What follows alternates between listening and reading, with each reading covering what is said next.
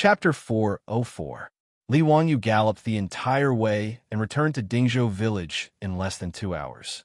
Lang Jun, why are you back? Didn't Yo Wu say that you were going to stay in the palace for a few days? Li Heng asked in surprise when he saw Li Wanyu return. Li Heng, don't say such nonsense. Hurry up and pack the valuables in the house. Bring more gold and don't bring any copper coins. Get everything ready. We're leaving soon. Li Wanyu didn't bother to explain. His words stunned the old housekeeper, Li Heng. Lang Jun, why is that? Where are we going? Don't ask so many questions. Hurry up and pack. Where's Chongqing? Lady Su is in the backyard. Before Li Heng could finish, Li Wanyu had already run to the backyard. Li Heng was confused by Li Wanyu's actions, but he could only listen to him and hurry back to the residence to pack. In the backyard, Su Chongqing was in her room listening to music on her phone when the door was suddenly burst open, giving her a fright. When she saw that it was Li Wanyu, she couldn't help but rebuke. Wanyu, why are you so careless? You scare me to death, I thought. Li Wanyu didn't wait for her to finish and hastily interrupted. Chongqing, let's not talk about this for now and hurry up and pack. In a while, you take Li Heng, Perrin, Aphrodite, and the others with Niu Yong and Niu Wu to protect you and hide in the Qinling Mountains for a while. Also, give me the jade pendant that Empress Xianxia gave you. What? Why are we going to the Qinling Mountains? Where are we hiding from? Weren't you in Taiji Palace today? Niu Wu came back and said that Li Chengxian was sick and asked me for the cephalosporin. What exactly happened? Tell me clearly. Li Wanyu still wanted to talk about other things, but after hemming and hawing for a long time, he only said that he had nothing to do and asked them to stay in the Qinling Mountains for a while. How could his words deceive his beautiful boss? Su Chongqing's pretty face stiffened. Wanyu, speak clearly. What happened? If you don't make it clear, I'm not going anywhere. Li Wanyu said anxiously. If we don't leave, are we going to wait for death? What if? What if what? Seeing his beautiful superior being so stubborn, Li Wanyu knew that if he did not explain things clearly, she would definitely not leave. Thus, he could only helplessly tell her what had happened in the Taiji Palace today. When she heard that Li Chengxian had contracted acute appendicitis due to overeating and eating too many cold drinks, and that his life was in danger and he could die at any moment, the beautiful superior couldn't help but be shocked. Heavens, how could something like this happen? Shouldn't Li Chengxian be alive and well? How could he die prematurely? He was only 9 years old. Wouldn't an appendicitis surgery do the trick? Why didn't he do the surgery immediately? Li Wanyu smiled bitterly. Miss, this is the Tang dynasty. How could there be surgery? Appendicitis is an intestinal abscess. For the Tang people, it's an incurable disease. Hearing this, the beautiful superior was also stunned. She also liked Li Chengxian, Li Tai, and Li Lizzie very much. These 3 smart little guys. Every time Li Chengxian and the others came to the residence to learn from Li Wanyu, she would make all kinds of delicious food for them to try, play games with them, and read books and stories to them. Thinking that the little guy Li Chengxian was in imminent danger, the beautiful superior's eyes immediately turned red. Wanyu, Sun Simiao is a divine doctor. Didn't Yo Wu come back today and invite Sun Simiao to the palace? Is there nothing he can do? Li Wanyu nodded sadly. Right now, surgery is the only way. Sun Simiao also agreed to give it a try. But Pai Lupi, that damn bastard, I tried my best to persuade him, but he still wouldn't agree to do the surgery. The beautiful superior suddenly guessed something and looked at Li Wanyu in disbelief.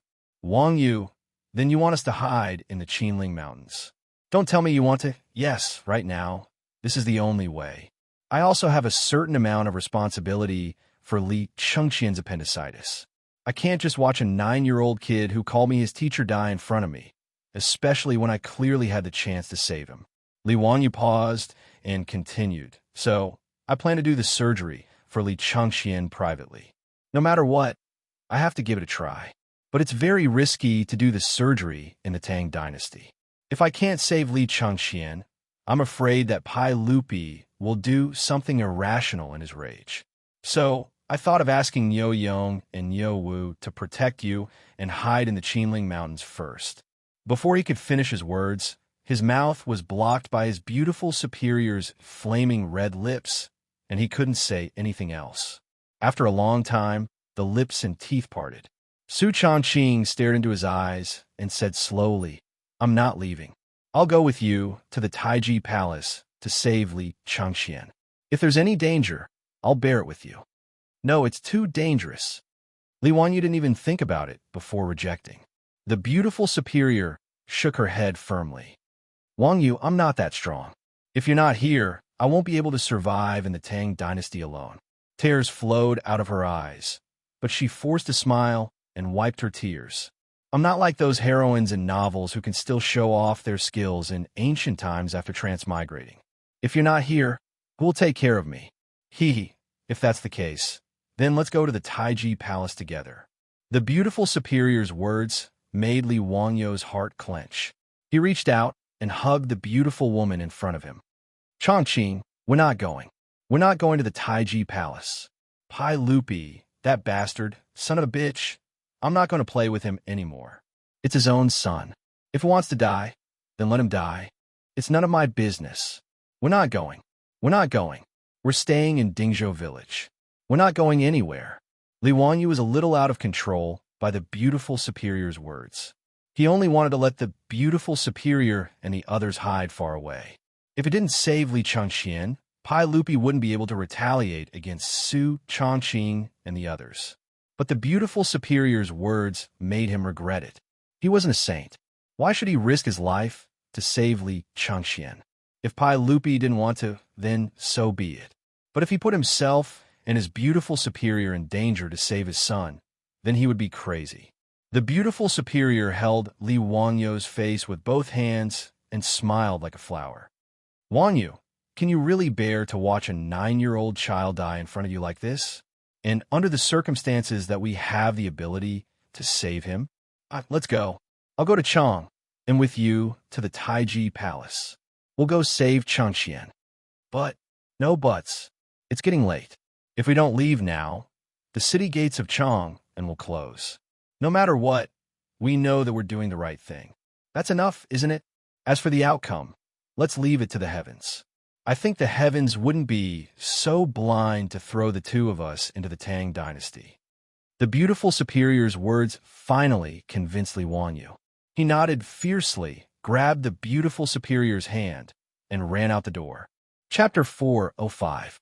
Before leaving, Li Wanyu still instructed Niu Yong and Niu Wu, the two brothers, to bring his wife and everyone in the residence to temporarily move to the village to live. If he really couldn't save Li Changxian, everyone in the mansion wouldn't be implicated by him. Li Heng and the others were confused by Li Wanyu's arrangements. Li Wanyu didn't explain and just let them do as they were told. After settling everyone in the mansion, the sky gradually darkened. Li Wanyu didn't dare to waste time. He and his beautiful superior rode Zhao Yebai and Jade Flower Kong. They whipped their horses and rushed toward Chang and city. As the two galloped, they discussed what to do in the Taiji Palace. With his beautiful superior giving Li Wanyu advice, Li Wanyu's rough plan was quickly perfected. Hurrying, the two of them finally rushed into Taiji Palace at the same time as the drum of dusk sounded. At this time, there was already a mourning atmosphere outside the Xianxia Palace. In the Eastern Palace, there were palace maids taking out white silk and wrapping it around the outside of the palace. From time to time, the sound of crying could be heard. Li Wanyu couldn't help but feel upset. Could it be that he was too late? Li Changxian had died? He quickly ran into the Xianxia Palace. When he saw Sun Simiao, he quickly asked, "Old immortal son, how is the crown prince now?" Sun Simiao shook his head. The crown prince's breathing is getting weaker and his pulse is weak. I'm afraid he won't be able to hold on much longer. Just now, His Majesty has already arranged for everyone in the Eastern Palace to prepare for the Crown Prince's funeral under the advice of Feng Yu of the Shangyao Bureau. Hearing that Li Changxian was still alive, Li Wanyu was slightly relieved. Then, he flew into a rage. Damn it, the Crown Prince wasn't dead yet, and he was already in a hurry to prepare for the funeral. This Gung Feng Yu, even if he was beaten to death, it wouldn't be an injustice. Li Wanyu was so angry that the roots of his teeth itched. He was so angry that he almost rushed in and beat that damned old man again. However, saving Li Chengxian was more important now. Li Wanyu didn't have the time to find trouble with Geng Fengyu. He stretched out his hand to summon a palace attendant and asked where Li Tai, the king of Yu, was. As Li Tai was still young, he lived in the Chongren Palace. Chongren Hall was adjacent to Lizhan Hall, where Empress Zhongsun lived. Today, Crown Prince Li Chengxian was critically ill. Li Tai obediently stayed in Lizhan Hall to accompany his mother. After asking about Li Wanyu's whereabouts, Li Wanyu and his beautiful superior hurried over to Limain Hall. Most of the imperial guards and eunuchs in the Eastern Palace knew Li Wanyu and knew that he was the Crown Prince's imperial tutor. Naturally, they wouldn't stop him. As for his beautiful superior, she often went to the Limain Hall, so the imperial guards in the palace were even more familiar with her.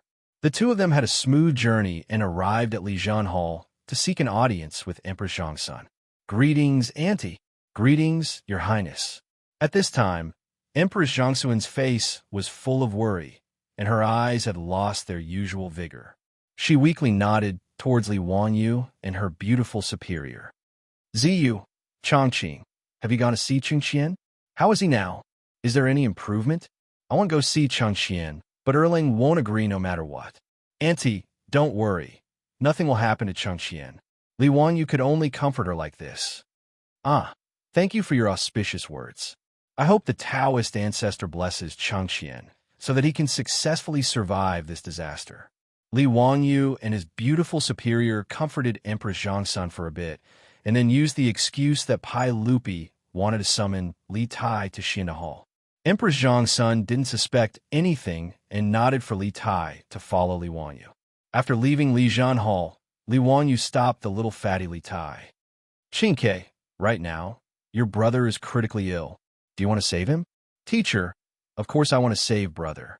Is brother's illness very serious?" "Teacher, you can save brother, right?" The little fatty nodded and immediately asked. At this time, Li Tai and Li Chengxian naturally wouldn't turn against each other like they did when they became adults and fought for the throne. In addition to Li Wangyu's education of the two little ones, Li Chengxian and Li Tai could be said to be brothers who respected each other and were as close as real brothers. The little fatty didn't know what illness his brother had. He only knew that his mother had hugged him and cried the entire time today. The intelligent Li Tai also faintly had some bad guesses in his heart. Li Wanyu didn't immediately answer Li Tai's question. Instead, he waved his hand and had the eunuchs behind Li Tai move a bit further away. Only then did he whisper a few words into his ear. "Qingke, are you willing to help me with this matter that teacher has asked of you? If I do this, I can save brother." The little fatty asked suspiciously. "Qingke, you don't believe your master? Well, have I ever lied to you?" Li Wanyu said with a stern expression. Li Tai tilted his head and thought for a while. "Last time, teacher said that children who play with fire will wet the bed. Later, brother and I played with fire when we returned to the palace, but we didn't wet the bed. You lied to us. Also, you said that you would take us swimming after we memorized the incantation for mental abacus. You still haven't fulfilled that promise. Also," Li Wanyu's face darkened, and he hurriedly stopped the little fatty, who was counting on his fingers and counting the number of times Li Wanyu had lied to them. "Those are just jokes. Cough, cough. Today's matter concerns your brother's life and death. I won't lie to you." Li Tai's face was full of suspicion as he raised his eyes to look at his beautiful superior. Only when his beautiful superior nodded, indicating that Li Wanyu wasn't wrong, did little fatty Li Tai finally nod in agreement. His reaction almost angered Li Wanyu to death. What kind of disciple was this? He actually didn't believe his words. If it weren't for the fact that they were in a hurry to save Li Chengxian, he would definitely teach this little fatty what it meant to respect one's teacher. After dealing with little fatty Li Tai, the group continued their journey to Xianxia Palace. By the time they arrived at Xianxia Palace, the sky had already darkened and the lights in the Eastern Palace had already been lit. Li Wanyu gave Li Tai a look that said, "Good luck. I have faith in you." Then he pulled his beautiful superior to him and stood in the darkness outside the palace. Li Tai jogged towards Xianxia Palace. Father, Mother said that her stomach isn't feeling well. She asked you to go to Li Jun Palace. Pai Lupi, who was sitting next to Li Chengxian's bed with a worried expression, jumped up in fright when he heard his son's words. Qingke, what did you say? What's wrong with your mother? Or is she feeling unwell? Mother said that her stomach isn't feeling well and wants you to go. Little Fatty blinked his eyes, lying as soon as he opened his mouth. This was what Li Wanyu had instructed him to say. His purpose was naturally to lure Pai Lupi away, using the tactic of luring the tiger away from the mountain. The reason why he had asked Li Tai to come forward was, of course, because other than him, no one else would dare to spread false information and make fun of Pai Lupi. In any case, Li Tai would at most be beaten up by Pai Lupi. It wasn't a big deal. But if it was someone else, not to mention whether or not they would dare to make fun of Pai Lupi, even if they dared, the consequences would most likely be losing their heads. With Pai Lupi guarding Li Chengxian, Li Wanyu didn't have the ability to perform surgery on Li Chengxian, no matter how great his abilities were. The distance between Xianxia Palace, where the Crown Prince lived, and Li Jun Palace was not close. As long as Pai Lupi left, Li Wanyu would have enough time to move the Crown Prince away. Pai Lupi naturally didn't doubt Li Tai's words at all. He glanced at Li Chengxian, who was still unconscious, and ordered Gung Fengyu and Sun Simiao. Gung Fengyu, Minister's son, take good care of the Crown Prince. We'll be back soon. Yes. Pai Lupi held Li Tai's hand, left Xianxia Palace, and hurried towards Li Jun Palace. As little Fatty walked, he turned his head and winked at Li Wanyu, who was hiding in the dark. Chapter 406. As soon as Pai Lupi's figure disappeared from sight, Li Wanyu pulled his beautiful superior into the Xianxia Palace. Her Highness the Empress' Imperial Decree has arrived. Li Wanyu shouted as soon as he entered the palace, raising the jade pendant in his hand. In his hand was the jade pendant that Empress Zhongsun had given to his beautiful superior that day. The front of the jade pendant was carved with the phoenix that symbolized the Empress, while the back was carved with the words, Ding has fire virtue. He is a phoenix. To some extent, this jade pendant represented Empress Zhongsun. Li Wanyu's words caused everyone in the Xianxia Palace to immediately kneel and prepare to receive Her Highness the Empress' Imperial Decree. Although it was strange that the Imperial Decree had not been delivered by an eunuch, but rather by Hu Xianzi holding the Empress' jade pendant, no one thought too much about it. By Empress Zhongsun's Imperial Decree, the Crown Prince Li Chengxian is suffering from intestinal obstruction and is beyond cure. Today, Hu Xianzi, Li Wanyu, and Sun Simiao are to immediately treat the Crown Prince without delay. However, those who obstruct will be severely punished. After Li Wanyu finished speaking, the eunuchs and palace maids in the Xianxia Palace naturally did not react. However, Gung Hong, who was kneeling on the side of the Shangyao Bureau, immediately jumped up. This is impossible. How could Her Highness the Empress issue such an imperial decree? You are falsifying the imperial decree. Hu Xianzi, what are your intentions? Must you cut open His Highness the Crown Prince's stomach and cripple his body? Shut up. I have Her Highness the Empress Jade Pendant as proof. Do you dare to not accept the imperial decree? Li Wanyu demanded as he raised the jade pendant in his hand. I don't believe it. I will go and report to Her Highness the Empress. This official will not allow you to harm His Highness the Crown Prince. Gung Fengyu lifted his robe and turned to run out of the palace. How could Li Wanyu let him go out? If he ran out now and bumped into Pai Lupi, who had not gone far, everything would be exposed. He lifted his leg and kicked Gung Fengyu again. Gung Fengyu screamed and rolled a few times on the ground. Men, tie up this criminal official who doesn't obey Her Highness the Empress's decree. Li Wanyu shouted to the eunuchs in the hall. These eunuchs didn't care how much Gung Fengyu shouted. In any case, they recognized the Empress Jade token in Li Wanyu's hand. Since this was the case, they naturally listened to Master Hu Xian's orders. Moreover, Master Hu Xian was a relative of the saint. In the palace, he called Pai Lupi uncle, so these eunuchs were naturally willing to listen to him. After Gung Fengyu was tied up, the old man was still yelling. Li Wanyu was too lazy to talk nonsense. He simply pulled a rag and stuffed it into the old man's mouth. As for the doctors of the Xianxia Bureau, no matter how unwilling they were, no one dared to say anything when they saw that their superiors had been tied up. After dealing with Gung Hong, Li Wanyu bowed to Sun Simiao. Old immortal son, thank you for your trouble. Now that Her Highness the Empress has agreed, let's hurry up and prepare to treat His Highness the Crown Prince. Sun Simiao looked at Li Wanyu with deep meaning, as if he had already seen through the problem. However, Sun Simiao, who had lived for more than 90 years, wouldn't say anything. Since Li Wanyu had the Empress Jade token and faked a decree, he would pretend that he didn't know. This humble Taoist naturally has no problem. I will do my best to treat His Highness the Crown Prince. Li Wanyu nodded. Time was of the essence. It was hard to say how much time little fatty Li Tai could buy. It was better to hurry up. He looked around the hall and found the eunuch he had ordered in the afternoon. He reached out and called him over.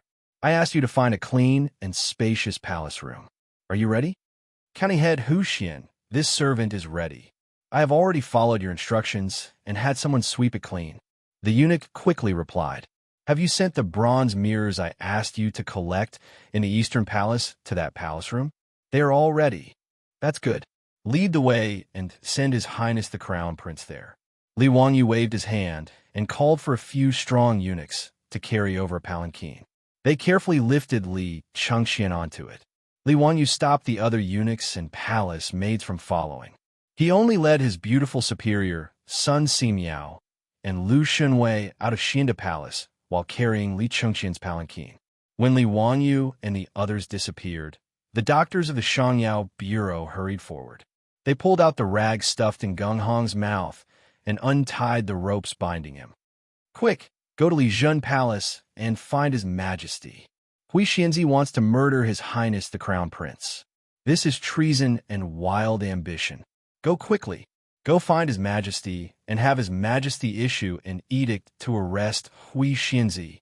Gung Hong didn't wait for the ropes to be untied before he began to howl at the top of his lungs. Upon hearing his words, the doctors of the Xiangyao Bureau hurriedly ran out of the Hall of Illustrious Virtue to look for Lier. On Li Wanyu's side, the eunuchs led him through many twists and turns in the Eastern Palace until they arrived at another palace. Hui Xianzi, this palace room is usually unoccupied. This servant has already cleaned it, as you ordered. Li Wanyu nodded and had the eunuchs carry Li Chengqian inside. Together with his beautiful superior, he took out the alcohol that Niu Wu had delivered and sprayed it all over the room to disinfect it. Soon, the room was filled with the pungent smell of alcohol. As for the knives in Sun Simiao's medicine box, Li Wanyu had him take them out and soak them in alcohol to disinfect them. The surgery required fine cotton cloth and catgut. They had all been prepared and could start the surgery at any time. At this time, the light in the room was dim. Sun Simiao shook his head and said, Hui Xianzi, the candlelight isn't very bright. How are we going to treat His Highness the Crown Prince? Li Wanyu had naturally prepared for this. He had ordered the eunuchs to collect bronze mirrors in the Eastern Palace to prepare for the surgery. Edison used mirrors to gather light to provide light for the surgery. This was a story that everyone knew in the language books of later generations. Although the Tang dynasty didn't have glass mirrors, they could use bronze mirrors to refract light and gather light. Li Wanyu and his beautiful superior busied themselves. They lit candles around Li Chengqian and placed bronze mirrors behind him. They constantly adjusted the angles of the mirror's refraction. Soon, Li Chengqian's body was abnormally bright under the candlelight. It had the effect of shadowless lights in the operating room. After everything was ready, Li Wanyu sent the eunuchs next door. His beautiful superior turned around and prepared to leave the room. Wanyu, just do what you need to do. If His Majesty comes, I will do my best to stop him. She paused for a moment before continuing. If there are any consequences, I will bear them with you. The beautiful superior spoke very casually. In fact, her whole body was trembling. She was just trying to calm her tone. Whether or not the surgery in the Tang dynasty could succeed depended purely on the person's character. Even Li Wanyu wasn't confident. Li Wanyu didn't care about shocking the world. He stepped forward and hugged Su Changxing tightly. Neither of them spoke. After a long time, they silently looked at each other and separated. Seeing his beautiful superior walk out of the room, Li Wanyu took a deep breath and turned to look at Sun Simiao and Lu Shenwei. Old immortal son, Brother Lu, let's begin. Chapter 407. On the temporary operating table, Li Chengqian's clothes were removed. Li Wanyu picked up the alcohol and disinfected Li Chengqian's body. Sun Simiao had been observing Li Wanyu's actions from the side. At this moment, he couldn't help asking, Hu Xianzi, what did you pour in the room? Alcohol. What's alcohol? It's the essence of wine. What's its use? Sterilization. Sterilization? Is it like what Hu Xianzi told me? That bacteria can only be seen with a microscope? Sun Simiao asked curiously. Li Wanyu was speechless. Sir, this isn't the time to ask questions. If we don't hurry up and perform the surgery, Li Chengqian won't be able to live. If you have any questions, can you ask them later? Fortunately, Sun Simiao also reacted. Now wasn't the time to ask questions, so he no longer spoke and instructed his disciple, Lu Shenwei, to get the lancet. The lancet was similar to the scalpel in the modern world. It was used for surgery. Since Sun Simiao was too old and Lu Shenwei was in his prime, they decided to have Lu Shenwei as the chief surgeon for safety reasons. Sun Simiao and Li Wanyu would assist from the side. Although Lu Shenwei had been in the medical field for many years, he had never done such a thing before. Hence, his hand trembled as he held the lancet. Hu Xianzi, what do you start? Li Wanyu rolled his eyes. You're asking me? How the hell would I know? Brother Lu, do as you see fit. How long should the incision be? Let's leave it to fate. Li Wanyu's words angered Lu Shenwei so much that he almost threw the lancet in his hand at Li Wanyu. Was this still something a human would say? What do you mean by let fate? Why don't you let fate take a look? Seeing Lu Shenwei glaring at him, Li Wanyu felt wronged. He wasn't a doctor, so why would he ask him? Fortunately, Sun Simiao was experienced. Although he had never performed surgery before, he still had a rough judgment. The intestinal abscess is in the lower right abdomen, so it should be there. My disciple, start from here. Don't cut it too long. Slide it 3 inches away and take a look. Lu Shenwei nodded. Taking a deep breath, he tightly gripped his lancet and lightly pressed it against Li Wanyu's lower right abdomen. Just as he was about to slice down, he suddenly heard Li Wanyu shout, Wait! Lu Shenwei's hand trembled, and he almost dropped his saber. He felt as if 10,000 alpacas were galloping past him. He and Sun Simiao both looked up at Li Wanyu, wondering what he was shouting about. Li Wanyu couldn't help but wipe the sweat from his forehead. He was also nervous. Old immortal son, I forgot something. What is it? Anesthesia.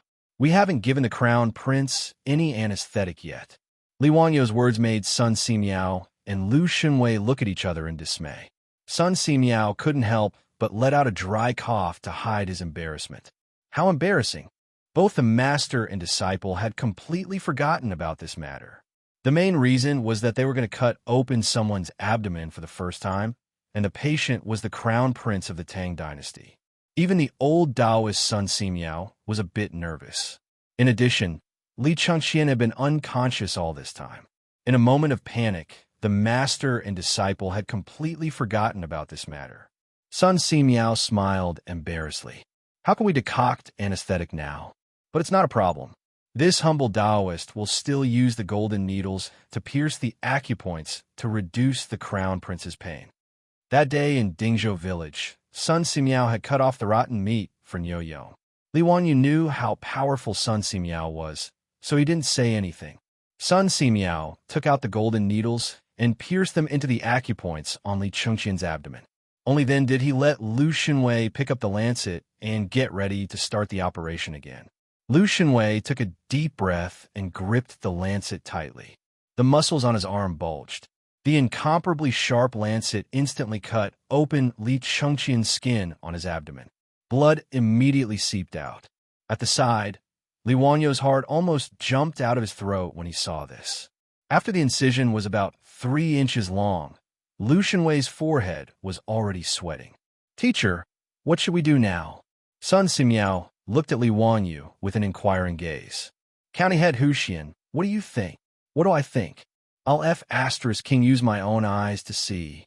Li Wanyu was also about to faint. How would he know what to do next? He didn't even know what the inside of the abdominal cavity looked like, let alone what the appendix looked like. Old immortal son, can you see if there's any lesion? If there's any ulcerated intestines, it should be enough to just cut it out. Li Wangyu, Sun Simiao, and Lu Xinwei were like bad students going to an examination hall. At this moment, they could only rely on their intuition to perform the operation on the crown prince of the Tang dynasty, Li Chengqian. At this time, before Pai Lupi and Li Tai arrived at Li Main Hall, someone hurried over from behind. The person was stopped by the palace guards and hurriedly shouted, "I'm a doctor from the Xianxia Bureau. I have something important to report to His Majesty. Let me pass."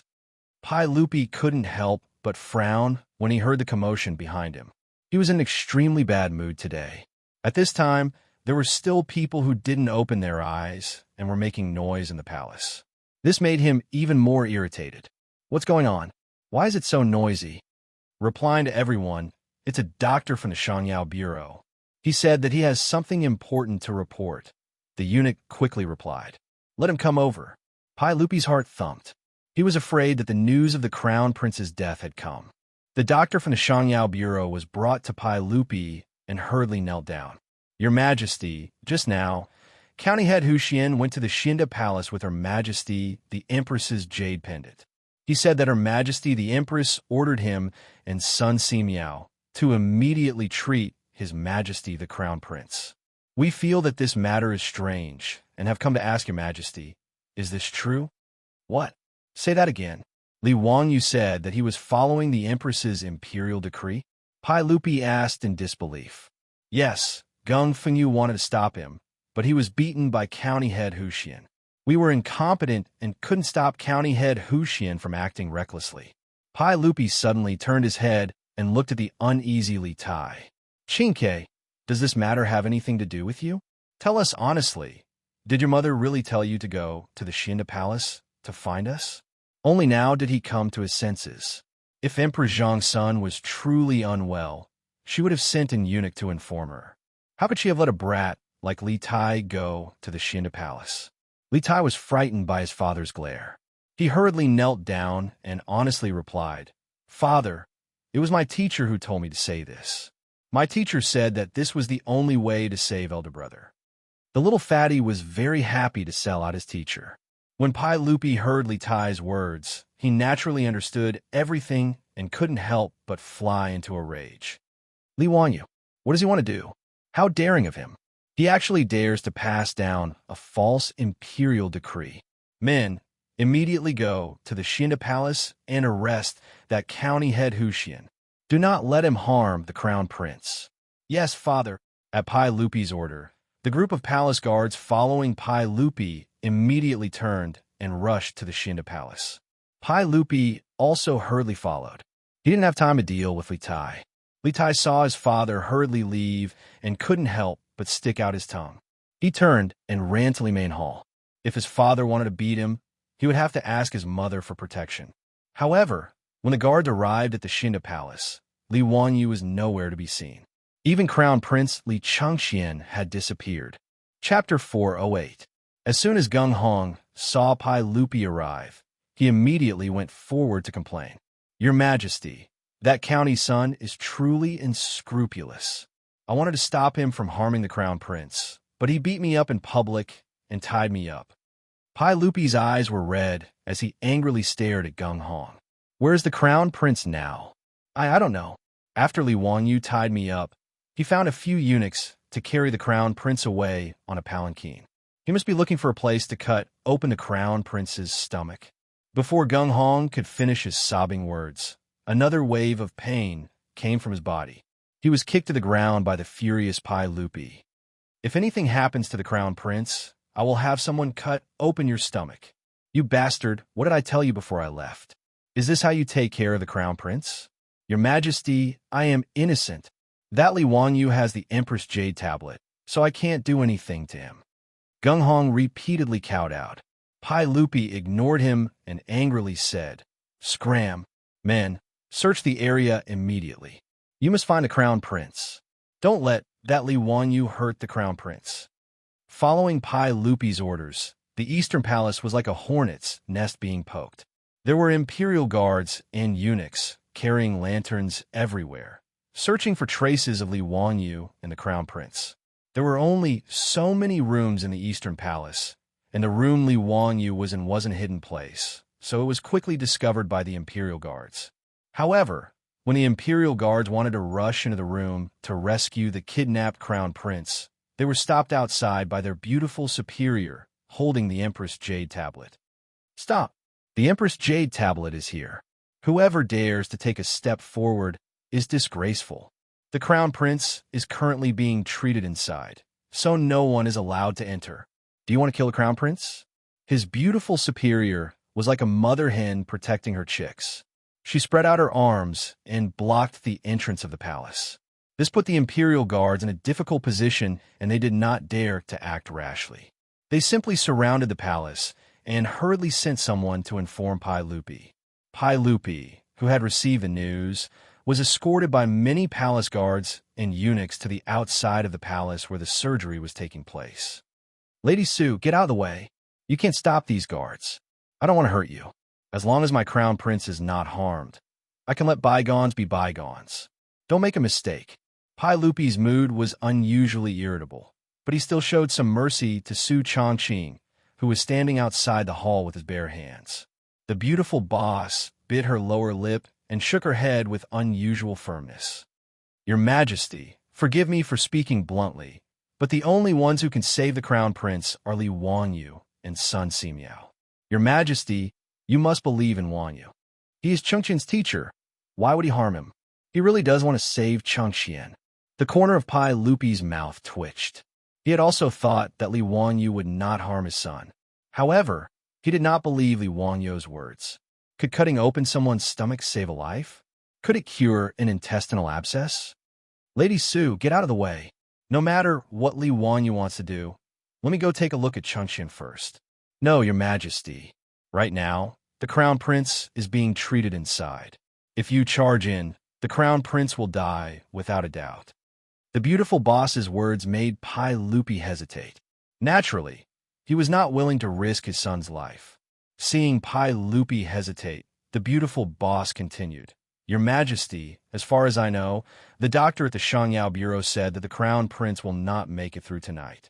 An intestinal abscess is an incurable disease that cannot be cured. If Li Wanyu is not trying to save the crown prince, why would he do such a thing? What good would it do him to do such a thing? Your Majesty, do you really not want to save the crown prince's life? Would you rather see the crown prince die? He is only 9 years old." The beautiful boss's words finally moved Pai Lupi. "Can Li Wanyu really save my crown prince?" "Yes, I guarantee it with my life." In reality, Su Changqing did not have much confidence. With the medical conditions of the Tang dynasty, whether or not Li Changqian could survive depended on whether or not his life was strong enough. However, she could only grit her teeth and insist that she could save Li Wanyu to buy time for Li Changqian and the others, who were still in surgery. Pai Lupi could not help but be moved when he heard this. After a while, he slowly said, "Since that is the case, I will give him this time. Men, surround this palace. No one is allowed to leave." At this time, the group of doctors from the Xianxia Bureau, as well as Finyu Gung Hong, received the news and hurried over. Hearing Pai Lupi say this, Gung Hong could not help but panic. "Your Majesty, you cannot.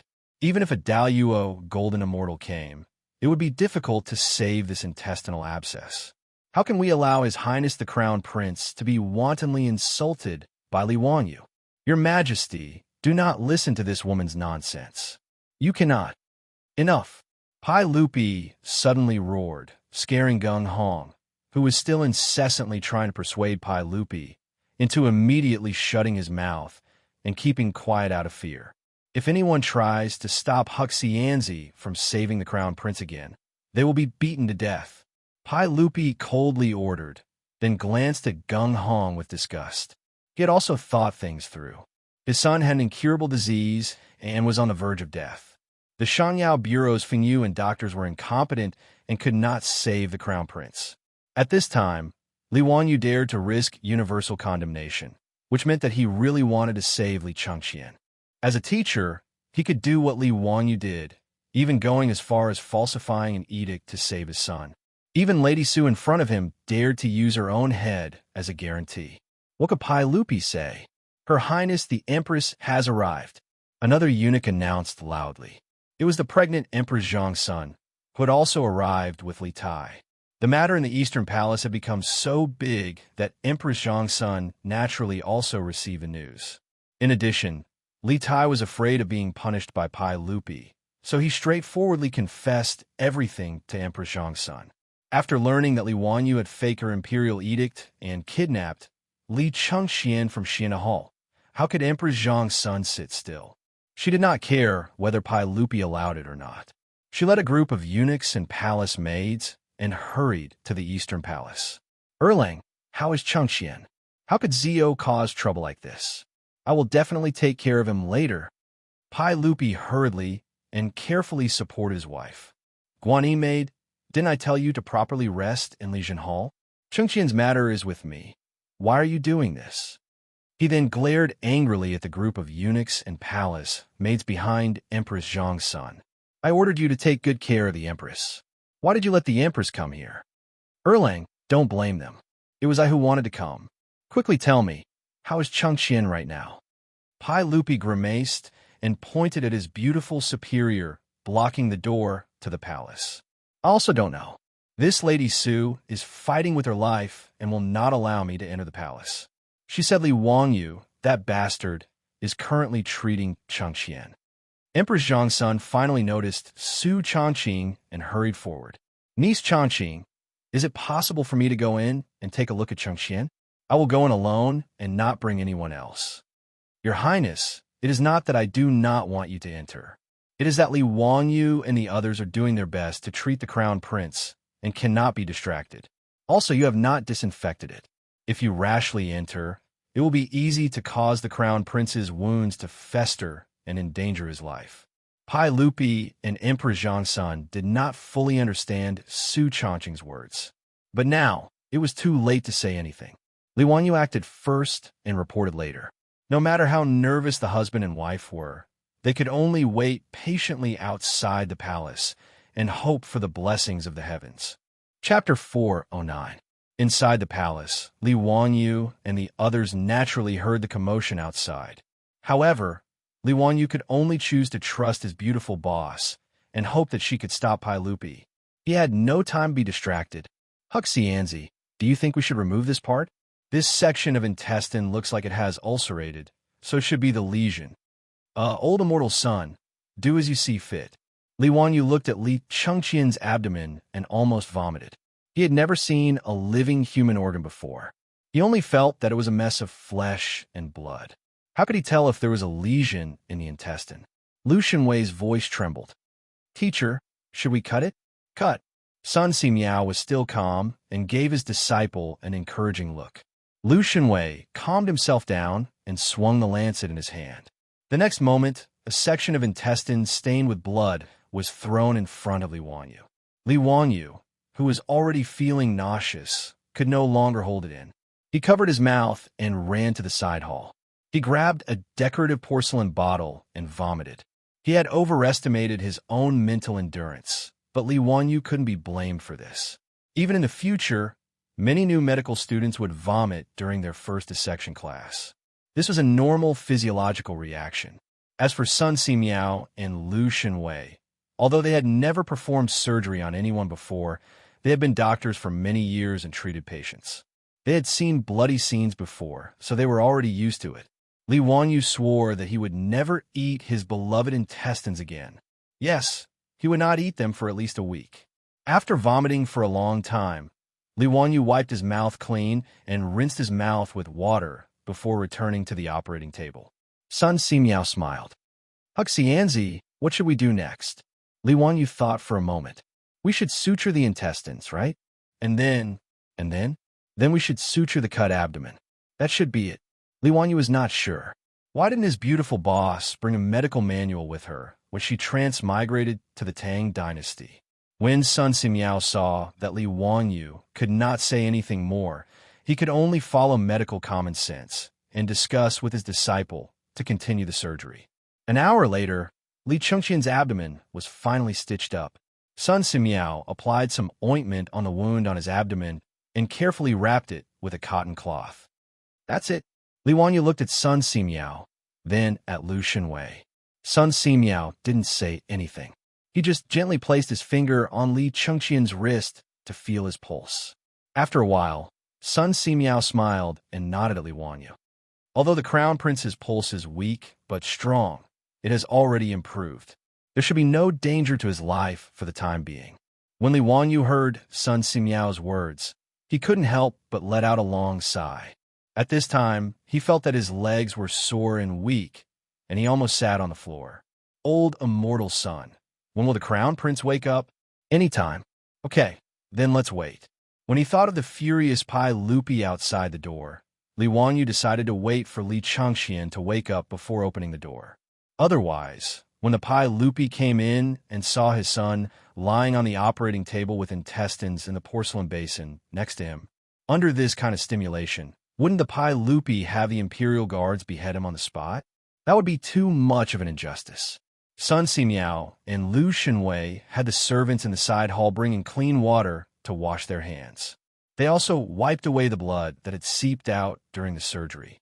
The operating table finally didn't look so scary. After waiting for the time it takes to burn a stick of incense, Li Wanyu acutely noticed that Li Chengqian's eyelids trembled a few times before he slowly opened his eyes. Ugh, so painful. Commander, is it you? Where am I? I'm so scared. Li Chengqian blinked his small eyes and turned his neck left and right to look around. When he saw Li Wanyu, the rims of his eyes immediately turned red. Chengqian, be good. Don't be afraid. When you were sick before, I helped you with old immortal son and the others. Chengqian, listen to us and you'll get better soon. I promise to bring you and Qingke to swim. Li Wanyu used his hand to gently stroke Li Chengqian's small head and comforted him. Although he took such a big risk to let Sun Simiao perform surgery on Li Chengqian, he still couldn't say that Li Chengqian was safe and sound. Removing the appendix was only the first step. The more important thing was to prevent the wound from getting infected. Forget about performing surgery in the Tang dynasty. Even in the future, before penicillin was invented, most of the wounded soldiers on the battlefield died from wound infections after surgery. In the TV dramas of the anti-Japanese war, there were often such scenes. The underground workers risked their lives and fought a battle of wits and courage to obtain the medicine penicillin and send it to the rear to save the wounded. Penicillin was penicillin. Although it couldn't be taken seriously in the TV dramas, it indirectly reflected how dangerous it was for the wound to fester. Li Wanyu was already very careful. Before the surgery, he disinfected all the instruments with alcohol. Because they didn't have rubber gloves, Li Wanyu not only let Lu Shenwei and Sun Simiao wash their hands several times, but also carefully wiped them with alcohol. In addition, he still had the remaining cephalosporin capsules. If Li Chengqian's wound still got infected, then he really couldn't do anything. Now, he could only do his best and leave it to fate. He hoped that God would bless him. After Li Chengqian woke up, Li Wanyu called the anxious servants in the side hall and asked them to carefully serve Li Chengqian. Li Wanyu walked to the door of the palace and pushed it open with a creak. The scene outside the door gave Li Wanyu a fright. The palace guards, clad in armor and holding torches, tightly surrounded the palace. Li Wanyu almost cried. Wasn't it just a surgery? Was there a need to make such a big fuss? When Pai Lupi and Emperor Zhongsun saw the door of the palace open, they hurried forward. Li Wanyu, you bastard, you still dare to come out. You really have guts. You actually dare to send a fake edict and even kidnap the crown prince. You really want to kill me. I ask you, how is Chengqian now? Pai Lupi was truly anxious. His words were incoherent. Li Wanyu secretly curled his lips. What do you mean I still dare to come out? Am I going to stay in this palace forever?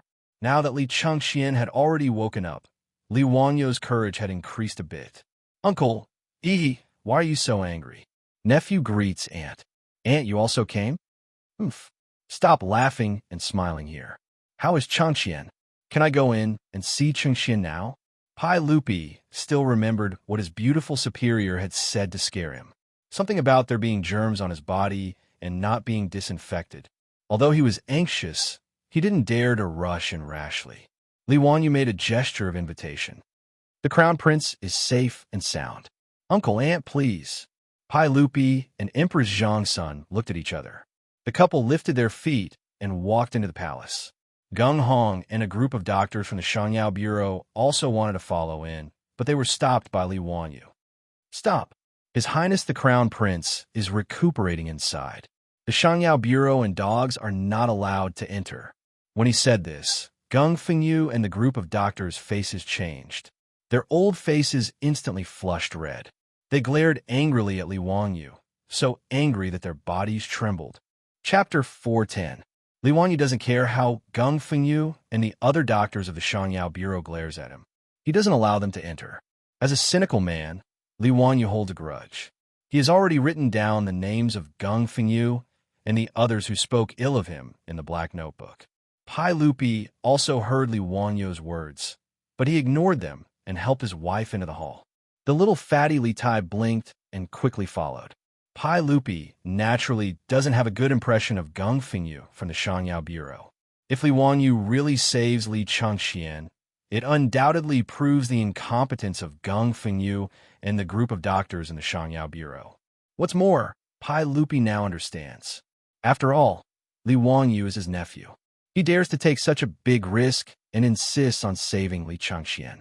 Naturally, he has his reasons. So when Li Wanyu insults the people of the Xiangyao Bureau, Pai Lupi just pretends not to hear. Li Wanyu pulls his beautiful boss into the hall, turns around, and closes the door with a bang. Gung Fengyu and the others are so angry that they stomp their feet outside. Father, mother. Li Changxian, who is still lying on the operating table, immediately cries when he sees Pai Lupi and Emperor Xianxia. Changxian, don't cry, don't cry. How is it? Does your stomach still hurt? Empress Xianxia is overjoyed to see her son wake up. She gently caresses Li Changxian's pale little face with her hand. Tears of heartache fall like pearls from a broken necklace. It hurts, it still hurts. Li Changxian's words scared Li Wanyu to the side. His face is almost white. F***CK. Could it be that Sun Simiao and Lu Shenwei cut the wrong place? But before it was abdominal cramps. Now it doesn't hurt, but the stomach still hurts. Li Wanyu finally breathed a sigh of relief. This stinky boy, he speaks with a big pause. Since the abdominal cramps are no longer there, it means that the inflamed appendix has been removed. As for the stomachache, that was not strange. No matter who it was, they would feel pain when their stomach was cut open. Empress Xianxia and Pai Lupi didn't understand the difference. Hearing Li Wanyu say that his stomach hurt, they couldn't help but turn a look at Li Wanyu. Pai Lupi was even more furious. Li Wanyu, you bastard, didn't you say you treated Changxian? Why was his lower abdomen still hurting? Is this intestinal abscess cured or not? Li Wanyu hurriedly picked up the porcelain basin that contained the removed appendix. Uncle, Aunt, this is Changxian's ulcerated intestine. It has already been removed by old immortal Sun and his disciples' miraculous hands. The pain that Changxian feels now is only from the wound on his abdomen. After a few days of rest, the wound will heal completely. When Empress Xianxia saw the bloody appendix in the porcelain basin, she couldn't help but exclaim. She covered her face with her hands and didn't dare to look again. Pai Lupi didn't have much of a reaction. He even moved closer for a closer look. He was an emperor on horseback and had been on the battlefield for a long time. He had killed countless people with his own hands. How could he be afraid of this intestine? Yes, it really is ulcerated. Was this really removed from Changxian's body? Of course. Uncle, look, the wound is still here. Li Wanyu pointed at the bandaged wound on Changxian's abdomen. Then has Changxian's intestinal abscess been cured? Empress Xianxia didn't have time to cover her eyes and asked impatiently. Li Wanyu hesitated for a moment, but still answered honestly, Aunt, we still have to see if Changxian's wound will become infected or inflamed in the next few days. As long as it isn't inflamed, when the wound heals, Changxian will be as good as new. Emperor Xianxia didn't understand medicine and could only look at Pai Lupi. Pai Lupi understood Li Wanyu's meaning, but because of this, his expression was bitter. Ziyu, Do you know that less than 1 in 10 of the wounded soldiers in the army survive because their wounds become infected? Xianxia is so young. Can he really make it through? Pai Lupi had seen the section of intestine that had been removed and no longer had any doubts about Li Wanyo's earlier words. The way he addressed Li Wanyu also returned to how it was before. However, when he thought of the fatal problem of the wound becoming infected, his heart, which had just been half at ease, couldn't help but tighten again. Uncle, this is the reason I didn't let you in earlier. Can you smell anything in this palace? Pai Lupi couldn't help but twitch his nose a few times at his reminder. It seems to be the smell of alcohol, but it's also different. Uncle is wise. This is the smell of alcohol. The alcohol is the essence that I extracted from the alcohol. It is specifically used to disinfect wounds to prevent infection. Li Wanyu simply used the words he had used to fool Sun Simiao and explained to Pai Lupi and Emperor Zhongsun what bacteria were and what disinfecting was. He also explained that Sun Simiao was trying to make the miraculous medicine penicillin. As for the matter of the cephalosporin capsule, he concealed it and didn't mention it. After all, the cephalosporin had been used up after saving Li Chengxian. He also couldn't explain the origin of the cephalosporin capsule to Pai Lupi, so he simply concealed it and didn't mention it. Pai Lupi listened to everything half believing and half doubting. After learning that Sun Simiao was currently experimenting with penicillin, he became excited and grabbed Li Wanyo's shoulder tightly. Does penicillin really have such miraculous effects? Can it really prevent wounds from becoming infected? If so, then wouldn't most of the wounded soldiers in the army be able to survive? Damn it, do you know how many of my comrades in the army died because their wounds became infected after they were injured? If you dare to deceive me, I won't forgive you. Li Wanyu was startled by Pai Lupi's excited appearance. What was he doing? How could he know that Pai Lupi's heart was in turmoil when he heard about the miraculous medicine penicillin? In the era of cold weapons, there weren't many people who were directly hacked to death by weapons on the battlefield. Most of the wounded soldiers died because of the lack of effective first aid on the battlefield, as well as the lack of effective methods to prevent wounds from becoming infected. This led to the high mortality rate. Even a miraculous doctor like Sun Simiao couldn't prevent Niu Yang's wounds from becoming infected after he was injured. Needless to say, there was no need to talk about the lack of hygiene on the battlefield. Hearing that there was a way to prevent wounds from becoming infected, Pai Lupi didn't even care about his son who was lying on the operating table. Compared to a miraculous medicine like penicillin, the Crown Prince's safety wasn't worth mentioning. Uncle, please be gentler. This nephew can't bear Uncle's domineering aura. Li Wanyo's face was bitter as he begged for mercy. His shoulder was in pain from being grabbed. This damned Pai Lupi's strength wasn't any less than Shang Yaojian's. This bastard Pai Lupi didn't know how to control his strength. He actually dared to destroy the flower bud of his motherland. He really didn't deserve to be his son. Don't talk nonsense. Quickly answer my question. If this penicillin can really be produced, then it can be used to prevent wounds from becoming infected. However, this nephew doesn't know if old immortal Sun can succeed. Pai Lupi immediately looked at Sun Simiao. Minister Sun, are you confident in producing penicillin? This subject will do his best. Good. Then I'll have to trouble Minister Sunday. I'll allocate another 100,000 strings of cash for Minister Sun's expenses. Once the penicillin is produced, I'll reward you handsomely. Pai Lupi didn't hesitate to allocate a large sum of money. It could be seen how important this penicillin was to him. When Li Wanyu heard this, his eyes couldn't help but light up. He rubbed his hands and smiled. Uncle, this nephew also has a presumptuous request. Chapter 411. Li Wanyu rubbed his hands together and smiled awkwardly. Uncle, I also have a presumptuous request. Old immortal Sun wants to experiment with penicillin, but he needs to make a microscope first. Heh. I wonder if Uncle can order the supervising craftsman to help me make a microscope. Pai Lupi glared at him. If you need the cooperation of the supervising craftsman, you can go find Moonlight. Do you think that I don't know that in recent days, you had the supervising craftsman help you make that vending machine? Li Wanyu was slightly embarrassed. He had the supervising craftsman do private work, and Pai Lupi had found out. He rubbed his nose.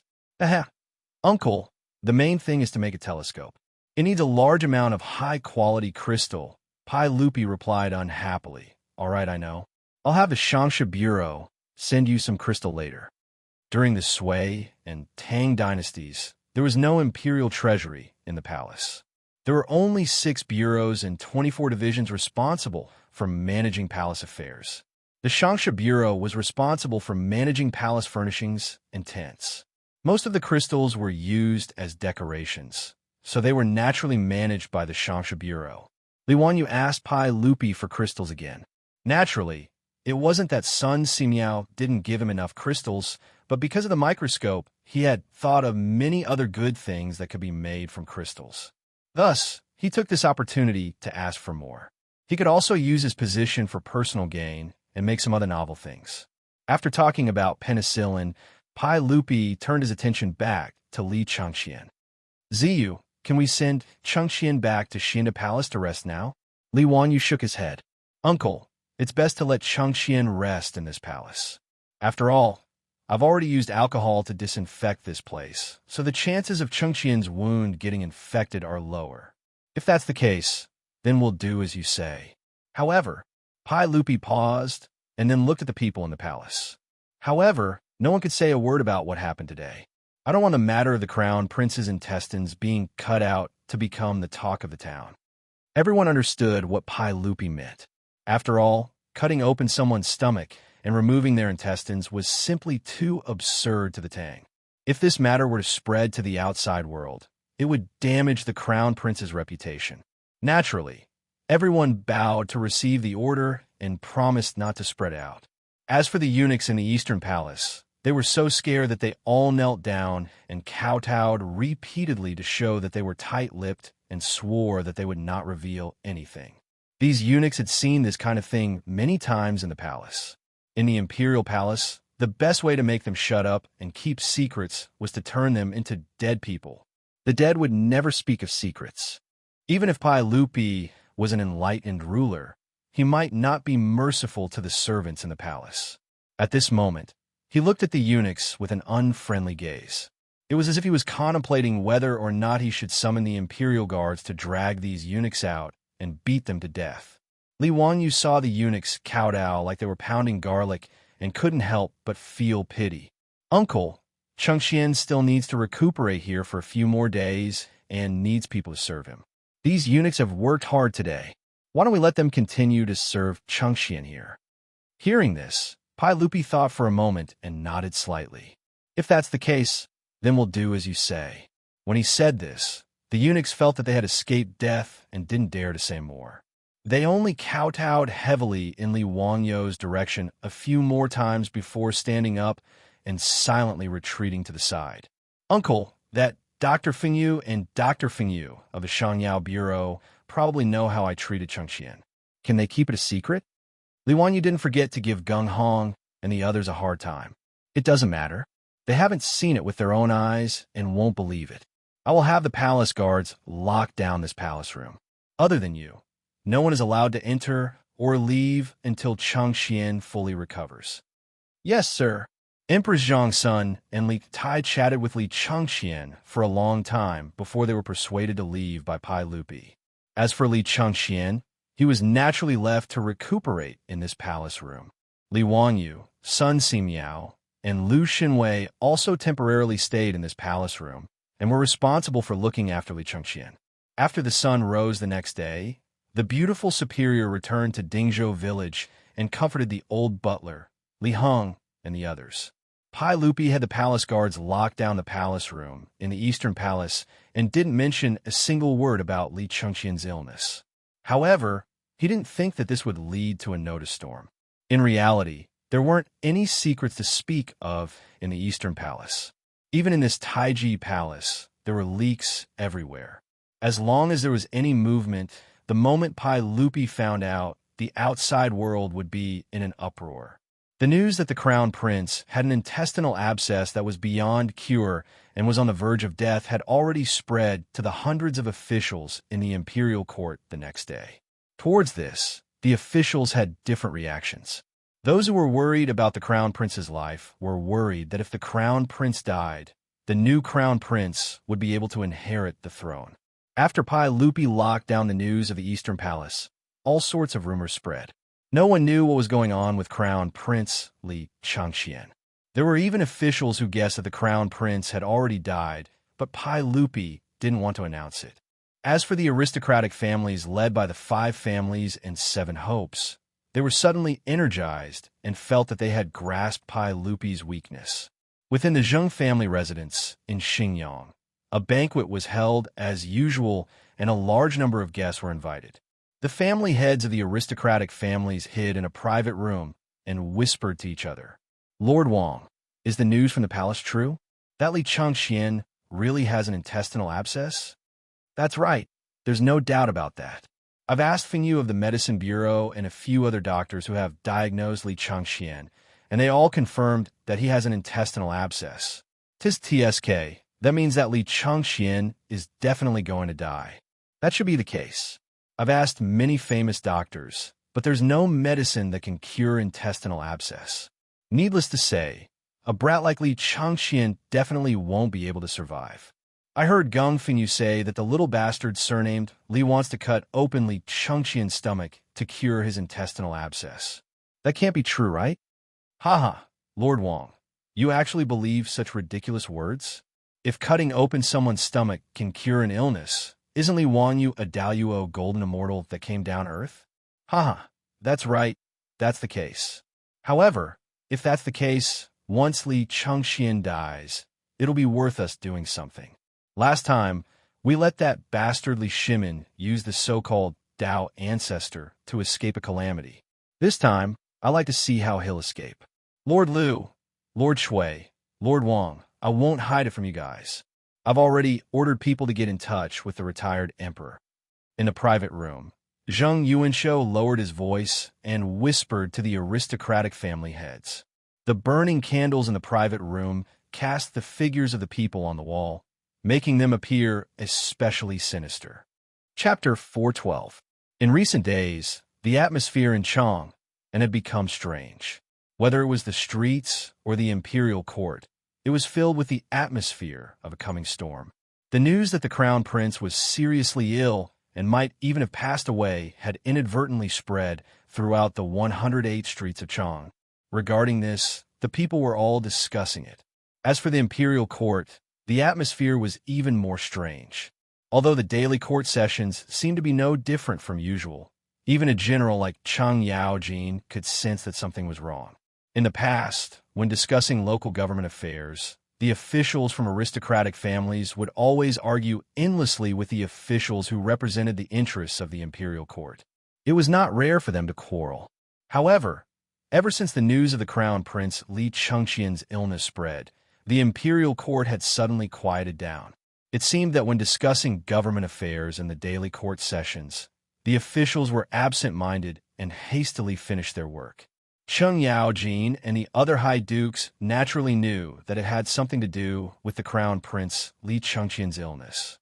Relying on his close relationship with Pai Lupi, he had also indirectly asked Pai Lupi about the crown prince's condition. However, no matter who came to inquire, Pai Lupi only pretended to be profound and smiled without saying anything. Even Cheng Yaojin and the other high dukes could not make heads or tails of this. The news that spread from the Eastern Palace was that the eunuchs and palace maids had not seen the crown prince for some time. This news was naturally known by the 100 Horsemen Department and reported to Pai Lupi. Lier only laughed at this and did not care at all. There was no need to care about this kind of nonsense. Once his son fully recovered, he would naturally be able to slap the faces of these gossiping officials. He would visit Li Changxian in the Eastern Palace every day. Li Changxian's condition was getting better and better. Pai Lupi, who was originally stubborn, had no choice but to believe that disemboweling someone could really cure the illness. With Li Wangyou's alcohol disinfection and the lethal cephalosporin capsule, as well as the meticulous treatment by Sun Simiao and Lu Shenwei, Li Changxian's wounds were healed. Not only was Li Changxian's wound not infected after the surgery, but he could also get off the bed and walk slowly. He would recover in a few days. Therefore, Pai Lupi didn't take the 100 Cavalry Department's report to heart. However, Pai Lupi had not expected that by hiding Li Chengxian's illness, he would detonate a huge bomb in the imperial court. On the 7th day of the 7th month of the 2nd year of Xinguan, it was the day of the imperial examination. The 1st and 15th of every month was the time for the imperial court assembly. All civil and military officials above the 9th rank would enter Taiji Palace to participate in the imperial court assembly. The imperial censor Wei Zheng led his subordinates to the Taiji Palace Hall, urging the hundreds of officials to go to work. In the main hall, the officials and civil servants were on the left and the generals on the right. Pai Lupi ascended to the throne, and all the officials kowtowed. After a series of complicated formalities, Pai Lupi had yet to open his mouth when an attendant in the hall suddenly announced loudly, "The retired emperor has arrived." These words caused an uproar among the officials, and Pai Lupi's expression greatly changed. The retired emperor of the Tang dynasty was naturally his father, Li Yuan. Ever since the Xuanwu Gate incident in the 9th year of Wuda, Li Yuan had been forced to abdicate and live in seclusion in Taiji Palace. Although it was called living in seclusion, it was actually more like being imprisoned. But today, Li Yuan had appeared in Taiji Palace without his knowledge. Pai Lupi couldn't help but feel his scalp go numb. Who was so bold? Without Pai Lupi's permission, Li Yuan had actually swaggered out of the palace to participate in the imperial court assembly. This was truly inconceivable. Pai Lupi turned his head and angrily glared at the eunuch serving in the 100 Cavalry Department. "Go and find out who it is that dares to act so recklessly." This eunuch's name was Mi Tuo. He was unknown in history, but he was close to Pai Lupi. He was responsible for conveying news from the 100 Cavalry Department and the palace, and was most trusted by Pai Lupi. Yes, Mi Tuo's face was pale with fear, and cold sweat covered his forehead. He hurriedly bowed and then slowly retreated, disappearing into the back of the hall. When Li Yuan's figure appeared in Taiji Palace, Pai Lupi had no choice but to leave his seat and respectfully kneel in front of all the officials to salute Li Yuan. Greetings to the retired emperor. Although Pai Lupi had obtained his position through the Xuanwu Gate incident, the Tang dynasty promoted filial piety, so Pai Lupi was very respectful in front of Li Yuan and acted like a good son. "Erlang, rise. I haven't left the palace for a long time, and today I want to attend the court meeting." "Erlang, you won't object, right? Why would the retired emperor say such a thing? I'm very happy that the retired emperor can attend the court meeting." Pai Lupi immediately stepped forward and carefully helped his father, Li Yuan, to sit on the throne. Although Li Yuan was respectfully called the retired emperor, it was only in name. Many later generations had confused the two concepts of retired emperor and retired emperor. The retired emperor was only a title the current emperor gave to his father out of respect. It had no real political power and was more of a symbol. As for the retired emperor, he was the emperor above the emperor. The emperor had real power, and he would call himself emperor. He would report all the important matters of the country to the emperor, and he would call himself emperor. However, as the retired emperor, Li Yuan naturally didn't have any power. Pai Lupi forced Li Yuan to abdicate during the Xuanwu Gate incident. So why would he give him any power? Pai Lupi was even more of an actor. In addition to acting as a filial son, in history, after the Black Tortoise Gate, in order to obtain Li Yuan's forgiveness, Li Er actually imitated that milk baby, burrowing into Li Yuan's bosom to suck on his breast, mourning for a long time. It was really hard for people to understand. After Li Yuan sat down, the officials once again bowed and kowtowed 3 times and 9 times. Pai Lupi sat next to Li Yuan and lightly coughed. Just as he was about to ask the officials what they wanted to discuss, he saw an imperial censor suddenly stand up. "Your Majesty, I, Imperial Censor Wang Yuanzhong of the Imperial Censorate, have something to report." The Imperial Censorate of the Tang dynasty consisted of the Tai Yuan, the Imperial Censorate, and the Censorate. The Tai Yuan was responsible for censoring officials and impeaching those who violated the law. The Imperial Censorate was responsible for censoring officials and the 6 departments of the Minister of State. The imperial censor of the imperial censorate was not a very high rank, at the 7th rank or higher. Pai Lupi thought to himself, which civil official or general was it that had been caught by this imperial censor? Wang Qing has reported, Your Majesty, this subject has heard that County Magistrate Li Wanyu entered the Eastern Palace 10 days ago with the token Your Majesty bestowed upon him. But for some reason, County Magistrate Hu Xian has not left the palace. Today, County Magistrate Hu Xian is attending court, so why is County Magistrate Hu Xian not attending? This subject wishes to impeach County Magistrate Hu Xian for disrespecting the law and acting recklessly. This is a great disrespect. Pai Lupi couldn't help but frown. What did Wang Yuanzhou mean by this? Was it really just to impeach Li Wanyu? Or did it have to do with Li Yuan's sudden appearance at the court?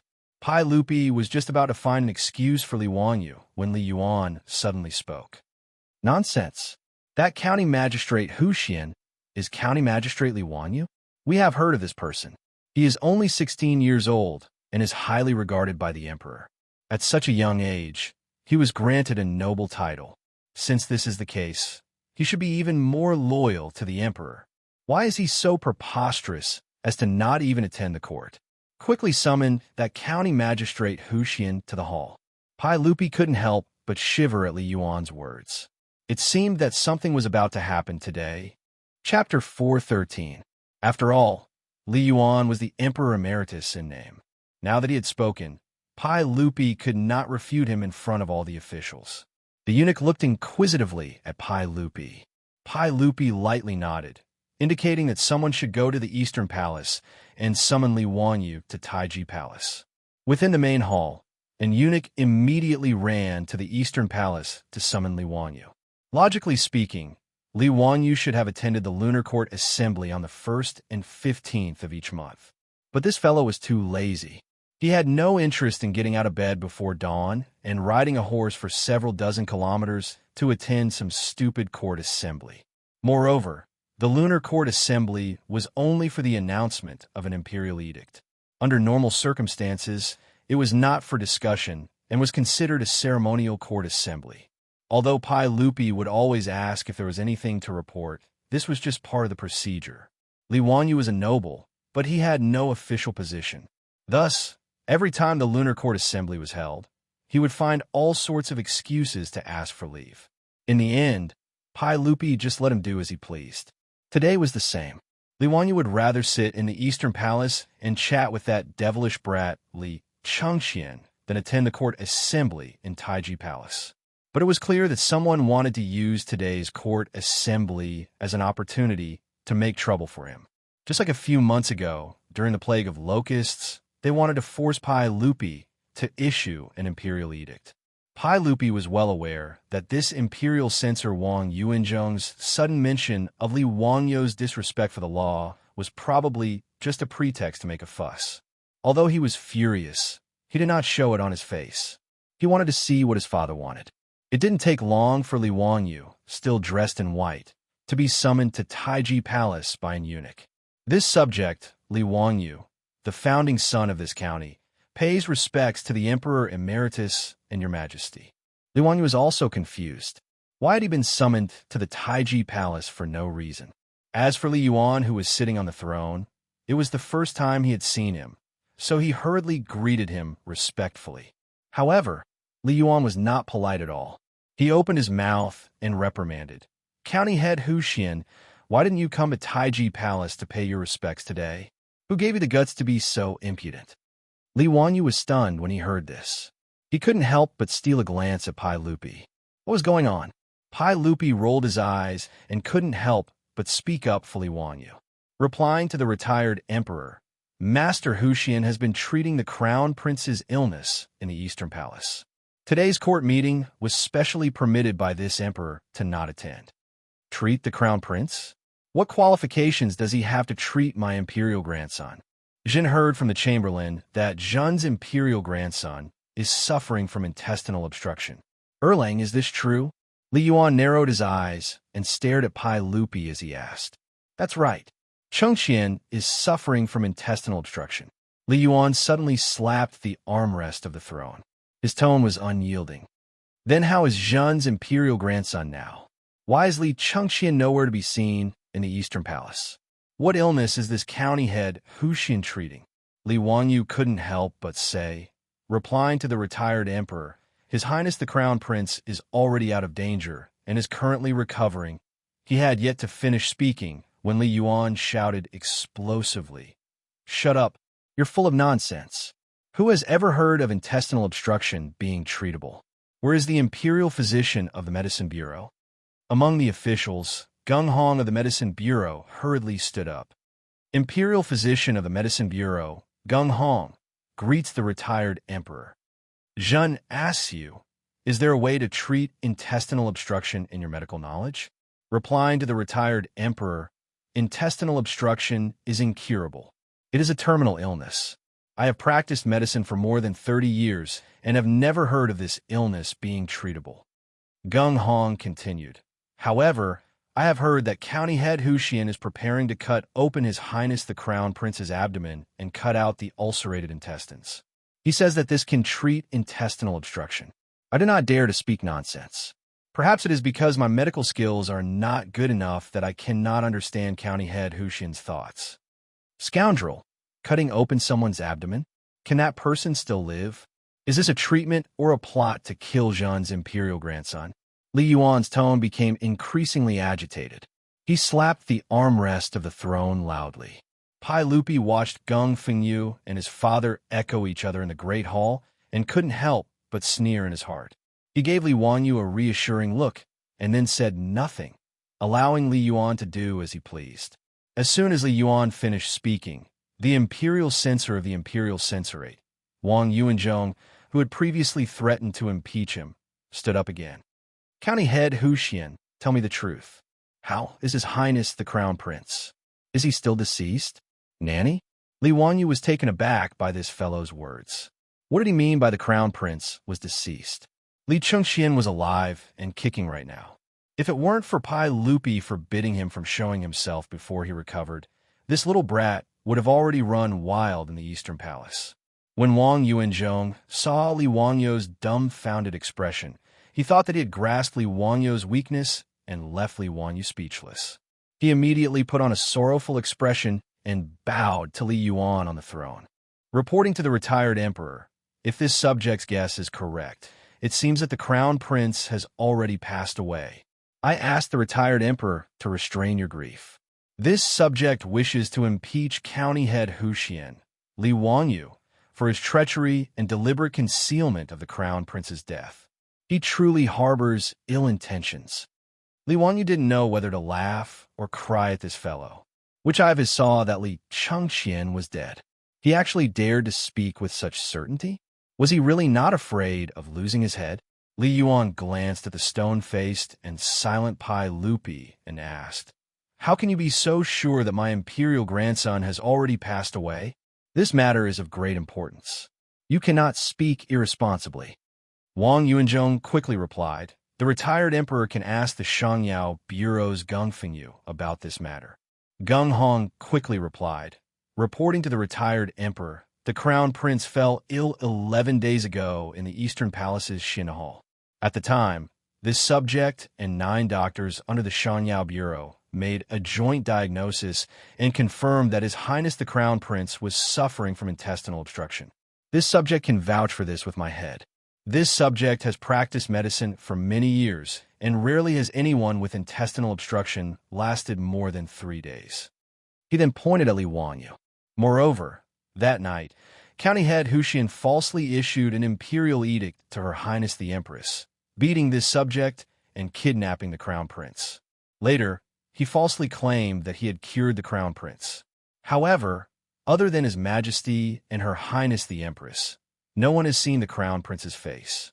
Even this subject has never seen the Crown Prince, much less been able to treat him. As for why there has been no news of His Highness the Crown Prince, this subject does not dare to make wild guesses. Li Yuan turned his head to look at Pai Lupi. Erlang, is this Gung Fengyu speaking the truth? Pai Lupi was expressionless as he lightly nodded. Erlang, do you mean that my imperial grandson, the crown prince of the Tang dynasty, has already passed away? Pai Lupi shook his head. That is definitely not the case. County head Huxian has already said that Xianxia is recovering. Oof. Since that is the case, why not have the county head Huxian and the doctors of the Shangyao Bureau treat the crown prince? Their medical skills are lacking. My medical skills aren't good enough. Erlang, at this point, are you still going to lie to us? Li Yuan roared as he slapped the armrest of the throne. Pai Lupi naturally did not even bat an eyelid at his father's rebuke. He remained silent and pretended not to hear. Wang Yinzhong spoke again, reporting to the retired emperor the crown prince has passed away. This is a warning from the heavens. If one's virtue does not match their position, disaster is certain. If one's virtue is meager, one's position will be honored. The moment these words were spoken, the officials in the hall were in an uproar. Chapter 414. Wang Yuanzhong's words caused Noda's Taiji palace to boil like a pot of boiling oil. Many civil and military officials were dumbfounded by his words. Was this imperial censor Wang Yuanzhong crazy? What was he trying to do? How could he dare to say such words? A warning from the heavens. If one's virtue is not worthy of the throne, there will be disaster. These words were like a sharp sword, stabbing Pai Lupi, the emperor of the Tang dynasty. Wang Yuanzhong's words were said by Confucius. Weak virtue and high status meant that one's morals and character were not worthy of a revered status. Without a doubt, Wang Yuanzhong's words were reprimanding Pai Lupi for his lack of virtue, which led to the crown prince's premature death. This was a warning from the heavens. Wang Yuanzhong was the first person who dared to say that Pai Lupi did not deserve to sit on the throne in this hall. As soon as he finished speaking, the reactions of the officials in Taiji Palace were divided into two factions. The dukes and bigwigs who were loyal to Pai Lupi all rebuked. Cheng Yaojin even rolled up his sleeves and prepared to fight. As for the ministers who came from aristocratic families, they were laughing coldly at the side, not saying a word as they looked at Li Er and Li Yuan who were on the royal stairs. Pai Lupi's face instantly became very ugly. When Wang Yuanzhong said these words, he already knew what was going on today. He never thought that this group of people would be so bold. Pai Lupi gripped the armrest with both hands so tightly that the veins on the back of his hands bulged. Wang Yuanzhong raised his head and continued to speak in a loud voice. This official believes that the crown prince's death is the fault of your majesty. In the 9th year of Wuda, your majesty raised an army and killed his highness Xianxia, who was the crown prince at that time. This is the crime of regicide, which is disloyalty. You also forced the retired emperor to abdicate, which is unfilial. His majesty did such a disloyal and unfilial thing, resulting in the crown prince's premature death today. He didn't care about Pai Lupi's gaze at all. He looked around at the officials in the hall and raised his voice. Your majesty is not the eldest son of the retired emperor and has no right to inherit the throne. His majesty had obtained the throne unjustly. Now, retribution had fallen upon the eldest son of his majesty. That was why the crown prince had died at such a young age. Your majesty, haven't you learned your lesson? I beseech your majesty, for the sake of the common people, issue an imperial edict and return the title of retired emperor. After Wang Yuanzhong finished speaking, the Taiji palace that had been in chaos just a moment ago fell completely silent. He looked straight at Pai Lupi, who was on the royal staircase, with a proud expression on his face. At this point, Wang Yuanzhong felt that he was a moralist today. Even if Pai Lupi immediately ordered people to drag him out and beat him to death, he was not afraid at all. If he, Wang Yuanzhong, was killed by Pai Lupi because of this, he would be a martyr and would be revered by the world. He would be recorded in the history books. 100 years later, 1,000 years later, he would still be a loyal official like Bai Gan. He, Wang Yuanzhong, was not afraid of death. He even wished that right now, Pai Lupi would order him to be executed in Shi City to fulfill his reputation as a martyr. After Wang Yuanzhong finished speaking, nearly half of the officials in the hall suddenly knelt down. They didn't say anything. They just quietly knelt like this, but their gazes were fixed on Pai Lupi. The meaning was self-evident. Forcing the abdication. This was the aristocratic family's overt plot. During the court conference, they used the crown prince's death to mobilize the officials to force Pai Lupi to abdicate, welcome back the retired emperor, and support Li Yuan to ascend the throne again. In the eyes of the aristocratic families, Li Yuan returning to the throne was more beneficial to them than Pai Lupi continuing to be the emperor. Pai Lupi was too forceful. Even these thousand-year-old aristocratic families felt great pressure when facing Pai Lupi. And Pai Lupi was constantly working to weaken the aristocratic family's power. This made the 5 clans and 7 aristocratic families feel even more threatened. Thus, these aristocratic families that wanted to suppress Pai Lupi used the crown prince's death to contact retired Emperor Li Yuan, who had been placed in the depths of the palace. They tried in vain to force Li Yuan to abdicate and return him to the throne. Perhaps in the eyes of later generations, using the crown prince's death to attack Pai Lupi was truly absurd and laughable.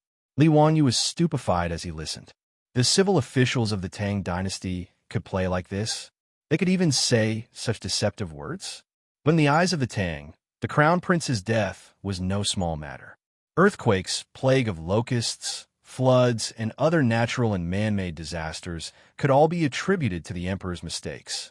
Attributing the crown prince's death to Pai Lupi's lack of virtue truly could obtain the approval of the masses. After all, the rulers of China had always proclaimed that they received orders from the heavens, that the emperor was the father of the heavens and the mother of the earth, and that they were the sons of the heavens. Confucius also said that the Son of Heaven received orders from the heavens. Thus, if the Son of Heaven's chosen successor died, the responsibility naturally rested with the Son of Heaven himself. It was the Son of Heaven's lack of virtue that had killed the retired emperor's eldest son, causing the heavens to punish the Son of Heaven and take away his eldest son's life. Wang Yuanzhong's words caused many of the non-aristocratic officials in Taiji Palace to fall silent. For a moment, they didn't know how to retort.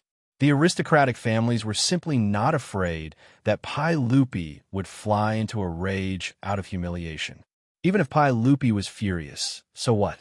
Could it be that he, Li Er, could order people to kill half of the officials in this hall? If that really happened, not to mention whether or not the Confucian scholars of the world would spit on him, the aristocratic families would definitely sever ties with Pai Lupi. At that time, it would be just like the chaos at the end of the Sui dynasty. The Tang dynasty would probably fall apart and collapse. Both Zheng Yuanshou and Wang Rinyu were certain that Pai Lupi wouldn't dare to do such a thing. Pai Lupi's eyes were tightly shut. Li Yuan sat on the throne next to him. He didn't say anything, only smiled and looked at his son. After a long time, Pai Lupi suddenly opened his eyes. His eyes were filled with killing intent. Wang Qing, are you done? Wang Yuanzhong was not afraid of Pai Lupi at all. Your Majesty, this subject asks Your Majesty to execute the founder of Hu County, Li Wangyu.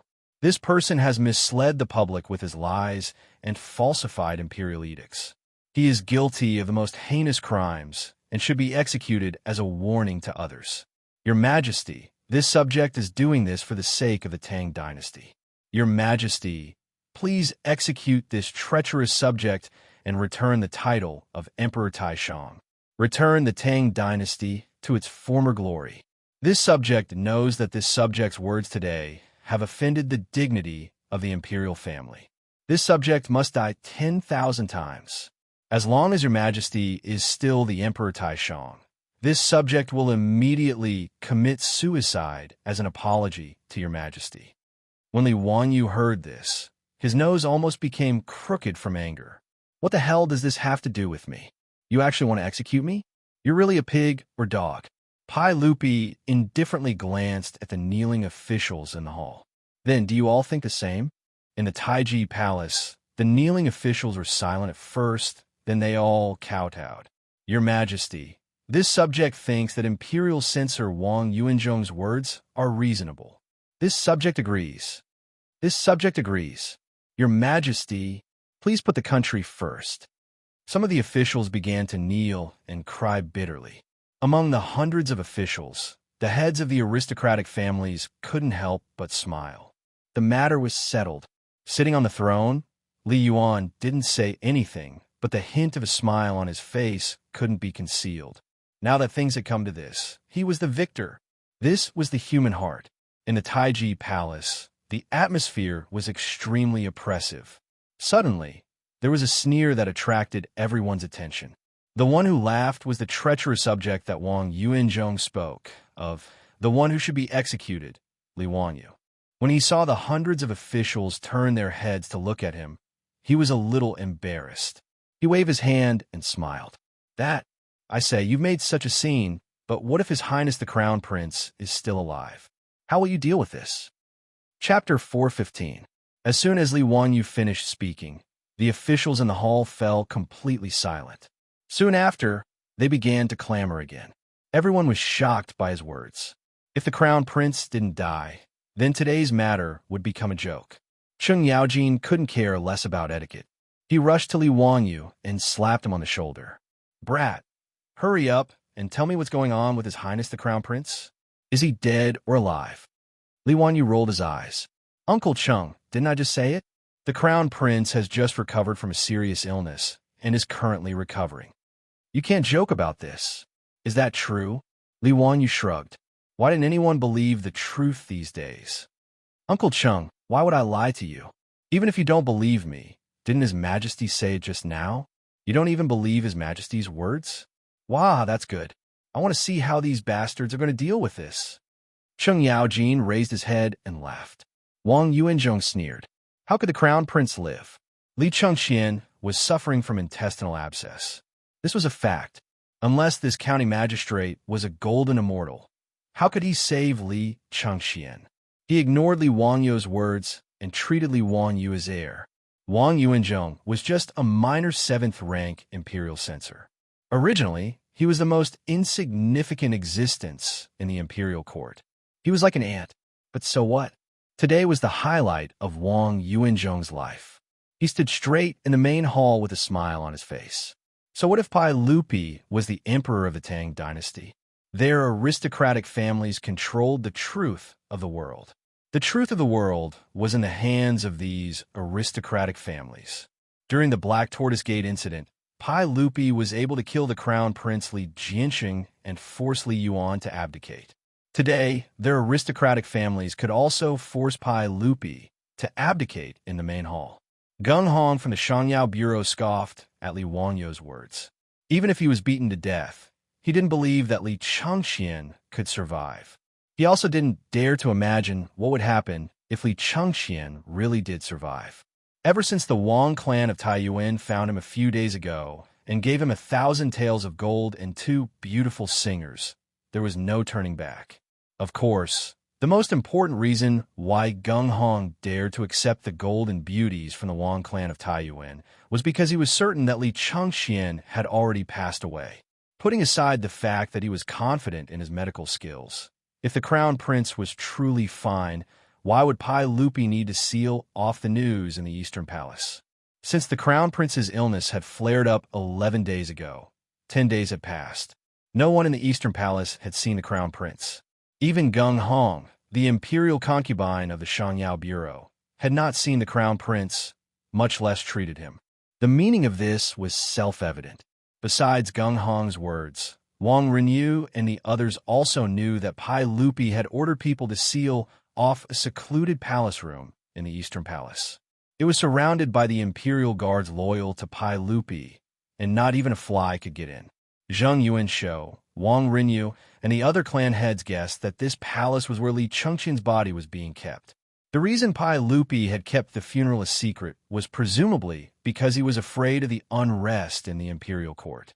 It was precisely because they were certain that the Crown Prince had passed away that the aristocratic families dared to contact Grand Emperor Li Yuan and choose today's court session to force him to abdicate. How could Pai Lupi have thought of any of this?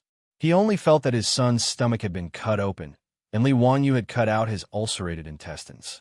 He felt that this matter would affect the Crown Prince's reputation, so he sealed off the news and kept it a secret. He originally wanted to wait for the Crown Prince to recover, and then everything would be calm. No one would know that his son's intestines were missing. He did not expect that the aristocratic families and his own father would give him such a big surprise today. Pai Lupi stared at Wang Yuanzhong. Imperial censor Wang Yuanzhong. Wang Yuanzhong was not afraid at all.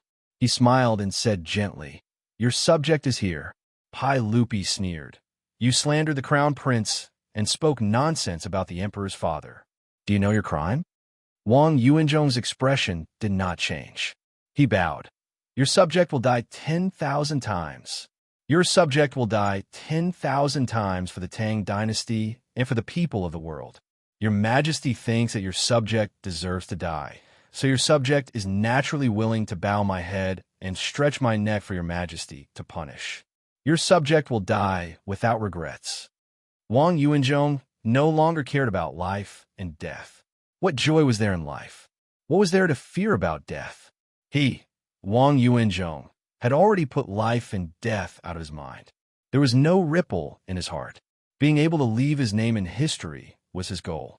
Today, his words would definitely spread throughout the world along with the aristocratic family's mouths. Today, his blood would illuminate the history books. Wang Yuanzhong elegantly tidied up his clothes and smiled at the furious Pai Lupi. On the imperial steps, the originally angry Pai Lupi suddenly laughed. "Ha ha ha! Wang Qing, you must think that after today, your name will definitely go down in history? But in my eyes, you are just a jumping clown." Wang Yuanzhong also smiled elegantly. "Your subject's name will be judged by future generations." Pai Lupi sneered. "I think you won't shed tears until you see the coffin. Li Wanyu, go to the Eastern Palace and invite the Crown Prince. I want to let these blind people see if my Crown Prince has really died." Li Wanyu immediately accepted the order.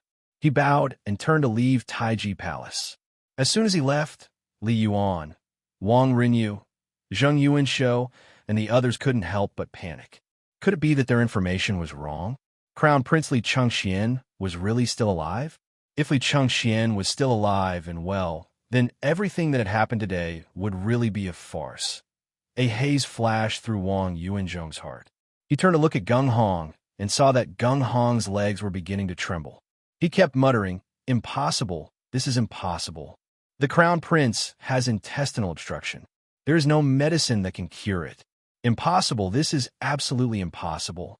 The aristocratic family officials who were still kneeling in the main hall were even more at a loss. Silence. In the main hall, no one was interested in talking. Everyone was silent, quietly waiting for the moment when the truth would be revealed. Note as Taiji Palace fell into a deathly silence. The air seemed to have condensed. The distance between the Eastern Palace and Taiji Palace was not close. Everyone in the main hall waited in this anxious and uneasy atmosphere for the time it took for a stick of incense to burn.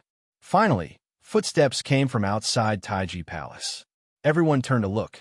When they saw who it was, many people in the main hall collapsed to the floor, as if their spines had been pulled out. Wang Yuanzhong was even worse. He seemed to have aged several decades in an instant. His calm and relaxed appearance was no longer there.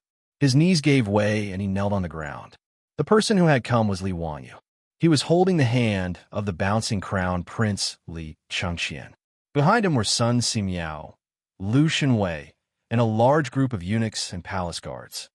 "Your subject, Li Chengxian, greets your majesty and Grand Emperor." Chapter 416.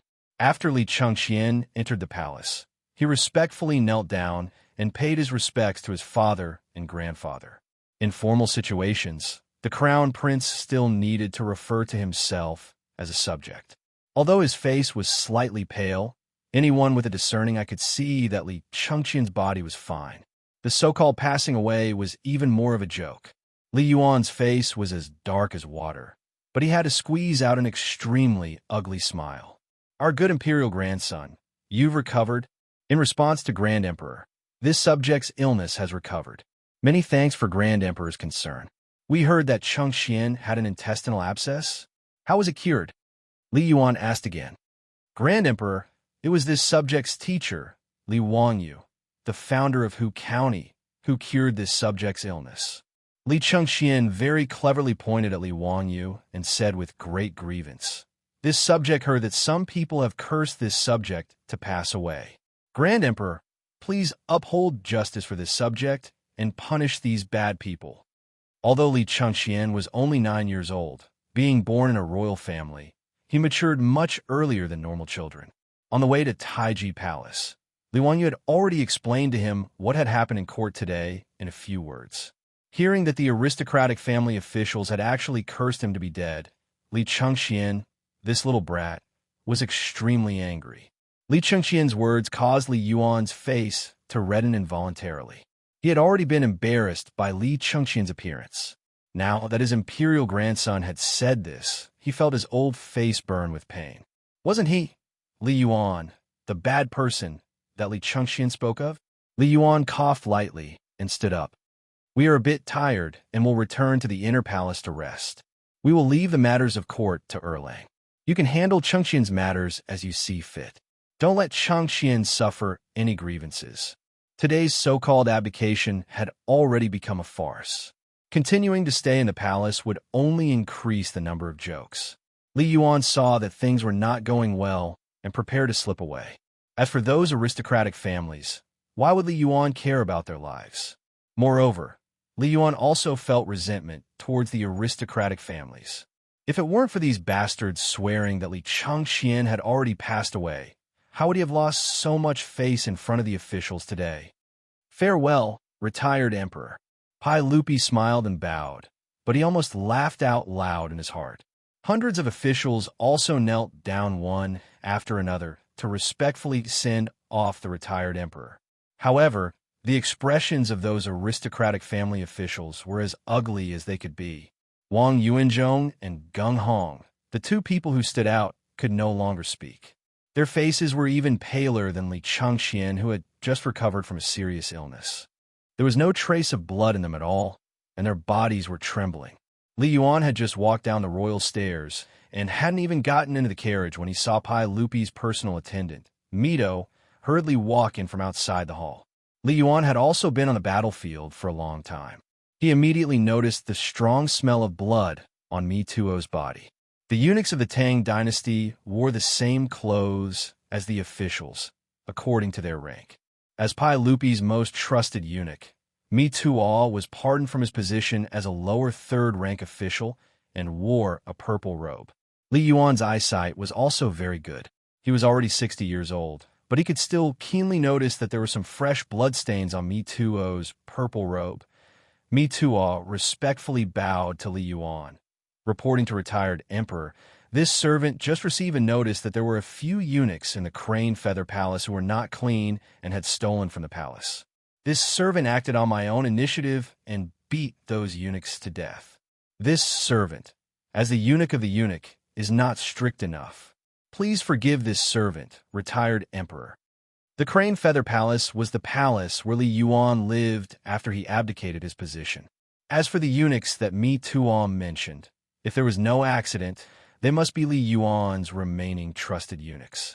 This time, the internal and external contact with the aristocratic families was also carried out through these eunuchs. Li Yuan wanted to get angry, but he couldn't say anything. He knew very well that this was a warning from his son. The eunuch of the emperor was an organization that managed the internal affairs of the palace. Mituo was the eunuch of the eunuch of the eunuch of the eunuch of the eunuch, a lower third-rank official. If he wanted to beat a few eunuchs with dirty hands to death, what could Li Yuan do about it? Could it be that he had to shed all pretense of cordiality with his son? After living in the palace for 3 years, Li Yuan was like a tiger without fangs. He had long lost his courage. Mituo's actions were naturally ordered by Pai Lupi. As the eunuch of Pai Lupi, he was the most trusted eunuch. During the 23rd year of Taizong Jingwan, he was the only eunuch who was given a lower third-rank official position. Pai Lupi had made a rule that the eunuch of the eunuch would not have a third-rank official. Fourth-rank eunuchs were the highest. For Mituo to be given a lower third-rank official position, it could be seen how much Pai Lupi trusted him. He went to Li Yuan's palace to investigate who was colluding with the aristocratic families. Without much effort, he found a few eunuchs in Li Yuan's palace. After getting their confessions, Mituo didn't care about Li Yuan's face and beat the eunuchs to death. Li Yuan could only grit his teeth and bear with Mituo's impudent actions. I know, Li Yuan's face was gloomy and he didn't say anything else. He sat on the carriage and planned to return to the Crane Feather Palace. Mituo stopped in front of the carriage and continued to report. Retired Emperor, I also found that in the Crane Feather Palace, there were concubines in the harem who were disorderly and promiscuous. I also beat them to death. I didn't ask for retired Emperor's permission and acted on my own. I asked for retired Emperor's forgiveness. He said it casually, but in Li Yuan's ears, his body couldn't help but shake. Li Yuan's old face instantly flushed red. His hand trembled as he pointed at Mituo. You have big guts. Mituo didn't say anything. He just smiled and bowed. After a long time, Li Yuan put down his arm. He didn't say anything. He waved his hand and indicated that the eunuchs who were carrying the carriage could leave. In Li Yuan's harem, there were beauties from aristocratic families who were very much favored by him. After he abdicated, there was nothing else to do in the harem. Doting on beauties became his only hobby. From abdication to death, in a few years, Li Yuan, who was 60 years old, gave birth to 17 younger brothers and 18 daughters for Pai Lupi in the harem. He could be called a stallion among stallions. Now, Mituo actually told him so casually that some of his concubines were also beaten to death. This was simply a naked humiliation, but the situation was pressing. Even if Mituo was so presumptuous, Li Yuan could only grit his teeth and endure. Beating his father's eunuchs and concubines to death was just a warning to Pai Lupi. After all, Li Yuan was his father. No matter how dissatisfied he was, he could only do this. He even had to pretend to be a filial son in front of the officials and the world. In this regard, Li Wanyu could only ridicule in his heart. Hypocritical, really King hypocritical. Whether it was Pai Lupi or Li Yuan, in Li Wanyu's eyes, they were both actors. The Oscars owed them a trophy. After respectfully sending off Li Yuan, Pai Lupi sat back on the throne and smiled at the officials in the hall. These damn aristocratic families. Pai Lupi did not plan to let them off so easily. Today, if he did not peel off a layer of skin, this matter would not be over. Pai Lupi was still thinking about how to deal with these aristocratic families when suddenly, from the crowd of officials, a few people rushed out. They rushed in front of Wang Yuanzhong and Gung Hong, grabbed their collars, and fiercely slapped them, slandering the crown prince and speaking nonsense about the emperor's father. Who do you think you are? You are worse than pigs and dogs. This old man will beat you to death, you traitor. After a few slaps, Wang Yuanzhong saw stars and was stunned silly. Gung Hong was hit until his face burned with pain. He howled miserably and fell to the ground like mud. Li Wangyu and the others, at this time, felt like 10,000 grass mud horses were galloping in their hearts. Too damn shameless. Chapter 417. The ones who rushed out to beat up Wang Yuanzhong and Gung Hong were none other than Wang Rinyu, Zheng Yuanshou, and other family heads. Bah! Wang Rinyu spat on Wang Yuanzhong's face, his face full of indignation. Your Majesty, these two are heartless and unscrupulous. They slandered the crown prince's death and even insulted your Majesty. They are truly wicked beyond redemption. Your Majesty, please kill these two as a warning to others and return the Tang dynasty to its former glory. That's right, Your Majesty. These two beasts are harboring evil intentions. We were careless and were deceived by these treacherous officials. It is our fault for being disrespectful to Your Majesty. Please forgive us, Your Majesty. As soon as Wang Rinyu and the others spoke, including the official from the aristocratic families, they couldn't help but curse in their hearts. Shameless, truly too shameless. Obviously, in the eyes of Wang Rinyu and the others, Wang Yuanzhong and Gung Hong no longer had any value. They didn't mind pushing these two out for Pai Lupi to vent his anger. In the main hall, the officials from the aristocratic families didn't react any slower than their family heads. They all kowtowed. We were deceived by these treacherous officials. We deserve to die 10,000 times. Your Majesty, these two beasts are deceiving the public and slandering the emperor's father. They deserve to be killed. We should die 10,000 times for being deceived by these treacherous officials. Such an unruly and fatherless dog. His death is not worth pitying. "Your Majesty, please issue an edict to kill these two beasts." In the main hall, countless officials began to shout and shout. Gung Hong was so scared that he wet his pants. A puddle of stinky, yellow liquid flowed out from his crotch. He couldn't care less about this. He desperately kowtowed and banged his head so hard that his forehead was soon covered in blood. "Your Majesty, please spare me. Your Majesty, please spare me. I deserve to die. I was blinded by lard. That's why I said those nonsense. Your Majesty, please spare me." As for Wang Yuanzhong, he didn't beg for mercy like a kowtowing bug. He just lay on the ground and shivered. Wang Yuanzhong wasn't afraid of death. He even wanted Pai Lupi to give the order to kill him. But now he felt a deep sense of fear. He originally thought that he could become a loyal minister like Bygone and leave his name in history. But he didn't expect that Crown Princely Xianxia would be completely fine. His bold and visionary words just now had become a big joke. The reprimanding voices from his colleagues in the hall made him shudder even more. Wang Rinyu, who was pointing at his nose and scolding him, was his uncle. The reason why he stood out today to take the lead in forcing Wang Rinyu to abdicate was naturally because he was following Wang Rinyu's arrangement. In the Great Hall, Wang Yuanzhong looked around. Many of the people who were pointing at him and cursing him were from the Taiyuan Wang clan. Most of them were related to him by blood, and his uncles were usually very close to him. Ha! Wang Yuanzhong suddenly became crazy, pointing at Wang Rinyu and laughing. "Wang Yuanzhong, you disloyal and unfilial dog. What are you laughing at?" "I'm laughing at my own stupidity. Ha ha!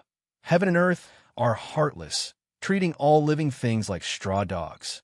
I'm laughing at you all for making animals into dogs, using them for sacrifice, and abandoning them after the deed is done." Wang Yuanzhong's words came from Zhuangzi Tianyun, which meant that the straw dogs used for sacrifice were highly valued before the sacrifice. But after the sacrifice was done, they were abandoned and trampled on at will. A straw dog was a fake straw dog. Wang Yuanzhong felt that he was that straw dog, pushed to the front of the stage by the aristocratic families, and now abandoned and trampled on. His maniacal laughter caused Wang Rinyu and the other aristocratic families and ministers' expressions to change. After Wang Yuanzhong finished laughing, he only felt a sweetness in his throat. He directly spat out a mouthful of blood in the Great Hall, and then collapsed on the floor. In fact, Wang Yuanzhong didn't care that Wang Rinyu and the other members of the Wang clan beat him up and insulted him. Even if he was abandoned and trampled on as a straw dog, he wouldn't be surprised.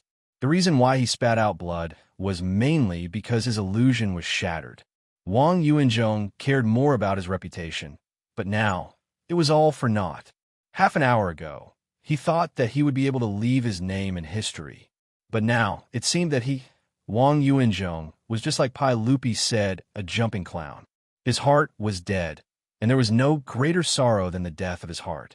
Cheng Yaojin and the others, previously, couldn't wait to skin Wang Yuanzhong, a mere 7th grade imperial censor.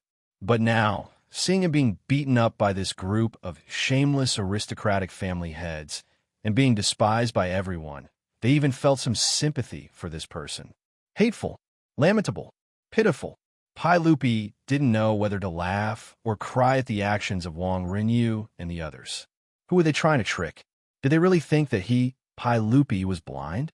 Couldn't see who was behind all this? However, Pai Lupi really couldn't do anything to Wang Rinyu, Zheng Yuanshou, and the other aristocratic family heads. Not to mention that he couldn't do anything to Wang Rinyu and the others. He could only reprimand these aristocratic family officials who were still kneeling on the floor and let them go. What else could he do? Should he let the imperial guards arrest all of these officials and send them to the imperial censor's prison? Then the empire of the great Tang will be finished. Pai Lupi slightly raised the corner of his mouth and said indifferently, "Wang Yuanzhong, now that things have come to this, do you have anything else to say?" Wang Yuanzhong crouched on the floor. "I only ask for death. If you want to die, I will naturally fulfill your wish." Men, drag Wang Yuanzhong and Gung Hong away and beat them to death. Beating them to death meant that in front of everyone, they would be beaten to death. Gung Hong cried until his tears and snot flowed. He kept kowtowing and begging for mercy, but it was no use. He was dragged out of the Taiji palace by the imperial guards who were like tigers and wolves. They raised the planks and began to beat him. Wang Yuanzhong didn't howl. When he was dragged out, he just stared at Wang Rinyu and the others and kept muttering, "Heaven and earth are heartless, treating all things as straw dogs. Heaven and earth are heartless." Outside the palace, the sound of the planks hitting flesh and Gung Hong's howls made all the aristocratic family officials in the palace shudder. Gung Hong's howls became softer and softer, and soon there was no more movement. Not long after, the sound of the planks hitting disappeared, and the imperial guards entered the palace to hand in the order. Imperial physician Gung Hong and Imperial censor Wang Yuanzhong of the Imperial censor were both beaten to death and beaten to death outside the Taiji palace. Pai Lupi smiled and looked at the officials in the palace. "Everyone, how should I deal with you now?" In the palace, the aristocratic family officials bowed again. "We will die 10,000 times. Your Majesty, please punish us." Although these words were pleasant to the ears, everyone knew that this matter was over. The bird that stuck out had been beaten to death, and the aristocratic families had lost face because of Pai Lupi. At most, Pai Lupi would reprimand them a little. Both sides would find a way out and return to their respective homes. Pai Lupi smiled and said nothing. After a while, he suddenly turned to Li Wangyu and asked, "County Magistrate Huxian, how do you think we should deal with them?" Li Wangyu looked at the officials and suddenly smiled. "Your Majesty, since they all say that they will die 10,000 times, why don't we just kill them all?" The palace was in an uproar when he said this. "Li Wangyu, you're worse than a pig or a dog, but you're actually so ambitious." In their hearts, the officials had already developed a relationship beyond friendship with Li Wangyu's 18 generations of ancestors, and they were cursing him endlessly. Chapter 4:18. Li Wangyu's words not only stunned the officials in the hall, but even Pai Lupi didn't know whether to laugh or cry. Li Wangyu had naturally said this on purpose to disgust these shameless aristocratic clans. In any case, even if he was an idiot in politics, he knew that Pai Lupi couldn't kill these officials. Unexpectedly, Pai Lupi was also a drama queen. He actually played along with Li Wangyu's words. County Magistrate Huxian's words are reasonable. Slandering the emperor's father should be executed. Since that's the case, before he could finish speaking, the aristocratic clan's officials were already so frightened that their faces turned pale. Lier must have gone crazy from the shock today, right? Why wasn't he following the script? Could it be that he really dared to kill the more than 300 officials in the hall who were trying to force the emperor to abdicate? Wang Rinyu, Zheng Yuanshou, and the other aristocratic clan's big shots all paled. If Pai Lupi really did go crazy and killed them all, the Tang dynasty would inevitably fall into chaos. But what was the use of that? Could it save them? Wang Rinyu and the others didn't have the resolve to sacrifice themselves for righteousness and leave their names in history. Just as they were feeling awkward, Li Changxian suddenly stepped forward and said, "Your Majesty, this subject read from Mencius. If the Son of Heaven is heartless, he cannot protect the 4 seas. If the feudal lords are heartless, they cannot protect the country. If the ministers and doctors are heartless, they cannot protect the ancestral temple. If the scholars and commoners are heartless, they cannot protect the 4 bodies. Today, this subject made a mistake, but they have already repented. This subject believes that your Majesty can forgive them. Presumably, they will be grateful for your Majesty's mercy." His words immediately received the approval of the other officials. "His Highness the Crown Prince is wise. Your Majesty, our Tang dynasty is fortunate to have the Crown Prince so intelligent. This is the fortune of our Tang dynasty and our people.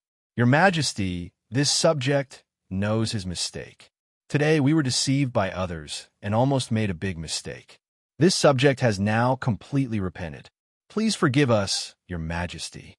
Because of these words, Li Changxian gained a wave of popularity among the officials. Pai Lupi sat on the throne and looked at the officials with a smile. When no one was paying attention, He turned his head and glared at Li Wanyu. Don't think that we didn't see that you pushed Li Xianxia out just now. Li Wanyu shrugged his shoulders and grinned at Pai Lupi, revealing 8 white teeth. Pai Lupi stood up, and the hall suddenly quieted down. Everyone, although you all have ulterior motives today, we do not intend to let you all be punished for your words. Am I such a narrow-minded person? Since the Crown Prince is pleading on your behalf, then today's matter will end here. I will not pursue this matter any further. But all of you, please remember that you should be loyal to the monarch if you want to eat his salary. Don't make a mistake. Pai Lupi's words caused the officials in the hall to fall to their knees. Your Majesty is wise. Li Wanyu couldn't help but curl his lips. Bluff, keep bluffing. If you aren't punished for your words, then what's going on with those 2 bloody corpses outside Taiji Palace? Pai Lupi, why don't you explain this? Of course, he only dared to criticize in his heart. Just as he was letting his imagination run wild and cursing Pai Lupi, he heard Pai Lupi say in a loud voice, "Where is son of Wuxia? Li Wanyu?" Li Wanyu hurriedly stepped forward. This official is here. Son of Wuxia, Li Wanyu, is brimming with talent and erudite. Today, Li Wanyu saved the Crown Prince and should be rewarded for his service. He is granted the title of County Count and the title of County Count, 700 households. He will be rewarded with 200,000 taels of gold for his service. Nanny? Another title? County Count? Li Wanyu felt his mind go blank. He had been conferred the title of Count by Pai Lupi. Being conferred the title of County Count by Pai Lupi didn't make Li Wanyu happy. On the contrary, he wanted to cry. He really couldn't live like this. He had originally thought that it would be difficult to get Pai Lupi and Empress Xianxia to agree to him marrying a beautiful superior. Now that his title had been increased, wouldn't he be forced to elope with his beautiful superior? Pai Lupi, you King did this on purpose, didn't you? Biting the hand that feeds you. Not a son. Return 200,000 taels of gold. Not fess. Do you dare to directly say 200,000 copper coins? Li Wanyu really wanted to ask Pai Lupi, why was your family's gold not gold but copper coins? This official, Li Wanyu, accepts the decree and thank for your kindness. Li Wanyu really wanted to refuse, but in front of all the civil and military officials, he could not give Pai Lupi face. He could only squeeze out an ugly smile and accept the decree. Inside the Taiji Palace, all the officials were speechless. It had only been a few months, and Li Wanyu had turned from a commoner to a county official who had founded the country. All the officials were secretly muttering in their hearts. In the past few months, they had already sent people to Dingzhou village to deliver congratulatory gifts twice. Now, after the court, they had to do it again. Giving gifts was also stressful. Okay? This was too frequent. Ma Zhou and Yin Liben were laughing so hard that their eyes almost couldn't be seen. Their teacher had been conferred the title of Count again. This was worthy of celebration. The Tang dynasty had always been very cautious when it came to conferring titles. Many old officials would only be conferred the title of Count when they passed away. But Li Wanyu's title was like it didn't cost money.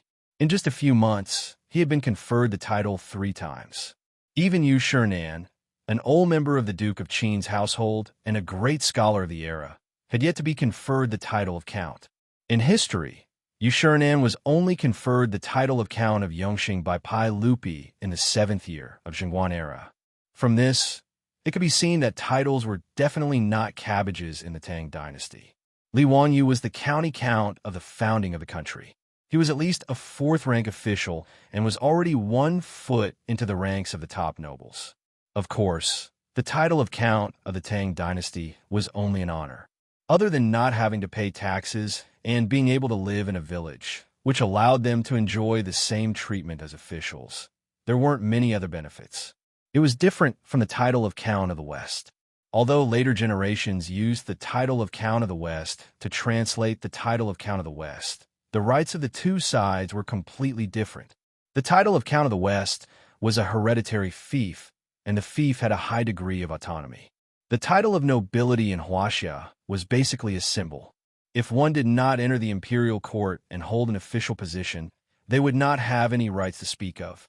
Even so, the hundreds of officials in the hall, except for Fang Xianling, Du Ruhui, Cheng Yaojin, and Qin Xiong, were all envious of Li Wanyu.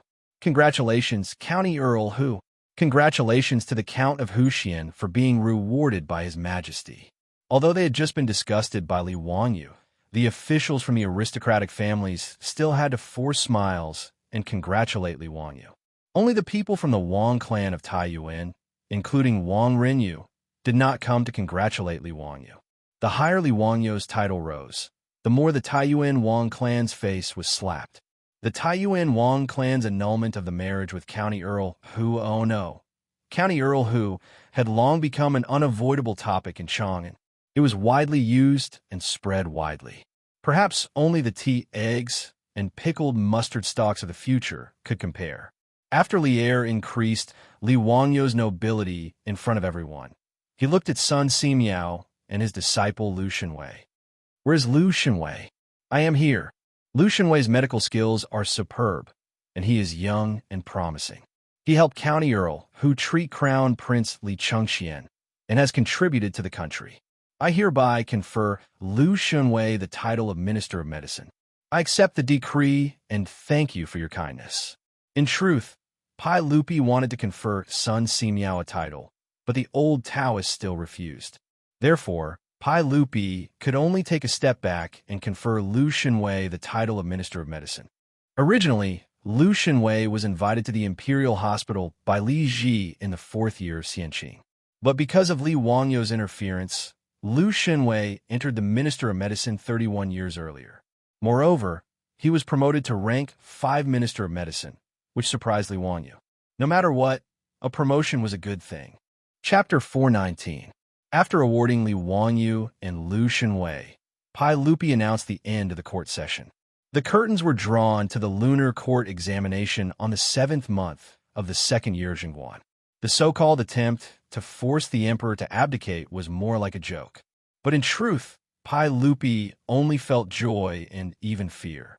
If Li Wanyu had not risked everything and sent a fake edict to kidnap Li Chengxian would probably have already died. At that time, if the aristocratic families used this opportunity to force the emperor to abdicate, he might really be in trouble today. At that time, no matter what Pai Lupi chose, the consequences would not be good. After all, it was only the 2nd year of Jingguan, and Pai Lupi had only been on the throne for 3 years after the Xuanwu Gate incident. His status and reputation had not yet reached its peak. Li Yuan still had tremendous prestige in the royal court at this time. If he had used the crown prince's death and the hundreds of officials forcing the emperor to abdicate, Li Yuan might have had a chance to return to the throne. After understanding all this, Pai Lupi could only rejoice that he had such a capable nephew like Li Wanyu. He also rejoiced that he had forced Li Wanyu to take Li Chengxian as his disciple. Pai Lupi was very proud of this. What he did not know was that if Li Wanyu had not taught Li Chengxian how to make ice cream, his son would not have gotten this intestinal blockage. Every sip and every peck is predetermined.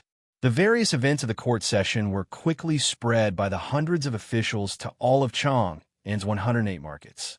The common people were not interested in discussing the matter of forcing the emperor to abdicate. To the common people, it made no difference who sat on the throne in Taiji Palace. But they were rather interested in the matter of the crown prince, who was rumored to have died, being brought back to life by County Count Hu's miraculous hands. Even the crown prince with intestinal blockage could be saved. This was truly inconceivable. All the doctors and medical workers in Chang and had said in unison that there was no cure for intestinal obstruction, which made Li Wanyu even more mysterious. Li Wanyu, who was worshipped by many people as the god of wealth, was now rumored to be a Daluo golden immortal who had descended to the mortal world. He could regrow flesh and blood, and had the ability to bring people back from the dead.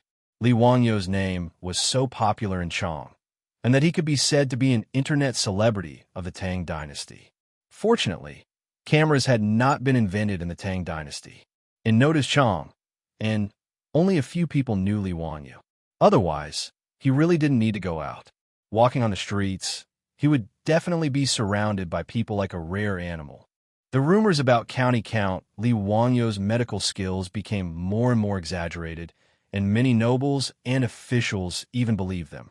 After all, this was what Pai Lupi had said in front of everyone in Taiji Palace. Li Wanyu had even been promoted to County Count because he had saved the Crown Prince. Therefore, many officials and generals who were ill really went to Dingzhou village in Huxian to ask Li Wanyu for medical treatment. Li Wanyu felt extremely annoyed about this. How could he know any medical skills? He had only saved Li Changxian by chance. Moreover, the ones who had actually operated on Li Changxian were Sun Simiao and Lu Shenwei. He had only been talking from the side. Facing the officials who were asking for medical treatment, Li Wanyu could only patiently explain over and over again that he didn't know how to treat illnesses and didn't know any medical skills. The one who had saved Crown Prince Li Changxian was the divine Dr. Sun Simiao. Regardless of whether they believed it or not, Li Wanyu could only introduce Sun Simiao to them. Fortunately, Sun Simiao was now in the Xianwei outside Dingzhou village, so these nobles and officials who had specially come to see him wouldn't have made a wasted trip. Sun Simiao's reputation was big enough. After all, even Pai Lupi knew about him. With an old immortal like Sun Simiao treating them, these officials who had specially come to Dingzhou village weren't disappointed. Even so, many officials expressed their doubts about Li Wanyo's claim that he didn't know any medical skills. In private, they felt that County Count who was too arrogant. The fact that his master was a divine doctor naturally couldn't be hidden from the villagers of Dingzhou village. After all, the villagers of Dingzhou village had to travel to Chang and city every day. Most of them were well-informed merchants. They were like taxi drivers in the future when it came to all kinds of news in Chang. They belonged to the profession that was the most well-informed. However, the villagers of Dingzhou village, from the old village chief to the naughty children in the village, had long been accustomed to Li Wanyo's shocking abilities. Even when their master was given a title and became the county count of the founding county, most of the villagers' reactions were, "Oh, Lang Jun has been given a title again. Amazing, amazing." After that, there was no more after that. They each went about what they were supposed to do and were quite calm. After all, to be given a title 3 times in a few months was too frequent. It really wasn't exciting. Even the old housekeeper Li Hang's first reaction when he learned that his Lang Jun had been given a title by the saint was, the plaque that was hung on the door of the manor with the words Founding County Count, written not long ago, was a waste, a waste. The villagers of Dingzhou village mostly had the same thought. However, none of the villagers came to seek medical treatment like those nobles and officials. It wasn't that they didn't trust Li Wanyo's medical skills, but they felt that they had minor illnesses such as headache and fever. They felt embarrassed to trouble Li Wanyu, the great magic doctor. Moreover, since the Xianwei temple on the hillside outside the village was completed, the villagers of Dingzhou village immediately jumped to the top of the Tang dynasty's medical conditions. It could be said that they were full of happiness. Sun Simiao didn't come to Dingzhou village alone. He was fooled by Li Wanyo's penicillin and wanted to develop a new drug here. Of course, he had to bring his disciples along. Sun Simiao was 90 years old. Naturally, Lu Shenwei wasn't the only disciple Sun Simiao had. Now, in the Xianwei temple, there were 27 disciples and disciples of Sun Simiao, all of whom were proficient in the art of ointment. Sun Simiao's pursuit was to enter Taoism through medicine. He didn't refuse anyone who came to seek medical treatment. Regardless of their status, nobles, officials, or villagers, they were all treated equally. Therefore, whenever the villagers had headaches, fevers, or bumps, they would go to the Xianwei temple to ask the Taoist priests for help. No one dared to disturb their master because of these minor illnesses. Li Wanyu was naturally happy to see this happen. He felt that it was a wise decision to trick Sun Simiao into coming to Dingzhou village. However, there were always exceptions to everything. On this day, Li Wanyu was leisurely drinking tea with his legs crossed. Suddenly, someone knocked on the door of the Li family's old residence. "Lang Jun, help. Someone is going to die. Lang Jun, please save my wife." The old butler, Li Heng, hurriedly ran to open the door. A person stumbled in from outside. It was carpenter Lu's eldest son, Lu Dalong. Why are you in such a panic? Don't worry, speak slowly. Li Wanyu quickly stood up and asked. Lu Dalong's forehead was covered in sweat. He said in a panicked tone, Lang Jun, my wife is going to give birth today. Li Wanyu was baffled. Damn, what does your wife giving birth have to do with me? Go find a midwife. However, Lu Dalong quickly said, the midwife said that my wife's fetus is not in the right position. She's afraid that she'll have a difficult labor. I'm afraid that she won't be able to save the child. Lang Jun, please save them. As Lu Dalong spoke, he knelt down in front of Li Wanyu and kowtowed repeatedly. Li Wanyu was dumbfounded. What was going on? Difficult labor? What's the use of looking for me? Chapter 420. As an ordinary person in the future, if someone suddenly came to you and told you that your wife was having a difficult labor and asked you to save her, your first reaction would be to be very confused. Li Wanyu was the same. He didn't come back to his senses for a long time. Lu Dalong's wife was having a difficult labor. Why was she looking for him? Lu Dalong, you idiot. What are you waiting for? Hurry up and ask old immortal son for help. Why are you looking for me? Lu Dalong said with a crying face, my father has already asked old immortal son for help. He said the same thing. He said that my wife's child is in a wrong position and the umbilical cord is wrapped around the neck. He can't do anything. Lang Jun, please save my wife and child. Li Wanyu was even more dumbfounded when he heard that Sun Xianxia couldn't do anything. If even the king of medicine couldn't do anything, what could he do? While he was in a daze, he heard a commotion outside. His beautiful superior, who had come out to see what was going on, heard that Lu Dalong's wife was having a difficult labor. She subconsciously blurted out, hurry up and do a cesarean section. Why are you still in a daze? What? Cesarean section?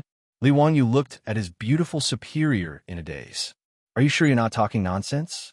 Who knows how to do a cesarean section? Is it you or me? Or Sun Xianxia? Wanyu, you and Sun Xianxia can perform an appendectomy for Li Xianxia. You should be able to do a cesarean section, right? Li Wanyu was speechless. How could they be the same thing? Besides, if they cut open Lu Dalong's wife's stomach, how could they prevent her wound from getting infected? They didn't have any cephalosporin capsules. As for the penicillin that Sun Xianxia wanted, they couldn't even find it. If they really cut open Lu Dalong's wife's stomach, whether she could survive or not would depend on her luck. Wanyu, why are you still in a daze? Hurry up, it's more important to save people. The beautiful boss was also anxious and pushed Li Wanyu out. Li Wanyu was so anxious that he started sweating. He said incoherently, ask Niu Wu to bring the alcohol from home. Sai, what's going on? Got it. Hurry up and go. I'll have Niu Wu send the things over later. The beautiful boss said anxiously. Li Wanyu was at his wit's end. He could only wait and see. He could only follow Lu Dalong out of the manor and jog towards Carpenter Lu's house. Lu Dalong thought that Li Wanyu was running too slowly, so he bent down and carried Li Wanyu on his back before running home. This fellow was worried about his wife, so he ran as fast as he could. However, Li Wanyu, who was lying on his back, was jolted so much that he almost vomited.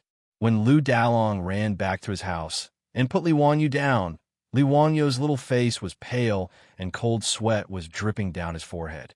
He glared at Lu Dalong angrily, but he didn't have the time to find trouble with this idiot.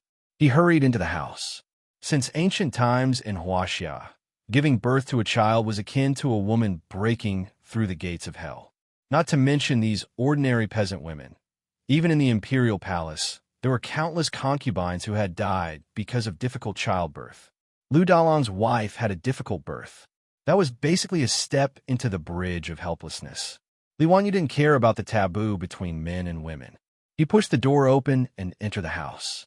Lu Dalong wanted to follow him in, but he was stopped by his father, Carpenter Lu. You idiot, the woman inside is giving birth. Why are you going in? Then why did Lang Jun and old immortal son go in? Lu Dalong wasn't convinced and said with a stiff neck. He was worried about his wife, so he didn't care about these things. Nonsense. Who is Lang Jun? He and old immortal son are miracle doctors. Do you understand? Are miracle doctors human? Li Wanyu, who had just stepped into the house, almost tripped when he heard Carpenter Lu's words. What is this old man talking about? How am I not human? He didn't care about the topic of whether he was human or not. He looked at Sun Simiao and asked, Old immortal son, how is Lu Dalong's wife? Is she in danger? Sun Simiao shook his head. I'm at my wit's end. The umbilical cord is wrapped around the fetus neck, and it's not in the right position. I'm afraid it's difficult to save the child.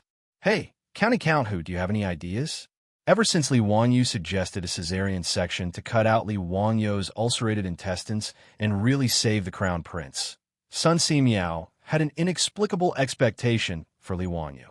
He felt that this young county count might have some strange ideas. As expected, Li Wanyu did not disappoint him. However, the words that came out of his mouth stunned Sun Simiao.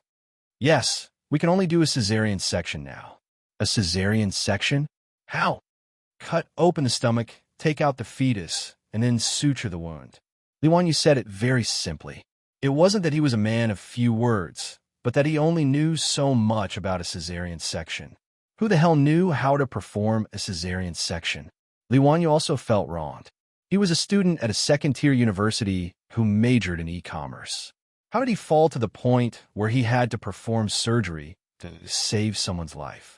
It was a shame for the education he had received over the years. It's that simple. Why don't we give it a try? Sun Simiao was a little tempted. It seemed to be the same when he treated Li Xianxia. Cut open the stomach, cut out the intestines, and suture the wound. This woman couldn't give birth, so it seemed like it could be done. Let's give it a try. Li Wanyu looked up at the sky and sighed. He could only give it a shot. Whether Lu Dalong's wife could survive or not was up to fate. Anyway, Lu Dalong's wife would definitely die without the surgery, so he might as well take a gamble. Then quickly send this young lady to the visualization room. After I came back from Chang, and I imitated the Eastern Palace's surgery room and set up the operating room you mentioned. It's just right for today, Sun Simiao said without hesitation. Medical fanatic Sun Simiao had tried surgery once, so he was naturally very interested in it. When he was taking care of Li Changxian in the Eastern Palace, he asked Li Wanyu about surgery every day. What was surgery? How to set up the operating room? What surgical instruments were needed? Why did they have to use alcohol to disinfect? And so on. Li Wanyu was often speechless. He could only rely on the common sense and imagination he had learned from watching television dramas to deal with the curious baby, Sun Simiao.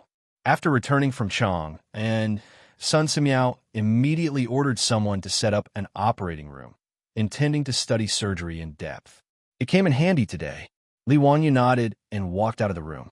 He said to the anxious father and son of the Lu family, Lu Dalong, old immortal son, and I can try to save your wife, but we might not be able to save her. The risk is great. Are you willing to give it a try? Lu Dalong and his father looked at each other and knelt down without hesitation. Yes, I'm willing. Lang Jun, please save my aunt. If anything happens, I won't complain. That's my wife's life. Lang Jun, old immortal son, please treat her. In this era, there were no such things as medical disputes in the future. Not to mention, Lu Dalong knew that his wife's life was in danger. She could die at any time. If they really couldn't save her, the father and son of the Lu family couldn't blame Li Wanyu and Sun Simiao. They still had to thank them for saving her. Li Wanyu didn't argue and ordered, if that's the case, immediately carry your wife to the visualization room and prepare for surgery. Lu Dalong naturally didn't understand what surgery was, nor did he dare to ask. He hurriedly removed the door planks and asked the midwife and his mother to dress his wife. Together with his father and two brothers, they carried the groaning auntie to the manifestation realm. Chapter 421. After the father and son of the Lu family carried Lu Dalong's wife to the temple, they could only wait anxiously in the temple and pray silently for the Tao ancestors' protection.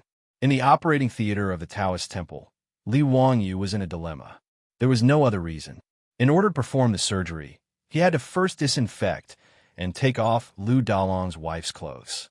There are no such things as surgical gowns these days. Neither Li Wanyu nor Sun Simiao had thought of preparing such things. With the sanitary conditions of the Tang dynasty, The clothes on Lu Dalong's wife's body were not hygienic at all. There might be a lot of bacteria. What made Li Wanyu feel troubled was not only the problem of taking off her clothes. He seemed to remember that before performing a cesarean section, he had to prepare the pregnant woman's hair. That meant cough, cough, cough. That was to shave off the body hair to prevent bacterial infection. At this moment, only Li Wanyu and Sun Simiao were in the operating theater. After all, he was delivering a woman's child. Sun Simiao was too embarrassed to ask his disciples to help. The old Taoist priest was prepared to perform a cesarean section on Lu Dalong's wife himself. Anyway, he was a doctor and was 90 years old. He no longer had to care about these things between men and women. As for Li Wanyu, in Sun Simiao's opinion, he was just a young man. His hair was not fully grown yet, so there was no need to avoid him.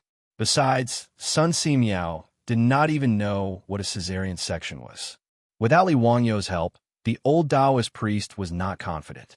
This was a living human life. If something went wrong, 2 lives would be lost. He could not be careless. Li Wanyu wanted to hide, but he was stopped by the old Taoist priest. He had no choice but to stay. Old immortal son, that cough, cough. We have to take off her clothes first. Li Wanyu's face was red as he pointed at Lu Dalong's wife, who was moaning on the operating table. Lu Dalong's wife was in so much pain that her forehead was covered in sweat.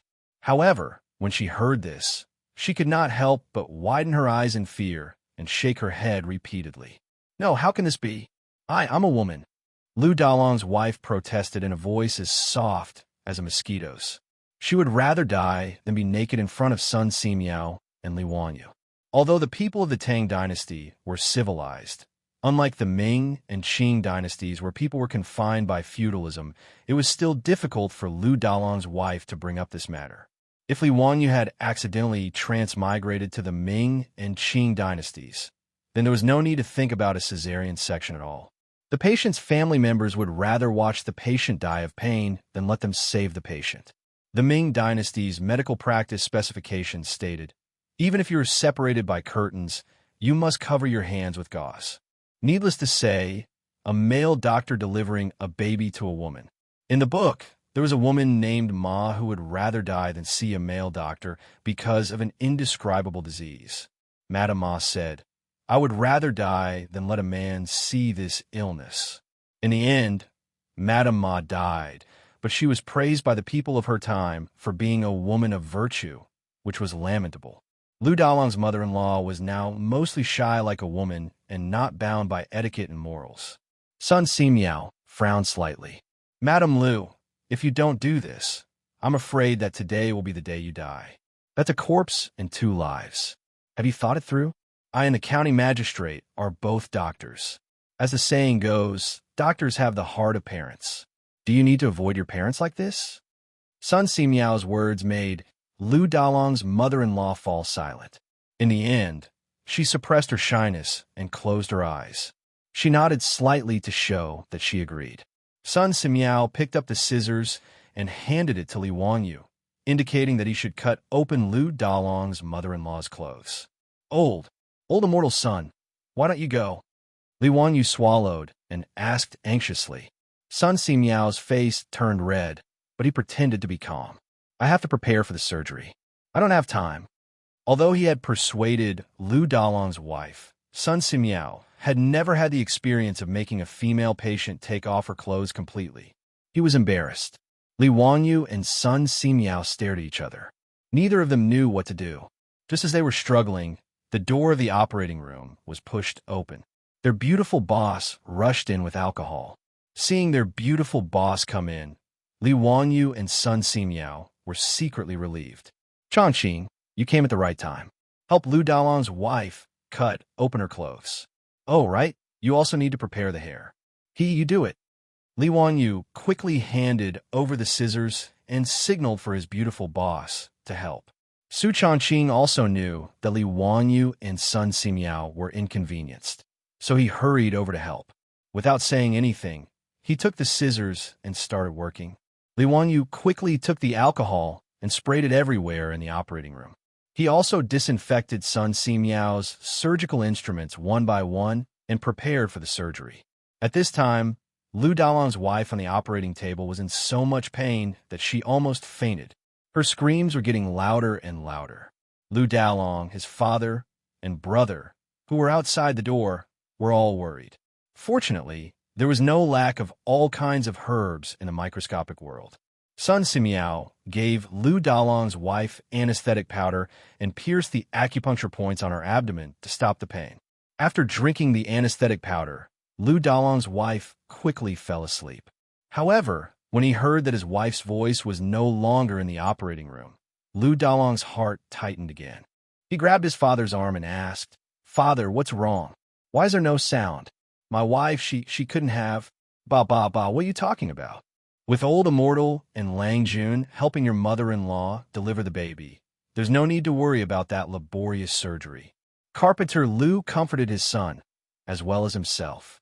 However, they didn't know that there was an academic debate going on in the operating room. "Madam Su, are you sure you should cut from here? When I was performing the surgery on the Crown Prince, I cut from here." Sun Simiao held the shining scalpel and kept gesturing on Lu Dalong's wife's big belly. It was very scary. The beautiful boss used her hand to gesture on Lu Dalong's wife's belly. "It must be cut here. There's no mistake. My best friend had a cesarean section, and the scar on her belly was in this position. I remember very clearly that she complained that she didn't look good in a bikini." Before Su Changqing could finish speaking, Li Wanyu covered her mouth with his hand. She then realized that she seemed to have let it slip. "Madam Su, what do you mean by best friend? Is it the meaning of best friend? Has someone done a cesarean section? Who is so amazing? Why haven't I heard of it? Then what is a bikini?" Sun Simiao frowned and asked. Li Wanyu quickly changed the topic. "Cough, cough, old immortal son. Now is not the time to ask about this. Saving the baby is more important. Lu Dalong's wife can't hold on for long." Sun Simiao nodded and didn't ask any more questions. He raised the lancet again. "Then I'll cut it? Cut it. However, old immortal son, you must be careful. Don't hurt the baby inside." "I know." After all, Sun Simiao was an expert who could live for more than 140 years. Although he was already 90 years old, his hands didn't tremble and his eyes didn't blur. He firmly held the lancet in his hand and gently cut open Lu Dalong's wife's belly. Chapter 422. Lu Dalong, who was anxiously pacing back and forth in front of the operating room, heard a woman scream from inside the room. He couldn't help but tremble in fear and almost fell to the ground. Father, what's going on?" Carpenter Lu was also frightened. I don't know. Dalong, don't be afraid. The voice just now didn't sound like your wife's. It sounded like Mrs. Su's voice." "That's right. It's Mrs. Su's voice," Carpenter Lu's other two sons quickly replied. Only then did Lu Dalong feel a little relieved. Then he realized something. "What's Mrs. Su's name? Could it be?" "Don't think too much. It's nothing. Old immortal son and Lang Jun are here." Carpenter Lu comforted himself. The four of them were confused. They couldn't understand what was going on in the operating room. As for Lu Dalong's mother, she was a loss.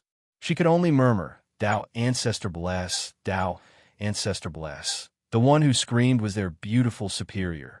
When Sun Simiao used the lancet to cut open Mrs. Lu's belly, blood immediately seeped out. Su Changqing, who had never seen such a scene, was shocked and couldn't help but scream. Her scream scared Sun Simiao so much that his hand trembled and the incision was almost crooked.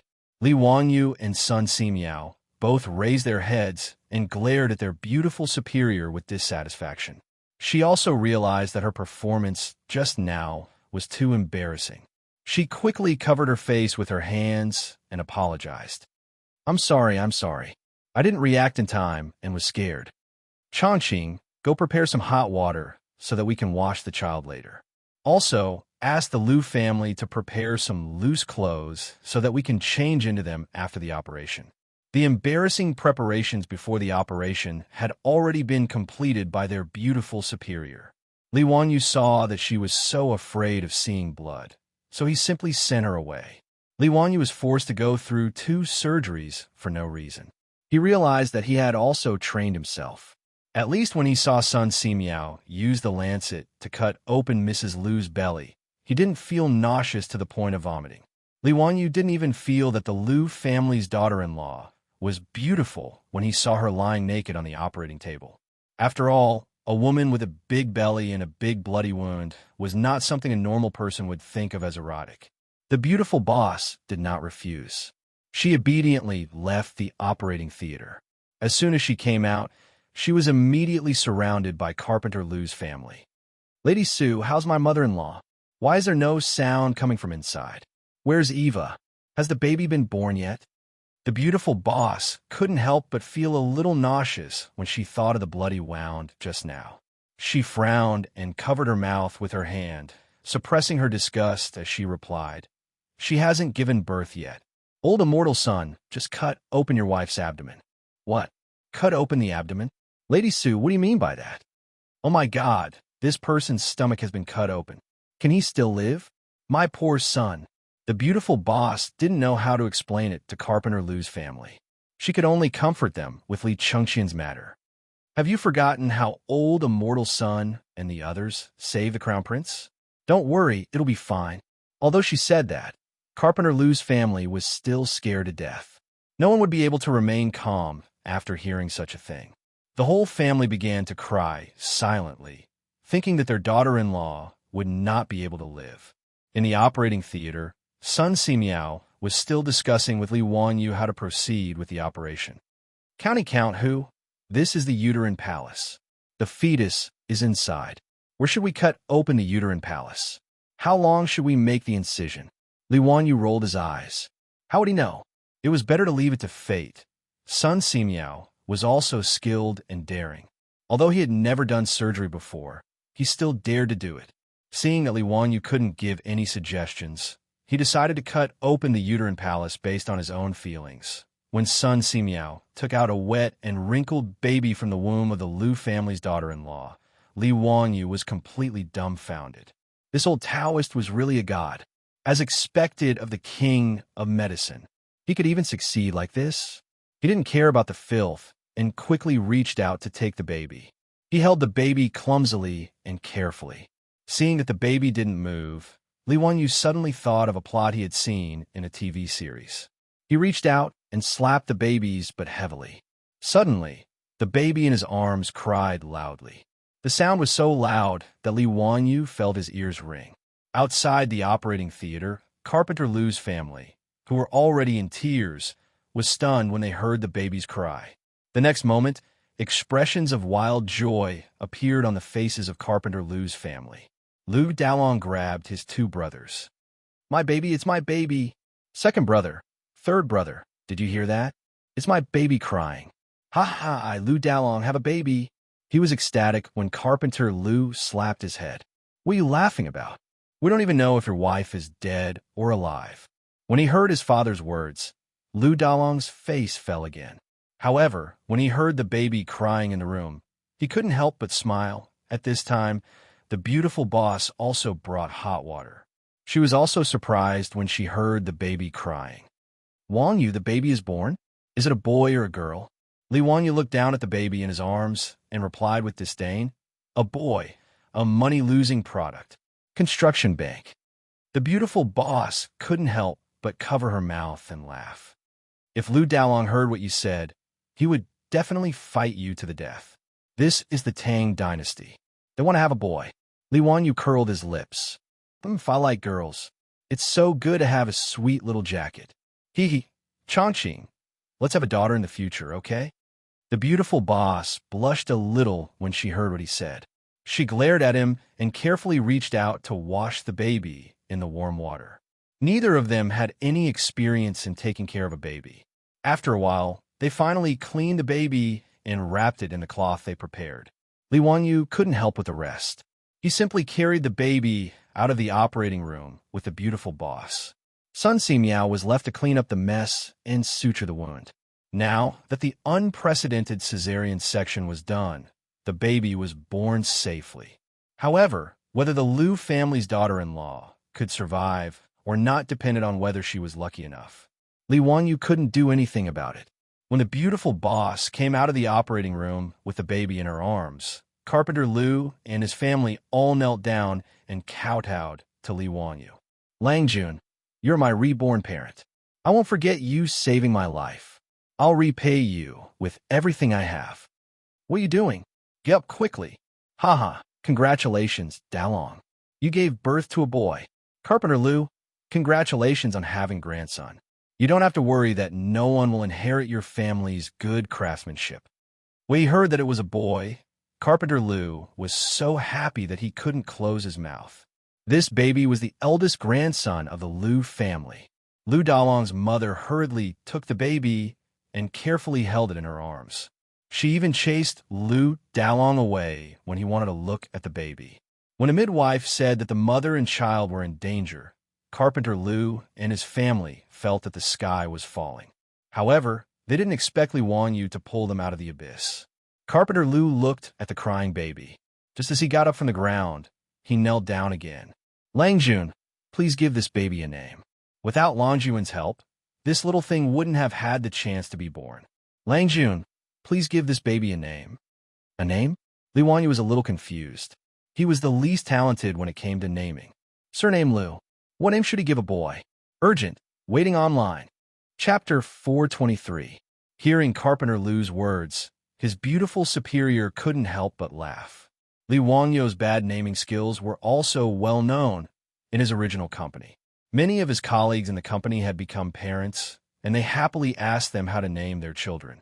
It was fine if other people came up with names, but Li Wanyu's names were all difficult to pronounce and difficult to remember.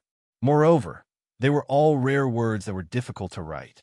Everyone suspected that this guy's name was a random combination of words from a dictionary. Of course, Li Wanyu would never admit to this, even though he had indeed done so. In short, after experiencing this a few times, no one in the company asked Li Wanyu how to name his children. Now that Carpenter Liu actually asked Li Wanyu to name his grandson, his beautiful superior naturally thought of Li Wanyu's glorious achievements. How could she not laugh? Li Wanyu was also very depressed. He glanced at his beautiful superior who was laughing and replied awkwardly, "Well, the child's name can't be Sloppy. Let me think about this for a while before I give an answer." He didn't plan to scratch his own head. If the master had something to do, the disciple would naturally do it for him. He would leave the matter of naming Carpenter Liu's grandson to Ma Zhou and Yin Libin. Seeing that Li Wanyu agreed to name his grandson, Carpenter Liu quickly thanked him and got up with a smile. He went to his wife's side to tease his grandson. The beautiful superior saw through Li Wanyu's plan and whispered in his ear, "You want Ma Zhou and the others to name your grandson, right?" Am I that kind of person? Li Wanyu felt a little guilty and quickly changed the topic. "Have you brought the clothes of Liu family's wife? Quickly go in and see if old immortal son has finished suturing her wound. Help her change her clothes later." The beautiful superior saw through Li Wanyu's thoughts, but she didn't expose him. She just winked at him and turned to walk into the operating room. After the operation, Liu Dalong's wife was left by Sun Simiao to recuperate. After all, the Liu family's old house was a thatched hut made of yellow mud. It was not hygienic at all. After experiencing Li Wanyu's surgery, Sun Simiao began to realize the danger of the bacteria that Li Wanyu mentioned. Naturally, he would not agree to Carpenter Liu's request to bring his daughter-in-law home. As Carpenter Liu's family carried the baby home, the news that Li Wanyu and the old immortal son had saved Liu Dalong's wife spread like wildfire throughout Dingzhou village. Liu Dalong's mother carried her grandson in her arms and walked around the village as if she was advertising. She then vividly described how Count Huxian and old immortal son had used a knife to cut open her daughter-in-law's belly and carried her grandson out. This naturally caused the surrounding ants to cry out in surprise. Auntie Liu enjoyed these exclamations very much. She naturally wouldn't tell everyone that she didn't see it with her own eyes and only said these words based on her imagination. She also wouldn't tell these aunties that she was so frightened that she almost fainted from crying. "Auntie Liu, is your eldest son's wife still alive? This person's belly was cut open with a knife. I'm afraid she's dead, right?" Why don't you take a look at who did the knife? That's Count Huxian an old immortal Sunday. How could they harm my daughter-in-law's life? My daughter-in-law is currently recuperating in the Xianxia temple. Auntie Lu, your eldest son's wife is really lucky to have Lord Zhu and old immortal son save her. I heard from the midwife that she has never seen your daughter-in-law like this before. She can still be saved, let alone give birth to a child. It's really a blessing from the heavens. Auntie Lu spat at the woman. Bah, what blessing from the heavens? It's Lord Zhu's blessing. Yes, Auntie Lu is right. It's our Lord Zhu's blessing. TSK. Our Lord Zhu is indeed a heavenly immortal. Like old immortal sun, he's not immortal. When did our Dingzhou village burn incense? To be able to become Lord Zhu's fief is really a great blessing. The surrounding ants nodded in agreement. That's right. Nowadays, which village in this area doesn't want to marry their daughter into our village? Back then, my eldest son wanted to find a wife. How many private matchmakers did he hire, and how much copper coins did he spend? If it wasn't for his father's craftsmanship, other young ladies wouldn't be willing to marry into our village. Now, the private matchmakers who want to matchmake my second son and third son are almost stepping on our doorstep. Auntie Lu's face was full of pride when she spoke of this matter. I heard that the people who want to marry your second son are from the wealthy families in Wuxia County. The topic of the ants quickly deviated. It was just as the two elements gave birth to the 4 divisions, and the 4 divisions gave birth to the 8 trigrams. A group of gossipy ants began to discuss family matters with relish. Lu Dalong's wife was indeed in good health. Without antibiotics, not only was Lu Dalong's wife's wound not infected, but it also healed very well. In just 3 to 4 days, she could get off the ground and walk normally. Sun Simiao couldn't stand Lu Dalong's wife's pleas and could only agree to let her return home to recuperate. Lu Dalong was so happy that he couldn't close his mouth when his wife returned home alive and kicking. On the same day, he ran to Xianxia Temple and offered a large amount of money for incense to express his gratitude.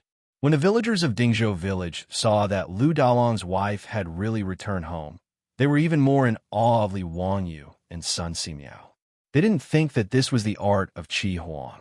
Instead, they all saw it as Li Wangyu and Sun Simiao's supernatural powers and the work of extraordinary people. Li Wangyu could only smile bitterly at this, but he couldn't be bothered to correct the villagers' thoughts and just let them be. The news that Li Wangyu and Sun Simiao had performed a cesarean section to save a pregnant woman with dystocia quickly spread to Chang and city through the mouths of the crowd. However, any matter would always lose its original meaning after being spread by the crowd. Just like the mouthpiece game that was the favorite in the variety shows of the future, the meaning of the original words that the few of them were transmitting had completely changed. When the news of Li Wangyu and Sun Simiao performing a cesarean section to save a pregnant woman with dystocia reached Chang and city, it became that the pregnant woman had died from dystocia. County Count Huxian had arrived in time and performed a ritual. After a series of changes, the pregnant woman came back from the dead and successfully gave birth to a Qilin child. At that time, there were even fresh flowers falling from the sky, heavenly music playing, and colorful clouds blooming. Everyone was shocked, but they firmly believed in this absurd rumor. Pai Lupi lived deep in Taiji Palace, but he was also well-informed. After the 100 Horsemen Department reported this matter, Pai Lupi immediately summoned Li Wangyu to Taiji Palace. Zio, have we treated you unfairly? The moment Li Wangyu entered the legislative hall, he didn't even have time to bow to Pai Lupi before Pai Lupi began to make things difficult for him in an unfriendly tone. Li Wangyu couldn't help but be stunned. What was Pai Lupi up to this time? Chapter 424. Li Wangyu didn't understand what Pai Lupi meant, so he quickly flattered him. Uncle, why do you say that? Uncle, of course you care about and love me. It's because of Uncle's teaching and encouragement that I didn't become a useless playboy. If Uncle has any orders, I'll do it without hesitation. Pai Lupi's expression eased a lot when he heard that. He nodded proudly and said, In that case, why don't you perform the ritual for your aunt when you have the supernatural power to protect the pregnant woman? What? Li Wangyu's eyes nearly popped out of their sockets. Why did he understand every word Pai Lupi said, but he didn't understand what the guy was talking about? What did he mean by having the supernatural power to protect the pregnant woman? Why did he have to perform the ritual for Empress Xianxia? Did he look like Yuan Tiangang, Sun Simiao, and other old Taoists? Li Wanyu really didn't understand what Pai Lupi meant. He could only brace himself and ask carefully, "Uncle, what do you mean?" "Nephew, why can't I understand?" "Uncle, do you need to pray for my aunt?" "I'll go to Taoist Yuan immediately and ask him to prepare the Luotian grand ritual to pray for my aunt." Pai Lupi glanced at him and said, "What's the use of me looking for Yuan Tiangang? I heard that you saved a dead pregnant woman in Dingzhou village and gave birth to a child. Is that true? Now your aunt is pregnant for 10 months and is about to give birth. As a nephew, don't you plan to do something for your aunt?" Li Wanyu was completely confused. It took him a long time to figure out that he and Sun Simiao had performed a cesarean section and saved Lu Dalong's wife. It was actually rumored to be like this. Even Pai Lupi, the emperor of the Tang dynasty, believed it. It was really nonsense. He quickly explained to Pai Lupi, "Uncle, who is talking nonsense? If I had the ability to bring the dead back to life, would I have been bullied by the Li clan of Huxian? I did save a pregnant woman, but I didn't perform any ritual. Instead, I performed a cesarean section for the pregnant woman with Old Immortal Sunday. Just like saving Xianxia, we cut open the pregnant woman's abdomen and took out the fetus. That's all." Pai Lupi was skeptical. "Really? If I lie, may the heavens strike me with lightning." Seeing that Lier didn't believe him, Li Wanyu even swore an oath. Hearing Li Wanyu's words, Pai Lupi also knew that he made a blunder. He couldn't help but blush as he coughed lightly. "Since that's the case, you and Minister Sun can stay in the palace for the time being. So's, you're in wife's you success right." Li Wanyu instinctively wanted to refuse Pai Lupi's words. Living in Dingzhou village was so comfortable, and he could whisper sweet nothings to his beautiful boss every day. Living in Taiji Palace was too stifling. How could it compare to living in his own manor? Moreover, Empress Xianxia was pregnant with the future Emperor Gaozong of Tang, Li Ji. Li Wanyu knew that Li Ji had given birth smoothly without any hiccups. Asking him to come live in the palace to prevent Empress Xianxia from giving birth was like taking off his pants to fart. Wasn't that superfluous? However, Li Wanyu swallowed the words that were about to come out of his mouth. He knew the history, but Pai Lupi didn't. He couldn't tell Pai Lupi that his wife would give birth smoothly on the 21st day of the 7th lunar month in the 2nd year Jingguan. She would give birth to a boy, and he would be named Li Ji. His nickname was Ji Nu, and he would inherit his throne in the future. It would be strange if Pai Lupi didn't think he was crazy. Li Wanyu counted the days. It was already the 16th day of the 7th lunar month. Li Ji would be born in 5 days. Since that was the case, he didn't want to talk nonsense. He would just come to Taiji Palace and stay for a few days. Understanding this point, Li Wanyu nodded happily and agreed. "Uncle, don't worry. I won't be careless about Aunt's matter. I'll go back to Dingzhou village first and get ready. Tomorrow, I'll go to the palace with Old Immortal Sunday." Pai Lupi nodded. "Okay." Li Wanyu chatted with Pai Lupi for a while and then left the palace. He didn't rush back to Dingzhou village. Instead, he planned to go to the Chou Manor first. Now that the Chou Manor had taken over the business of the beverage vending machine, it was doing well. In Chang'an City, the beverage vending machine could be seen everywhere. The ice-making workshop in Dingzhou village was also built. Every day, large amounts of ice were transported by four-wheeled carriages to the boiled water shops in Chang'an City. Naturally, the machine, which could automatically produce iced boiled water with copper coins, attracted the curiosity of everyone in Chang'an City. The sales kept increasing. Now, the copper coins that were transported back to Dingzhou village every day gave the old housekeeper Li Heng a headache. He didn't know where to store so many copper coins. Li Wanyu passed by a boiled water shop. He also took out his copper coins and bought 2 bamboo tubes of iced drinks. He drank with Niu Wu as they walked. It was very pleasant. He went to the Chou Manor not only to discuss the vending machine, but also to discuss the transportation of sorghum from the Chou Manor. The sorghum used by the brewery in the Qinling Mountains was provided by the Chou Manor. Now, the sorghum wine produced by the brewery was in short supply. If he wanted to increase the production, he needed more sorghum. The Chou Manor was located in Xianyang Lane. This was also where the county magistrate of Wanyan County was located. He and Yo Wu rode to the Chou Manor. Naturally, they had to pass by Wanyan County. When they passed by the county magistrate of Wanyan County, a few Yamen runners on duty saw him from afar. They all showed a flattering smile and bowed. Greetings to the county magistrate. Some of the flatterers even immediately knelt down and kowtowed. Greetings to the county magistrate. Li Wanyu had just been granted the title of county magistrate when Wang Ziqiao colluded with the head of Wanyan County to frame him. He was almost taken to jail. Later, a group of wastrels caused a ruckus in the county magistrate's office. Only then did Wanyan County Magistrate Liu Deheng find out that the person who was arrested was the county magistrate. After that, the head of Wanyan County Magistrate was sentenced to 3,000 miles. Not long after, Wang Ziqiao and the others were forced to leave Chang'an City. Li Wanyu's title became higher and higher, and his reputation became more and more prominent. The Yamen runners of Wanyan County naturally had a deep impression of Li Wanyu. Now that they saw him riding a horse, how could they not hurry to greet him? Li Wanyu smiled and cupped his hands at the Yamen runners. It could be considered greeting. Just as he was about to urge his horse forward, he saw a group of people not far away. They were extremely noisy as they headed towards the county magistrate of Wanyan County. In a moment of curiosity, Li Wanyu pulled on the reins and stopped to watch.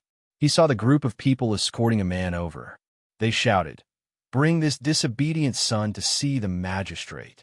This damned gambler. Disobedient son, he deserves to be killed.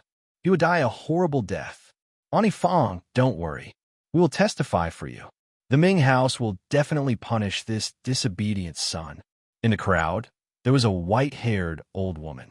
She was wiping her tears and crying. What was going on? Seeing this scene, Li Wanyu was in no hurry to leave. He wanted to see what was going on. The group of people quickly arrived in front of Wanyan County. Naturally, a Yamen runner came forward to inquire. "Stop. Why is it so noisy? What's going on?" "Greetings, Duke. We are here to bring this disobedient son to see the magistrate. Not only is this Fong Dalong a gambler, he is also disobedient and unfilial.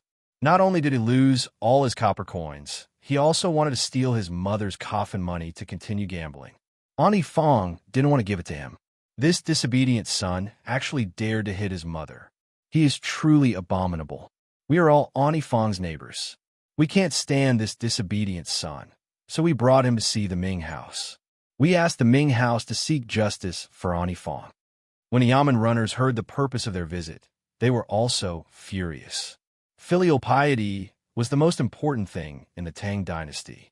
Naturally, everyone would want to beat this disobedient son. "All right, wait a moment. I will go and inform the Ming house. This disobedient son, even if he is beaten to death, it won't be wrong." A Yamen runner immediately walked quickly into the county magistrate's office. Seeing this, Li Wanyu was not in a hurry to go to the Chiu residence. He stayed behind to watch the show. Chapter 425. After Wanyan County Magistrate Liu Deheng heard the report, he did not delay and immediately ordered the 3 groups of bailiffs to begin the trial. Pai Lupi himself had lost his filial piety due to the Xuanwu Gate incident, so he paid more attention to it. In the laws of the Tang dynasty, one of the 10 unpardonable crimes was disobedience, which had the same status as rebellion. Those who beat their parents were beheaded. In the Song dynasty, the punishment for disobedience was even harsher. Those who insulted their parents were beheaded and their bodies thrown out on the streets. The Ming and Qing dynasties were even worse. The reason why the ancient Chinese laws were so strict on disobedience was not only to respect filial piety, but also to protect the ruling position of the emperor. Even one's own father could not disobey, so it was naturally the same for the emperor's father. Therefore, in ancient China, disobedience was no different from suicide. If what these people said was true, then a man called Fong Dalong would be dead without a doubt. This was the first time Li Wanyu had seen such a disobedient son in the Tang dynasty, so he was naturally curious. He and Niu Wu dismounted from their horses and followed the commoners who reported to the officials. They entered the main hall of the county yamen to watch and listen to the trial. Lu Deheng sat in the hall and saw Li Wanyu in the crowd. He hurriedly sat down and bowed. "Greetings, County Magistrate Lu."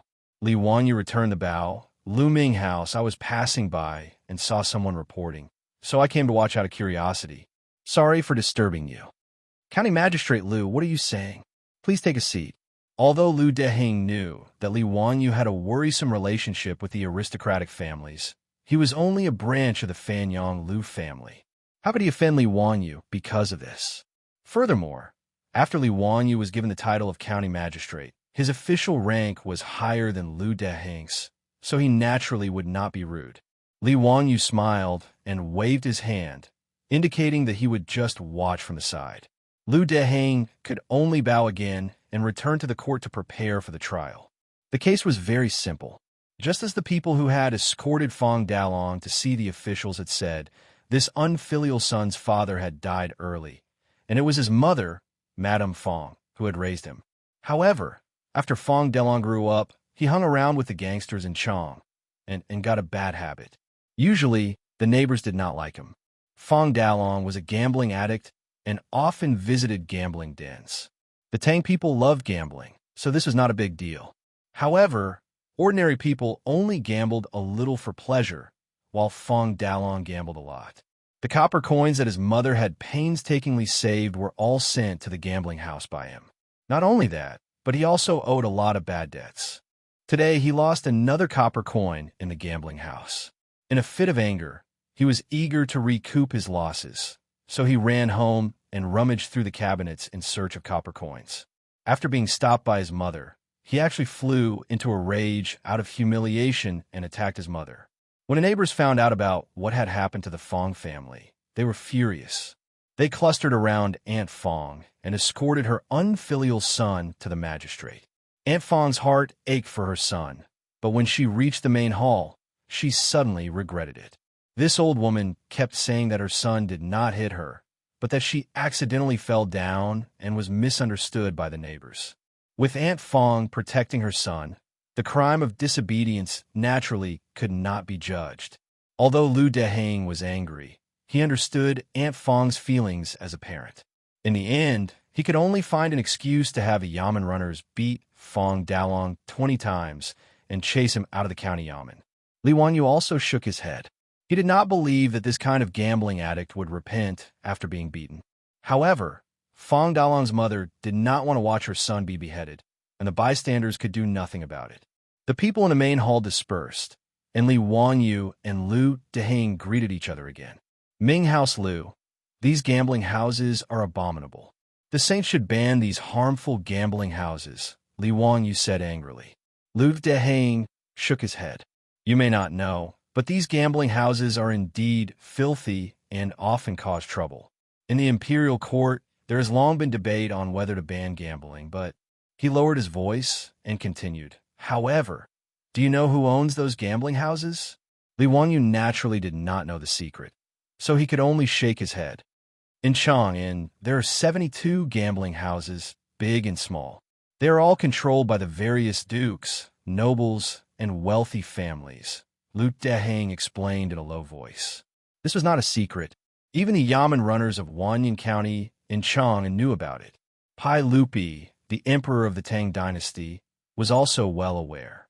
The Tangs loved gambling, so gambling houses naturally opened up everywhere in Chang'an. Even dukes like Cheng Yaojin and Yuqi Jingde also owned gambling houses in Chang'an. Therefore, it was very difficult to ban gambling in Chang'an. Even if someone proposed it in the imperial court, it would be difficult to pass. This was the first time Li Wanyu had heard of such a thing, and he could not help but be speechless. These gambling houses were the source of income for the various families. It was easier said than done to ban gambling. If Li Wanyu dared to propose a ban on gambling, Cheng Yaojin, that old man, would probably immediately come knocking on his door. Understanding this, Li Wanyu could only bitterly smile and shake his head. In fact, he and Pai Lupi were openly gambling by selling lottery tickets. Even the large-scale polo field and polo league that Li Wanyu was planning would not be able to get rid of gambling. He really did not have the right to propose a ban on gambling. Understanding this, Li Wanyu could only awkwardly say goodbye to Lu Dehang. He left the Wanyin County Yamen, mounted his horse, and continued to the Chou mansion. He had not gone far when he saw a familiar figure enter a courtyard in Xianyang Lane. There was a sign hanging at the entrance of the courtyard with the words, Yongyi Gambling House, written on it. Li Wanyu was stunned. Wasn't this the Feng Dalong who had been punished 20 times in the imperial court? He had just left the county yamen and was already limping to gamble? What a F***king talent. Li Wanyu was too lazy to care about this kind of nonsense. This kind of gambler would sooner or later lose his life. He was not worthy of sympathy. Just as he was about to leave, he was stunned to notice that there was a sign in front of the gambling house. The content written on it made Li Wanyu dumbfounded. He was really crazy. How could he gamble on such a thing? The owner of this Yongyi gambling house was so daring? Were they not afraid that Pai Lupi would fly into a rage out of humiliation and exterminate their 9 generations? Li Wanyu thought for a moment, turned his horse around, and headed back to the Wanyin County Yamen. Seeing Li Wanyu return, he hurriedly went forward to greet him. Greetings, County Earl. Do you still have something to discuss with the Ming House? Li Wanyu shook his head. No, I have something to ask you. Do you know the origin of this Yongyi gambling house? Which family is the owner behind it? The Yamen runners looked at each other and hesitated for a moment before answering in a low voice. County Earl, it is the Taiyuan Wang clan. Li Wanyu suddenly understood. Indeed, only people with 5 surnames and 7 hopes would do such a thing. They had forced Pai Lupi to abdicate in Taiji Palace and asked him to return Li Yuan. Pai Lupi could not do anything to them. After figuring out the owner behind Yongyi Gambling House, Li Wanyu did not go to the Chou Mansion. He called Niu Wu and went straight back to Dingzhou Village. Chapter 426. As soon as Li Wanyu returned to the residence, he summoned the old steward, Li Heng. Li Heng, how much money do we have in the residence? Do you need money, Lang Jun? The gold used to build the baseball field has already been handed over to the Ministry of Works. Now we have more than 8,000 taels of gold and 10,000 strings of copper coins. You and Lady Su have instructed us to exchange as much copper coins as possible for gold, so we don't have much copper coins. Li Heng was full of pride when he talked about the wealth in the residence. A few months ago, he thought that the sky had fallen, especially when the little master's name was removed from the clan and all the family assets were taken away. Moreover, he was burdened with a huge debt of 2 million gold coins, and all the servants in the family were released. All these blows caused Li Heng to even have the thought of committing suicide. If it weren't for the fact that he couldn't bear to part with his Lang Jun, he would have followed the old master in the underworld. But he didn't expect that in just a few months, the young master seemed to have changed into a different person. Li Heng, who had watched Li Wanyu grow up, had a misconception that his Lang Jun had changed into a different person. Now, not only had the family's debt been paid off, but they also had so much wealth that even the old master had never seen before. Not to mention, not only had his Lang Jun been conferred a noble title, but he had also been promoted twice in a few months. He was now the county's founding county count. One had to know that although Li Zhou was trusted by Li Yuan, he had never been conferred a noble title. Li Wangyou's achievements today, in Li Heng's eyes, could be said to bring glory to his ancestors. For this, he had already gone to Li Zhou's grave several times to cry. Li Wanyu didn't know that Li Heng was so emotional. He only calculated that together with the copper coins, he could gather 10,000 taels of gold.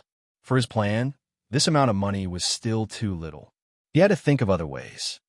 Li Heng, have Niu Wu go to the Shunfeng Carriage Company in the Eastern Market and bring me 40 carriages. Lang Jun, why are you bringing back so many carriages? Are you transporting something?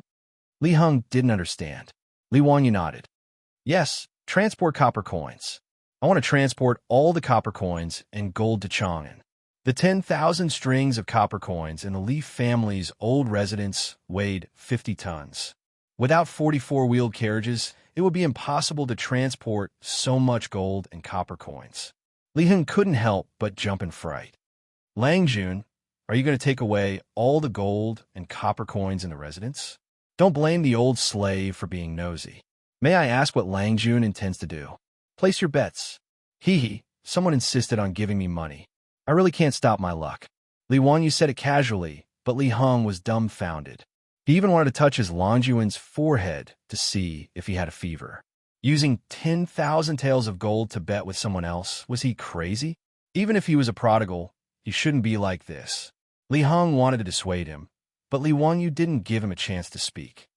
All right, I know what you want to say. Don't worry, I'm not crazy. Even if I lose, it's not a big deal. There's so many properties in the residence that make a lot of money every day. You old thing, are you afraid that your Lang Jun will starve to death? Go quickly and tell Niu Wu to hurry up. It's getting late. Li Wanyu added, all right, old immortal son, and I will be staying in the palace for a few days tomorrow.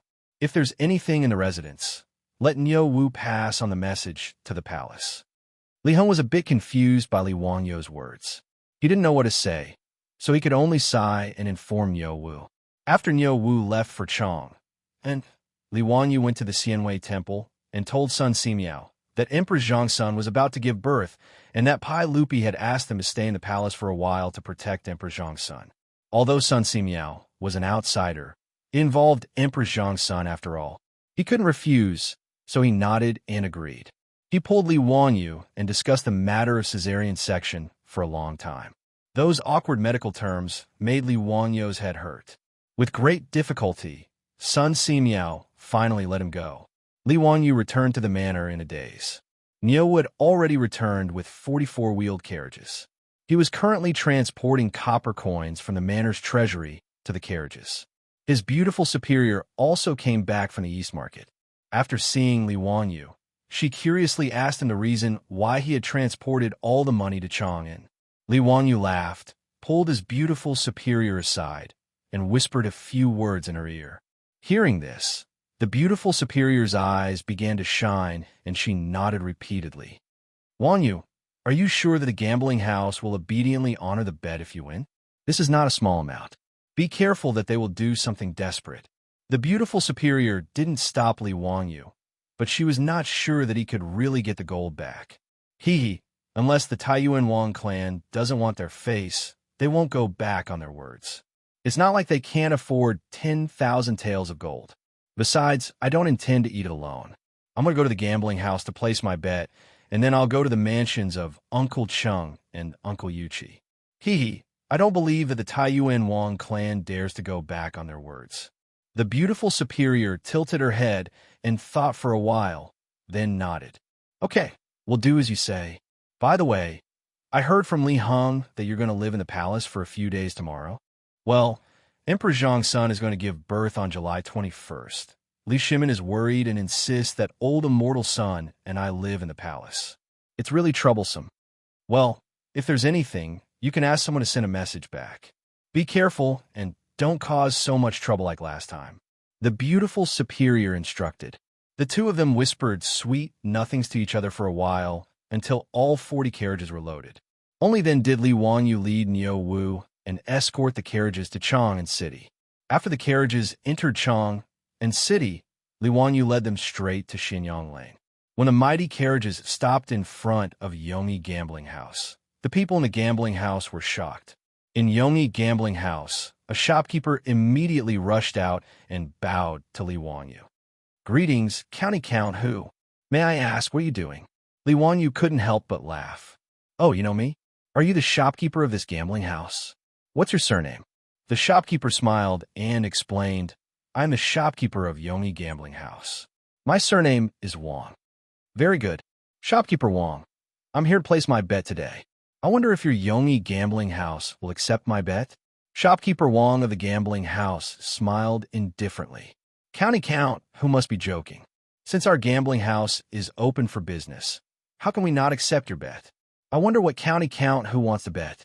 Li Wanyu pointed to the stakes in front of the gambling house. I'll bet on this.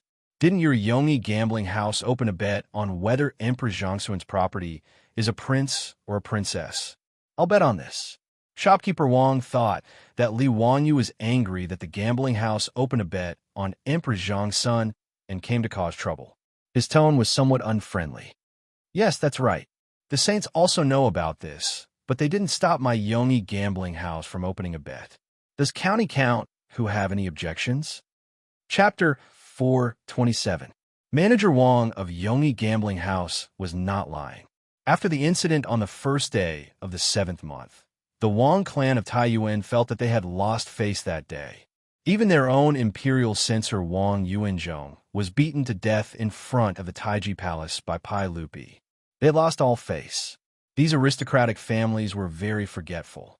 They seemed to have forgotten who was the one who knelt in front of Pai Lupi and bowed his head to admit his mistake.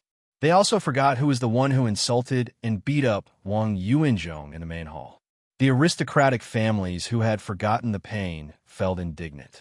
They were hot-headed and let their own gambling house open a bet on whether Emperor Zhang's son would give birth to a boy or a girl.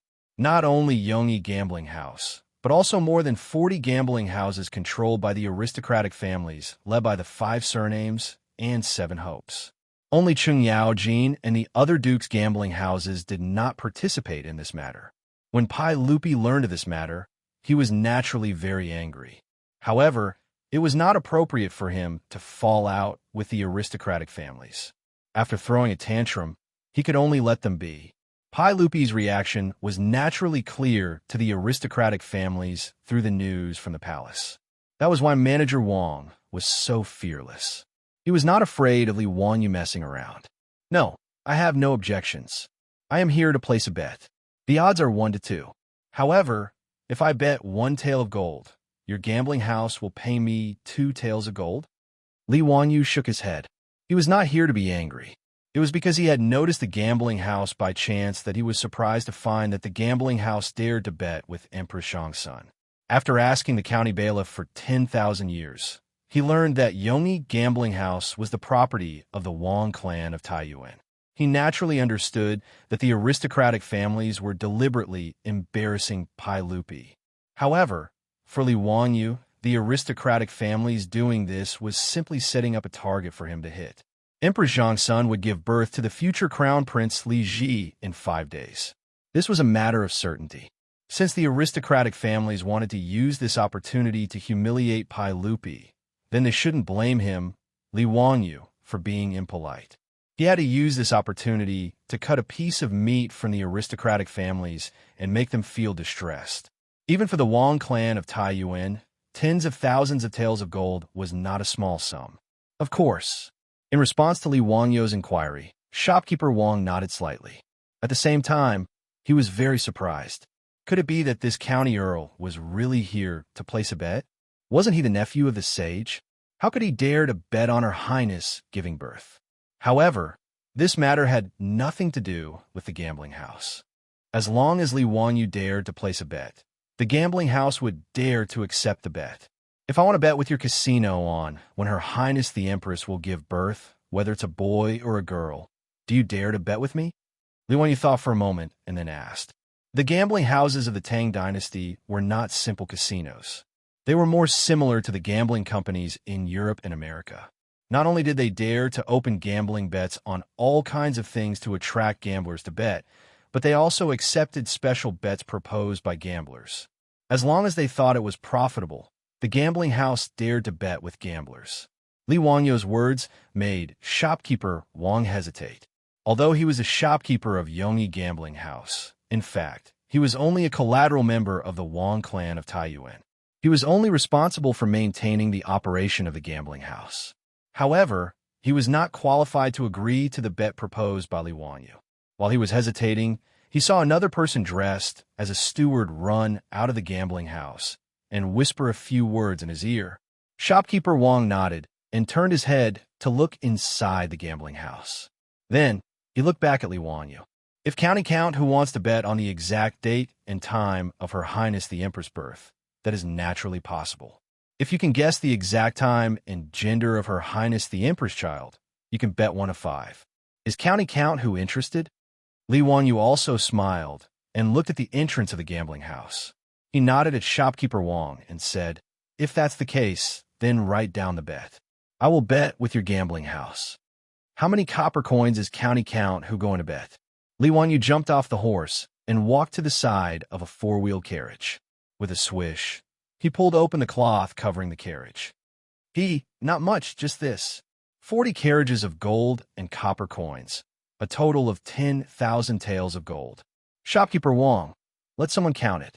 Shopkeeper Wong of Yongyi Gambling House was so shocked by the scene in front of him that he could not speak for a long time.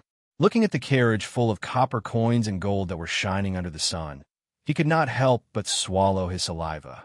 He hesitantly looked at the entrance of the gambling house.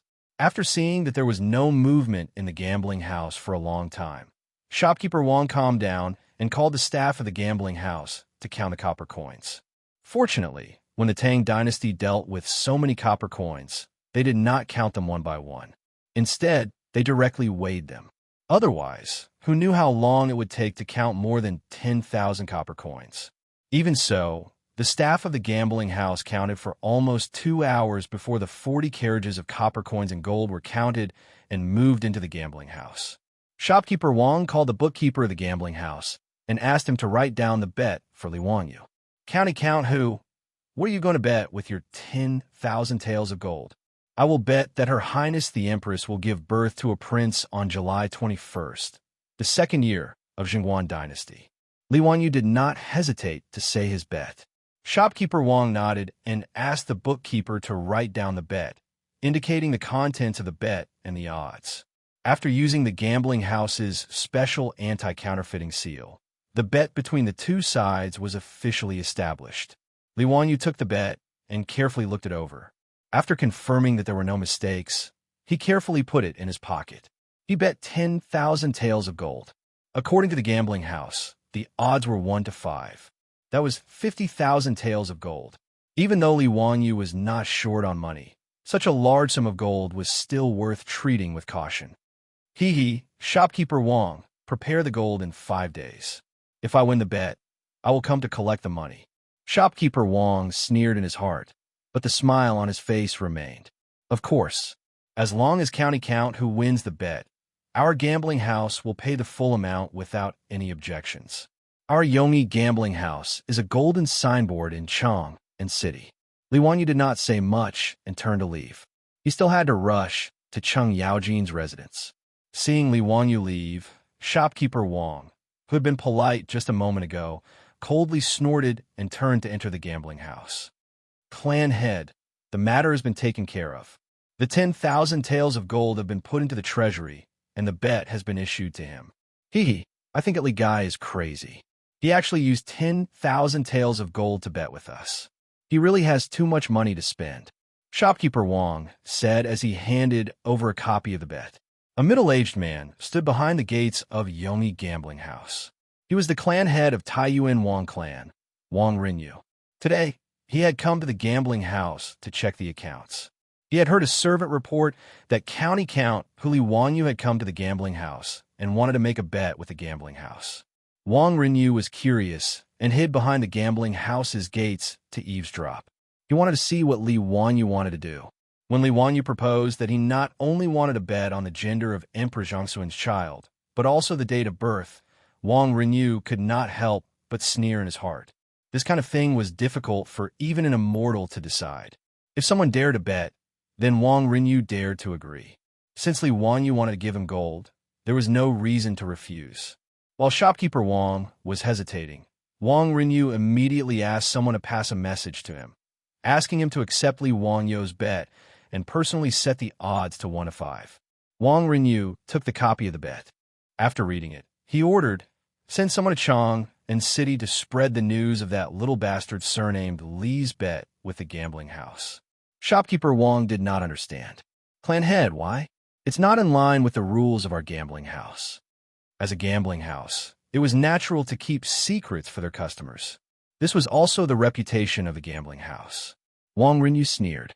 I just want the saint to see how his good nephew used the Empress to make a bet. Let the people of Chang and City see how this little bastard surnamed Li is a wastrel. Shopkeeper Wong laughed sinisterly, as if they already had victory in their hands. At this time, Outside Duke Lu's mansion, Li Wanyu was struggling. Chapter 428. Li Wanyu couldn't help but recall the fear of being dominated by the old hooligan when he saw the glittering words, Duke Lu's estate. To him, Duke Lu's estate was no less terrifying than a dragon's lair or a tiger's den, and he was actually walking right into the trap. It was truly infuriating. After some hesitation, Li Wanyu finally mustered up the courage to walk into the estate under the astonished gazes of Duke Lu's subordinates. Naturally, Chu Tongbing had informed Cheng Yaojin that County Count Li Wanyu was pacing back and forth in front of the estate.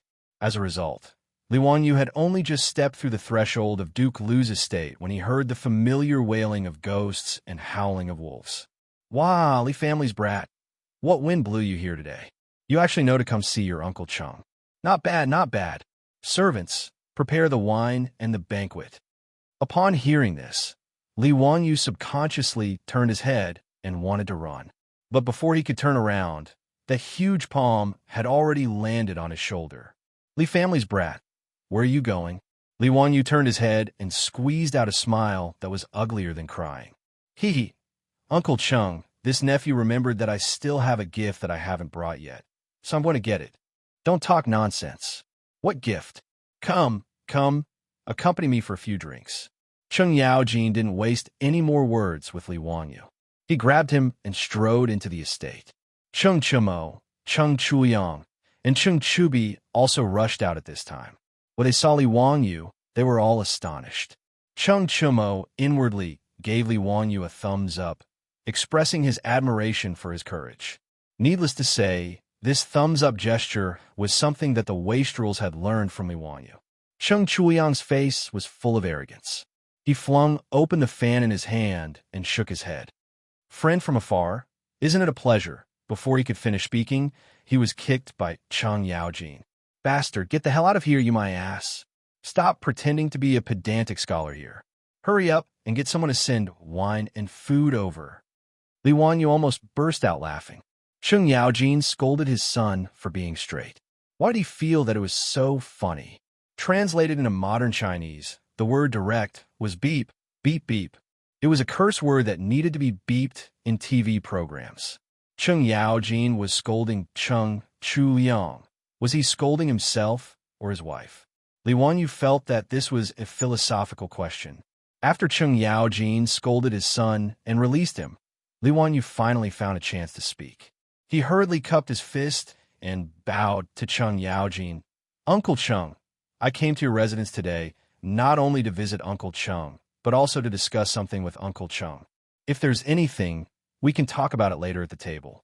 Cheng Yaojin did not give Li Wanyu a chance to continue speaking. He dragged him to the main hall of the house of High Duke. When Li Wanyu thought of being forced to drink the high concentration of sorghum wine by this old hooligan, he felt his scalp tingle.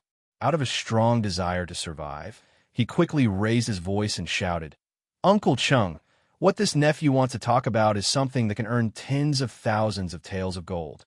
His words made Cheng Yaojin stop in his tracks. He turned to look at Li Wanyu in amazement. "Li family's boy, what good news do you have? Let's hear it." Although the house of High Duke Lu had a lot of property, Cheng Yaojin had also benefited from Li Wanyu's fame and won a lot of gold from gambling with the officials. But in such a big Duke Lu's mansion, the extravagance of people and horses was not low. Hearing Li Wanyu say that he could earn tens of thousands of taels of gold, the old hooligan was naturally interested. Even Cheng Chumo and his two brothers gathered around, intending to listen to Li Wanyu's ideas. Li Wanyu did not say much. He directly took out the promissory note issued by Yong E Casino and handed it to Cheng Yaojin. "Uncle Cheng, this is your nephew's opportunity to make money." "What is this?" "Huh? A promissory note from the casino?" Cheng Yaojin took the promissory note and carefully looked at the contents. He could not help but suck in a breath of cold air. "Hey boy, you have big guts. You actually dare to bet on Her Royal Highness giving birth. Are you not afraid that the saints will beat you? TSK. You actually bet 10,000 taels of gold. Are you crazy?" Not only was Cheng Yaojin surprised, even Cheng Chumo and his two brothers were also shocked by this promissory note. 10,000 taels of gold. Ziyu, what kind of stimulation did you receive? You actually dare to bet 10,000 taels of gold with the casino? Cheng Chumo bitterly lamented. If you really want to die, why don't you take the gold and gamble with my family's casino? Li Wanyu rolled his eyes and directly raised his middle finger at Cheng Chumo. It seems that before today, he did not know that Duke Lu's mansion also ran a casino. Bah, this was not the point. The point was that he wanted to make money through this matter, not give the casino gold for free. Li Wanyu took back the promissory note from Cheng Yaojin and folded it back into the buy-in. Hey, Uncle Cheng, a few days ago, this nephew and son Simiao, old immortal son, saved a pregnant woman in Dingzhou village. Has Uncle Cheng heard about this? Cheng Yaojin nodded. I know about this matter.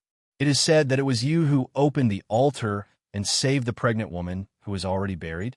It is said that the pregnant woman's grave cracked open, and the pregnant woman walked out by herself and smoothly gave birth to a child. I was just about to ask you, what kind of immortal method is this? Regarding their father's words, Cheng Chumo and his brothers also nodded repeatedly and looked at Li Wanyu with curious expressions.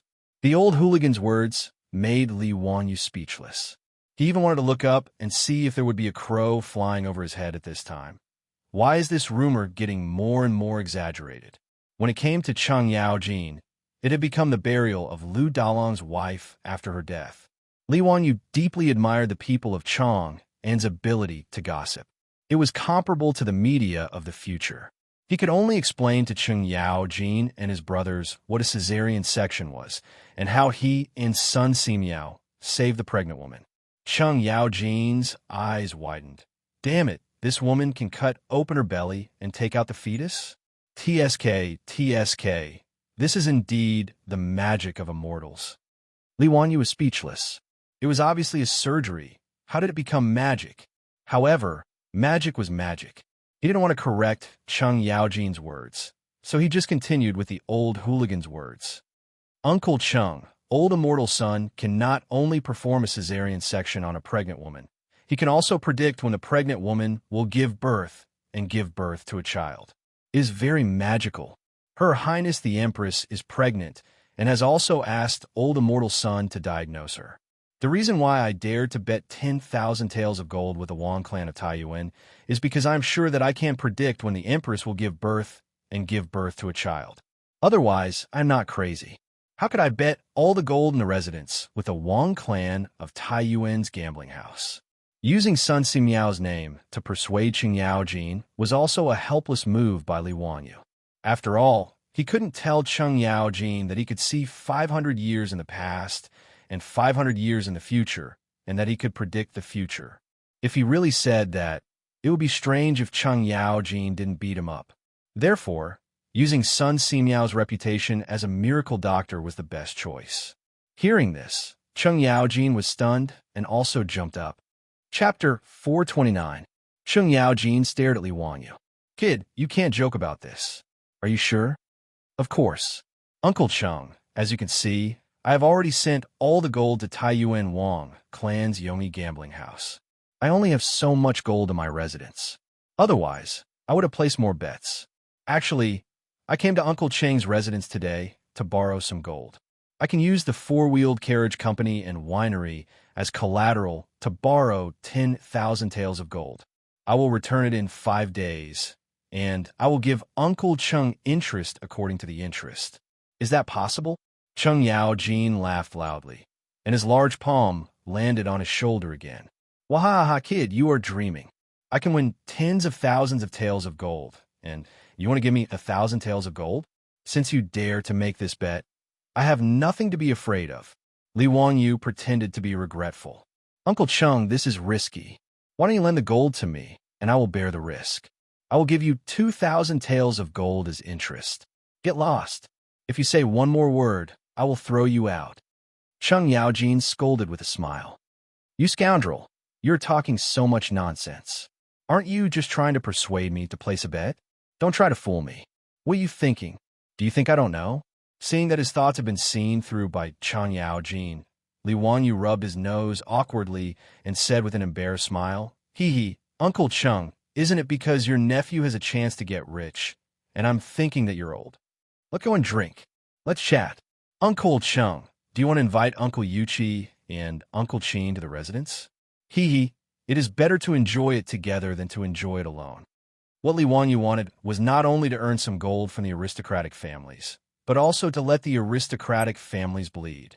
This way, it would not be just him and Cheng Yaojin who would appear and pull the dukes together to place a bet. At that time, he would not be afraid that the aristocratic families would lose and turn against him.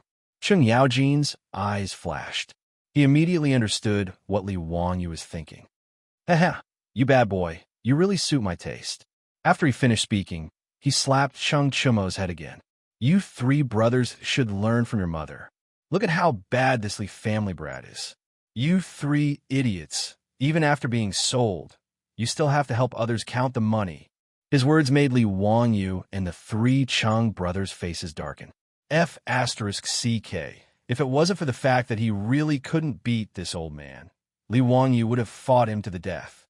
Li Wanyu looked up at the sky and pretended not to hear Cheng Yaojin's words. Don't be angry, don't be angry. It's not worth getting angry over this old hooligan. Men, send invitations to second brother, old thief Yuchi, Duke Bao, Duke Xiao. Invite them to drink at our residence. I'm holding a banquet today because I have something to discuss with them. Cheng Yaojin directly waved his hand to summon the steward of the residence and ordered him to immediately invite those Duke bigwigs. With Cheng Yaojin's invitation, although they didn't know what was going on, Qin Xiong, Chai Lingwu, Yuchi Jingda, Lu Hongji, Duan Jishuan, these Duke bigwigs still gladly attended the banquet and gathered at Duke Lu's residence. Cheng Jijia, you old killer, why did you think of inviting us to drink today? What's the matter? You're still being so mysterious and not explaining clearly. As soon as Yuchi Jingda entered the main hall, he started shouting in a hoarse voice. Cheng Yaojin wasn't polite. He first threw a jug of wine at Yuchi Jingda, then laughed and scolded. Scram, I'm kindly bringing you guys to get rich. You old man, if you don't want to earn gold, then take care and don't send me off. His words attracted the interest of these bigwigs. If they could earn gold, who would refuse? The last 2 times Cheng Yaojin made a bet with the officials, he won several tens of thousands of taels of gold. These Duke bigwigs were so envious that their eyes turned red. Cheng Jijia, tell me clearly what's so good about it, and how much can we earn? Yuchi Jingda raised his head and gulped down a mouthful of wine. He wiped the wine stains from the corner of his mouth with his hand before asking. How much we can earn depends on how much you guys invest. 5 times the profit. Are you interested? Oh, 5 times is pretty good. How much time would it take to earn it back? If it takes too long, it won't be worth it.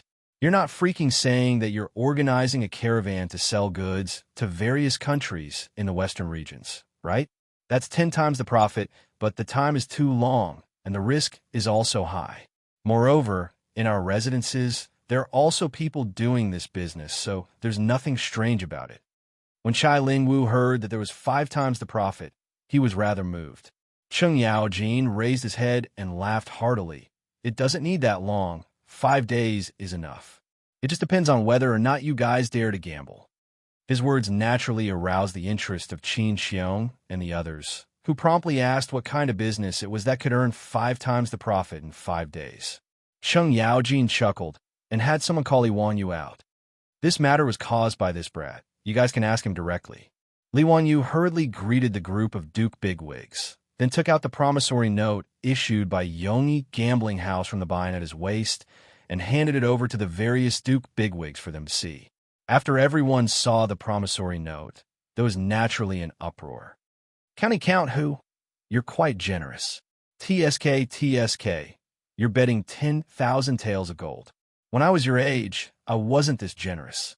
Duan Jishuan raised his head and downed a bowl of wine, making fun of Li Wanyu. Yuchi Jingda glared at him, scrammed to the side. When you were freaking 16 years old, did you see 10,000 taels of gold? Old man Yuchi, do you freaking want to compete with me? Come. Do you think I'm afraid of you? The group of old killers who hadn't even drunk 2 mouthfuls of wine almost started fighting in the main hall of Duke Lu's residence. However, in the face of this scene, The maidservants of Duke Lu's residence didn't even bat an eyelid. They were very calm, which made Li Wanyu admire them.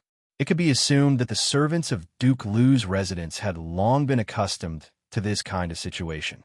When this group of old killers got together to drink, there was no time when they didn't make a ruckus. Li Wanyu suddenly reacted. No wonder he had been to Duke Lu's residence several times. But he always felt that the layout of the Cheng residence's main hall was too crude and simple. It didn't match Cheng Yaojin's status as a Duke bigwig.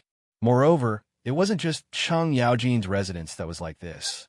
He had also been to the other Dukes' residences, and the main halls were also so simple and crude.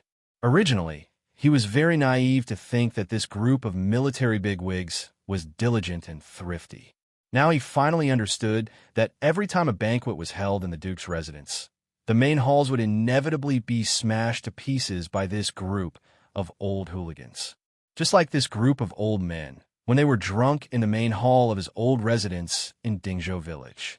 After being smashed so many times, the furnishings of the Duke's residence's main hall were naturally replaced with worthless but sturdy and durable utensils.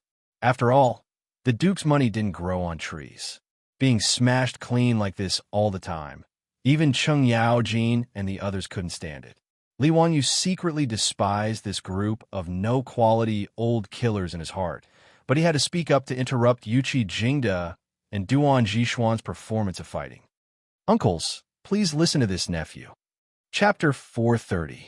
Li Wanyu bowed to the group of Grand Dukes and Grand Dukes and Grand Dukes and Grand Dukes and Grand Dukes. He repeated the words that he had used to fool Cheng Yaojin. The group of Duke bigwigs was somewhat skeptical of his words. After all, what Li Wanyu said was too risky. Who could guarantee that Sun Simiao's medical skills could really determine when a pregnant woman would give birth, not to mention whether it would be a boy or a girl? This kind of thing was unheard of. For a moment, everyone in the hall was making their own plans, and no one spoke. Seeing this situation, Li Wanyu hurriedly said, "Uncles, if you trust this nephew, you can lend me your gold. I will use the Shun Feng four-wheeled carriage company and the winery of Xiaodao wine as collateral to borrow your gold for 5 days. I will give you 10% of the interest." Uncles, are you willing to lend this nephew the money? Nonsense. You dare to bet.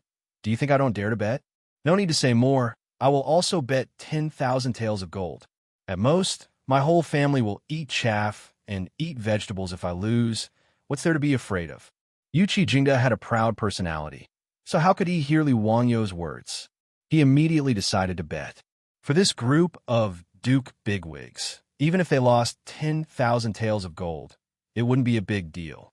At most, it would just be a heartache. Yuqi Jingde saying that they would eat chaff and eat vegetables was too exaggerated. Li Wanyu knew that even if these bigwigs couldn't compare to the 1,000 years of accumulation of aristocratic families, it wouldn't be a problem for them to casually take out a few 100,000 strings of copper coins. Not to mention that their families also had businesses like gambling houses, so they wouldn't lack money at all.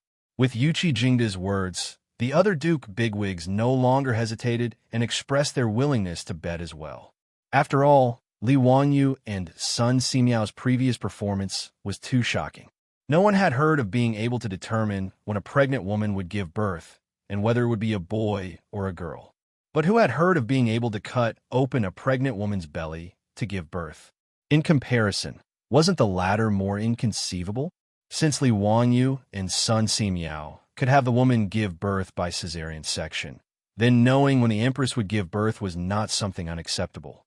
In the eyes of the Tang people, a caesarean section was more like a witchcraft or a spell than a traditional Chinese medicine. Therefore, after confirming that Li Wanyu had really bet 10,000 taels of gold that the empress would give birth to a prince in 5 days, the group of Grand Dukes chose to believe him. They all nodded and decided to bet together. Li Wanyu calculated in his heart that if these big shots all went to the gambling house to place their bets, according to Yongyi Gambling House's odds of 1.5. 5 days later, these aristocratic families would have to pay at least 500,000 taels of gold, which was equivalent to 3 million strings of copper. That would be an astronomical figure.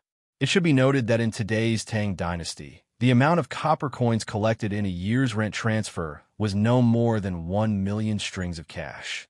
This was equivalent to the aristocratic families taking out 2 years' copper income in the Tang dynasty to pay. Even if they had thousands of years of accumulation, they would not be able to bear the consequences at that time. After all the people present decided to place their bets with the aristocratic families, the atmosphere in the hall of Duke Lu's mansion became more and more enthusiastic.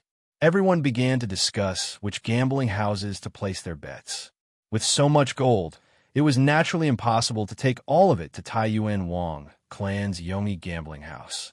Not to mention whether Tai Yuan Wang clan dared to accept it.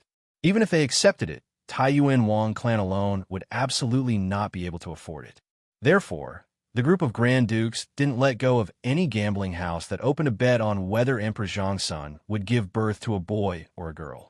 Cheng Yaojin simply asked his troops to take out the map of Chang and city and mark the locations of more than 40 gambling houses on it.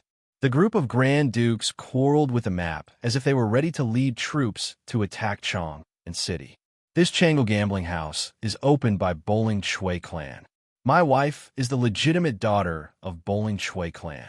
Naturally, this gambling house belongs to me. Cheng Yaojin pointed at the map and roared. Chai Ling Wu curled his lips. Cheng Jijia, you old man, aren't you afraid that you won't get the money? What if your wife cries to you later? Give this Chang'o gambling house to me. Bah, get out of here. Don't even think about it.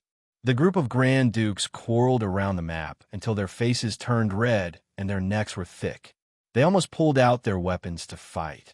After the quarrel, they divided who to bet in which gambling house and how much gold to bet, as if they were dividing the booty. The clear-cut division of labor made Li Wanyu gasp in amazement. Uncles, I wish you all a great fortune and a great victory. Ha-ha. But if you lose money, you can't settle the score with me. Li Wanyu raised his wine cup and toasted Cheng Yaojin and the others. He also gave the group of Grand Dukes a heads up.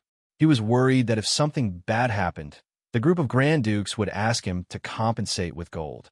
Then he would cry to death. Li Ji's birth date was clearly recorded in the old Tang book, Taizong Benji. On the 21st day of the 7th lunar month of the 2nd year of Jingwan, Prince Ji was born in the Li Main Hall of the Eastern Palace of Chang and City. This was definitely not wrong. However, after experiencing Li Chengqian's appendicitis, Li Wanyu felt a little uneasy in his heart.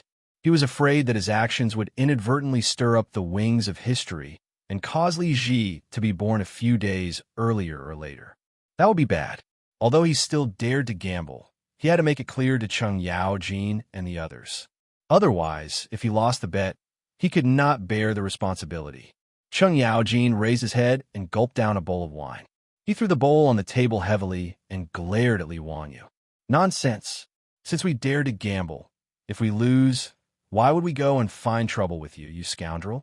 As the saying goes, if you agree to gamble, you must accept to lose. Am I, your Uncle Cheng, someone who can't afford to lose? Li Wanyu thought about how Cheng Yaojin was playing mahjong in his residence, and how he still refused to pay up. He really wanted to nod his head and say yes. However, when he thought about his own small arms and legs, he decided that it would be better not to find trouble. He could only firmly shake his head. Uncle Cheng is straightforward and upright. Every word you say is a nail. You are the person I admire the most. He did not say anything else and hurriedly flattered him. After he finished speaking, the other Grand Dukes were dissatisfied and looked at him. What? In the eyes of the Count of Wuxia, are we people who can't afford to lose? If we really lose the bet, then we lose. Could it be that Li Jia Shaolang thinks that we will find trouble with you? What kind of people do you think we are? When Li Wanyu saw that he had provoked everyone's anger, cold sweat began to flow down his back. He did not dare to argue and obediently took the large wine bowls on the table. He gritted his teeth and poured 3 bowls full of high-grade sorghum wine. Uncles, I was wrong. I should not have measured the heart of a gentleman with the yardstick of a villain.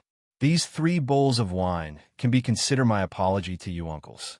After he finished speaking, Li Wanyu closed his eyes and poured the wine into his mouth. Amidst the cheers of Cheng Yaojin and the others, Li Wanyu drank 3 large bowls of wine in one gulp. Then, he felt dizzy and his vision turned black. He fell drunk on the floor of the main hall of Duke Lu's residence. Before he was completely drunk, Li Wanyu only had one thought of regret. Damn it, why did I make sorghum wine in the first place? Chapter 431. By the time Li Wanyu woke up, it was already the morning of the next day. He had gotten quite drunk at Duke Lu's mansion, so Cheng Yaojin had asked him to stay the night. Cheng Yaojin had also ordered his servants to report to the county magistrate's mansion in Dingzhou village.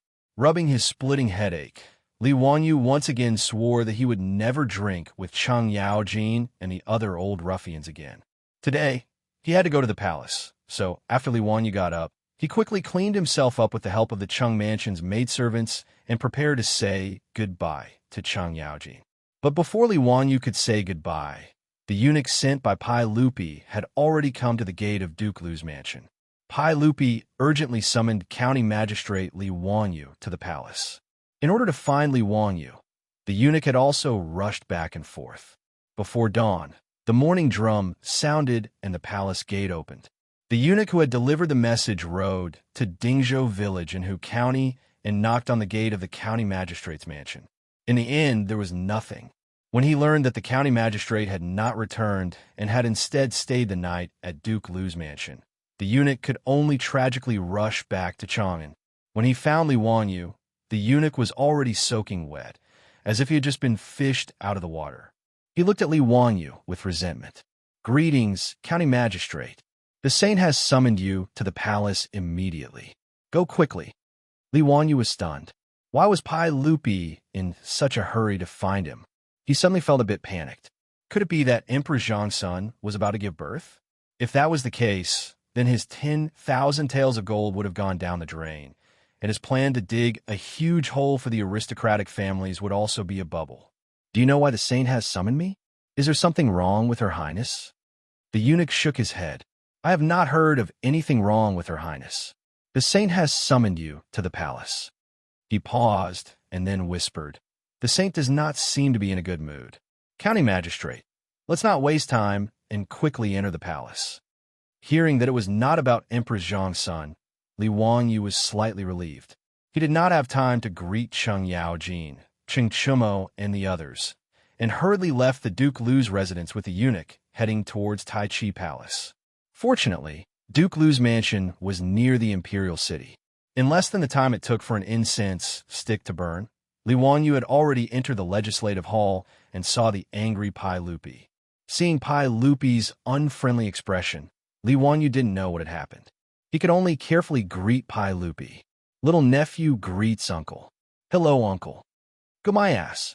Pai Lupi actually cursed. "Zhen asks you, do you care about Zhen and the Empress?" Li Wanyu was stunned by Pai Lupi's scolding. He thought for a long time and felt that he had not offended this guy. Li Erfa was so angry. What was the matter? "Uncle, why do you say this? What did little nephew do wrong? Please teach me a lesson. I will definitely correct it." Zhen is too lazy to talk to you." "Me too. You tell this little bastard what he has done." The eunuch Mi Ta, who had been following Pai Lupi like his shadow, slightly nodded at Li Wanyu. "County Count Hu, the 100 Cavalry Department has reported that there are rumors in the markets of Chang, and that yesterday, County Count who went to Yongyi Casino and bet 10,000 taels of gold. They are betting on when Her Highness the Empress will give birth to a prince." "County Count who? Is there such a thing?" When Li Wanyu heard this, he immediately understood why Pai Lupi was angry. He laughed and nodded. "Yes, there is such a thing." Pai Lupi saw that not only did he admit it, but he also smiled mischievously without any remorse. He was so angry that he almost rushed over and kicked him. Li Wanyu saw that Pai Lupi was really angry and hurriedly explained, "Uncle, little nephew has a reason for doing this." Pai Lupi glared. "Then tell Zhen. If you dare to speak nonsense, Zhen will drag you out and beat you 20 times. It was no wonder that Pai Lupi was so angry. He was already angry that the aristocratic families were betting on his empress's birth. Who would have thought that the 100 Cavalry Department would report that his most valued nephew, Li Wanyu, had also gone to Taiyuan Wang clan's casino to bet? How could he not be angry? Moreover, this little bastard not only bet, but also bet 10,000 taels of gold. It was really annoying. Even if he couldn't deal with these aristocratic families, how could he, Pai Lupi, not be able to deal with Li Wanyu? This was the reason why he was so anxious today and ordered the chamberlain to summon Li Wanyu to the legislative hall. Li Wanyu laughed and took out the promissory note from his waist. He presented it to Pai Lupi with both hands. Uncle, little nephew went to Taiyuan Wang clan's Yongyi casino to place a bet. This is the promissory note. Please take a look. Pai Lupi took it and glanced at it. He couldn't help but widen his eyes and look at Li Wanyu in disbelief. Little bastard, are you crazy? You dare to bet with Taiyuan Wang clan with such conditions? Do you really think that 10,000 taels of gold is not money? Uncle, if little nephew wasn't confident, why would I go to the casino to bet? Hee, little nephew's gold didn't come from the wind. Little nephew can't bear to give it to Taiyuan Wang clan like this. Then what do you mean by this? Could it be that Maid Guanyin will really give birth to a prince in 4 days? How do you know? Pai Lupi asked suspiciously. Li Wanyu faced Pai Lupi's doubts and could only bring out the words he used to fool Cheng Yaojin and the group of dukes. This was the 3rd time he said this lie, and he almost believed it to be true. After Pai Lupi heard this explanation, he was somewhat skeptical. Ziyu, are you telling the truth? This matter can't be joked about. Uncle, little nephew naturally has confidence, which is why I dare to bet with Taiyuan Wang clan. Little nephew passed by Yongyi Casino yesterday and saw that they were betting on the matter of aunt giving birth to a child. I felt extremely angry. Little nephew thought about it, and since they were so arrogant, then I had to teach them a lesson and let these aristocratic families know that the dignity of the imperial family cannot be blasphemed. Therefore, little nephew returned to the manor and gathered all the money in the manor to bet at Taiyuan Wang clan's casino. Pai Lupi stared at him, but his expression became much gentler. You little brat, why didn't you tell me yesterday that you knew when Maid Guanyin would give birth? Is Maid Guanyin really pregnant with a prince? You didn't lie to me? Li Wanyu smiled and said, Uncle, I've used real money to gamble with the Wang family of Taiyuan. Even if I'm joking, I won't go so far as to squander money, right? Pai Lupi naturally could not believe his words. Pai Lupi paced back and forth in the hall and suddenly raised his head to look at me. How much gold does the Empress have? The imperial family's assets were all managed by Empress Xianxia. As the provincial supervisor of the Department of Internal Servants, Mi Tuo naturally knew. Replying to everyone, there are about 80,000 taels of gold that can be transferred at any time. Mi Tuo immediately understood Pai Lupi's thoughts and immediately replied, Does everyone want to transfer some of the gold to bet at those gambling houses? Before Pai Lupi nodded, Li Wanyu smiled embarrassedly and interrupted, Uncle, I'm afraid this is not appropriate. Oh, why is that? Pai Lupi didn't understand. I'm afraid those gambling houses won't accept Uncle's bet. Besides, I'm afraid they won't be able to pay for it. Li Wanyu touched his neck and was very embarrassed. Yesterday little nephew, went to Duke Lu's manor. Uncle Ching also wanted a bet. Pai Lupi couldn't help but snort coldly. Cheng Jija wants a bet. Why can't I bet? Yesterday Uncle Cheng also invited Duke Xiao, Duke Bao, and them. Li Wanyu stammered and said the names of 8 or 9 dukes and prefectural dukes. They all want to bet at the gambling houses today. In total, they will bet about 100,000 taels of gold. He didn't finish speaking, but Pai Lupi already understood what he meant. In this way, if the aristocratic families lost the bet, they would have to pay at least 500,000 taels of gold. If he went to bet again, those aristocratic families wouldn't be able to pay for it even if they went bankrupt. Chapter 432. When Pai Lupi saw that he didn't have the chance to take advantage of the aristocratic families, he couldn't help but blow his beard and glare at Li Wanyu. His eyes were full of resentment. However, since things had already gotten to this point, he could only let it go. As a dignified emperor, he couldn't put down his face and compete with Cheng Yaojin and the others for a bet, right? However, when he thought about how in 4 days his 3rd son would be born, Pai Lupi couldn't help but smile. Ziyu, Your literary talent is outstanding. Tell me about it. How should I name my son? You want me to name him again? Don't you know that you're bad at naming? Li Wanyu couldn't help but think about how Carpenter Liu had asked him to name his grandson, but he still hadn't done so. However, if it was someone else, then it wouldn't matter. What was there to think about when it came to naming Li Ji? Li Wanyu blurted out, "Uncle, how about naming him Ji? Ji? De Ji? Not bad. This name suits me very well. Li Ji, Li Ji. This name is very good. This name is very appropriate. I like it very much." As Pai Lupi spoke, he quickly walked in front of the imperial desk and wrote the 2 words Li Ji on a piece of paper. The more he looked at it, the more satisfied he was. "Ziyu, you are indeed talented. This name suits me very well." Li Wanyu laughed in his heart. "Nonsense, if you're not satisfied, who's satisfied? Isn't this the name you gave your son?" Pai Lupi excitedly paced around the hall and said, "A few days ago, Guanyin maid told me that she dreamed of a bird catcher who caught a lot of pheasants. In the dream, there was a child who bought all of those pheasants and set them all free. Perhaps that child is my son. I have to give him a pet name. Let's call him Ji Nu." Pai Lupi's words made Li Wanyu's heart calm down a bit. It seemed that he didn't affect history. Li Ji's pet name was still Ji Nu by Pai Lupi. It was fine as long as the butterfly's wings didn't affect Li Ji. He couldn't help but ridicule Pai Lupi's bad taste in his heart. What kind of thing was he giving his 3 most beloved sons and daughters pet names? Li Tai's nickname was Qin Ke, which was a kind of bird. Li Ji's nickname was Ji Nu, which meant a little pheasant. The little princess that Emperor Xianxia would give birth to in the future, Li Er's most beloved daughter, Princess Jinyang, was actually nicknamed Nuazi, which meant a rhinoceros. Although it was a tradition in China that it was easier to raise a child with a lowly name, Li Er, as the Emperor of Great Tang, had given his 3 most beloved princes and princesses such pet names.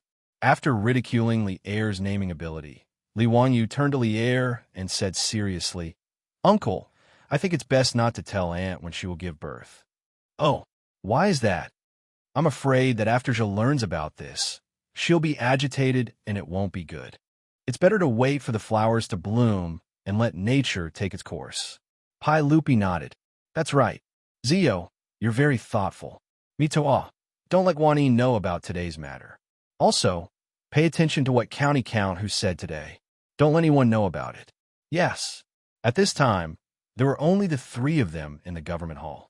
They didn't have to worry about the eunuchs and palace maids eavesdropping. His Taiji palace had eyes and ears everywhere. In fact, Pai Lupi was well aware of this, but he couldn't stop it. In Noda's Taiji palace, after Pai Lupi had released the palace maids twice, there were still 9,000 palace maids and 6,000 eunuchs. Of these 15,000 people, no matter if it was Pai Lupi or his trusted eunuch, Mita, that they didn't know how many of them communicated with the aristocratic families or were sent into the palace by the aristocratic families. There was no way to identify them. While Li Wanyu and Pai Lupi were talking in the palace, there were large numbers of horse carriages entering the gambling dens of Chang. Cheng Yaojin and the other dukes had made their decision yesterday, and naturally wouldn't go back on it. Early in the morning, the various manors had gathered gold and copper coins. According to what everyone had discussed, they each transported gold and went to the gambling dens to place their bets. Wang Renyu of the Wang clan of Taiyuan also held a banquet last night and invited Zheng Yuanshou and the other aristocratic family heads. During the banquet, he naturally joked about Li Wanyu taking 10,000 taels of gold to place a bet, which made the aristocratic family heads laugh. If they were to place a bet on whether it would be a son or a daughter, there was a 50% chance that they would be able to bet on it. But if they were to add the exact date of the birth, then they would be giving money to the Wang clan of Taiyuan. Not to mention the odds of 1 to 5. Even if it was 1 to 10, they would still dare to bet. These aristocratic family heads could only envy Wang Renyou's good luck to be able to win 10,000 taels of gold from Hu County. Who knew that early in the morning, the aristocratic family heads would unexpectedly receive a report from the manager of the gambling den. A certain duke wanted to come to the gambling den to bet that the empress would give birth to a prince in 4 days. He asked the family heads if they would accept the bet and what were the odds. For these aristocratic family heads, This was like someone giving them a pillow when they were sleepy. They didn't even think about it, and immediately nodded in agreement. As for the odds, it was naturally the same as Yongi Gambling Den, 1 to 5. The same scene was repeated in more than 40 gambling dens in Chang and City.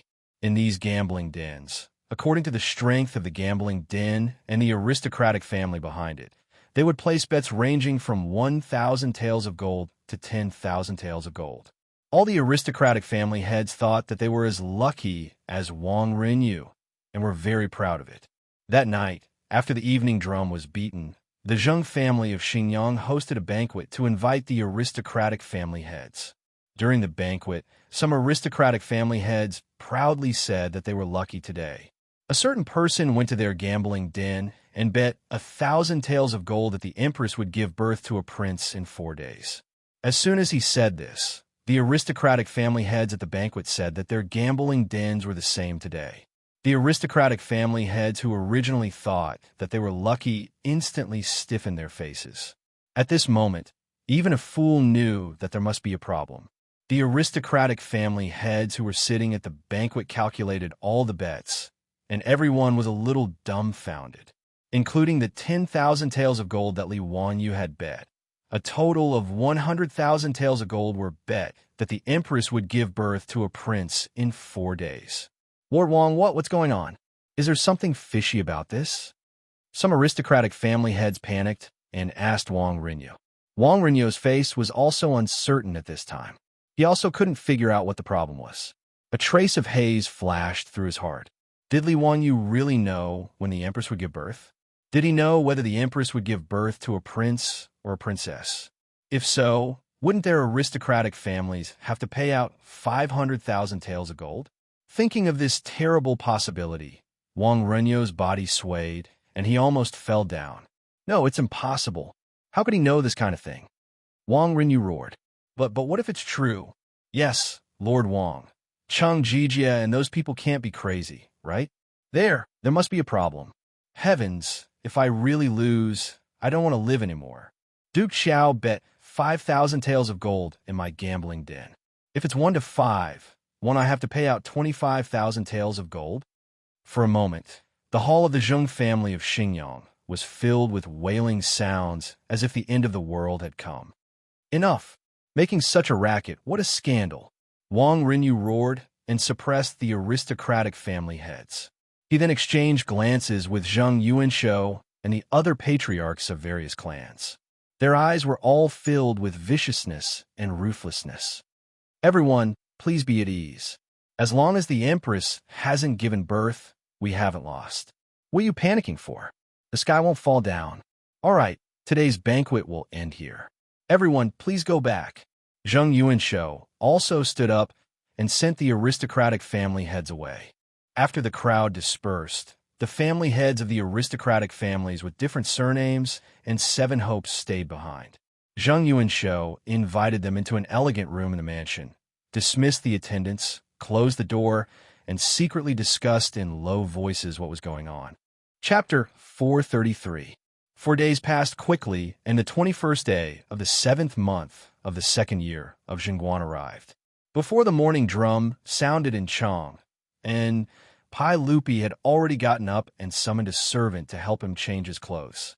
Everyone, it's still early before the morning court. Won't everyone rest for a while? No, I can't sleep today.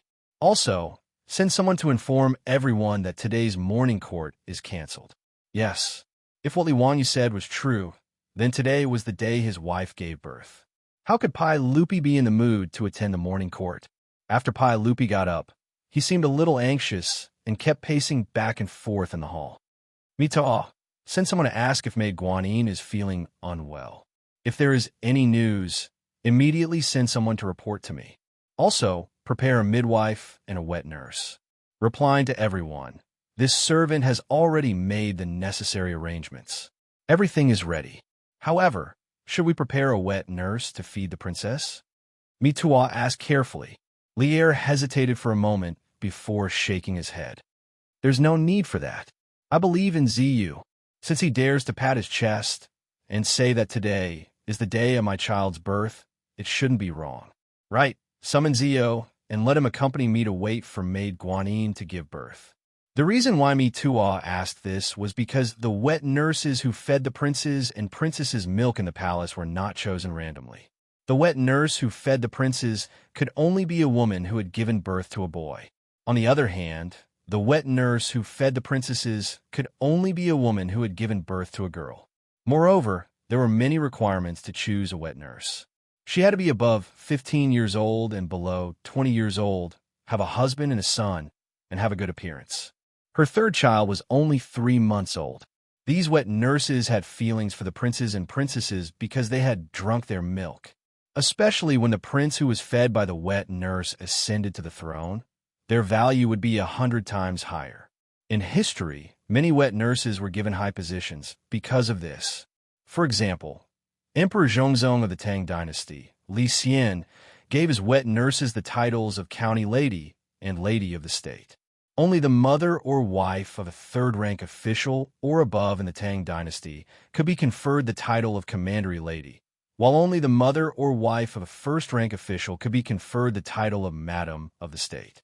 However, these nannies had to leave their husbands and children to enter the palace at such a young age. Many of them could not leave the palace for the rest of their lives. Since Pai Lupi said so, Mido did not try to persuade him any further. He went to summon Li Wanyu to the legislative hall. Li Wanyu was actually a little nervous as well. After all, he was not the only one who had made a huge bet. All the other high dukes had been dragged down by him. If anything were to happen to her, it would be hard for him to explain himself. Although Cheng Yaojin and the others said that since they had placed a bet, winning or losing was their own business and had nothing to do with Li Wanyu.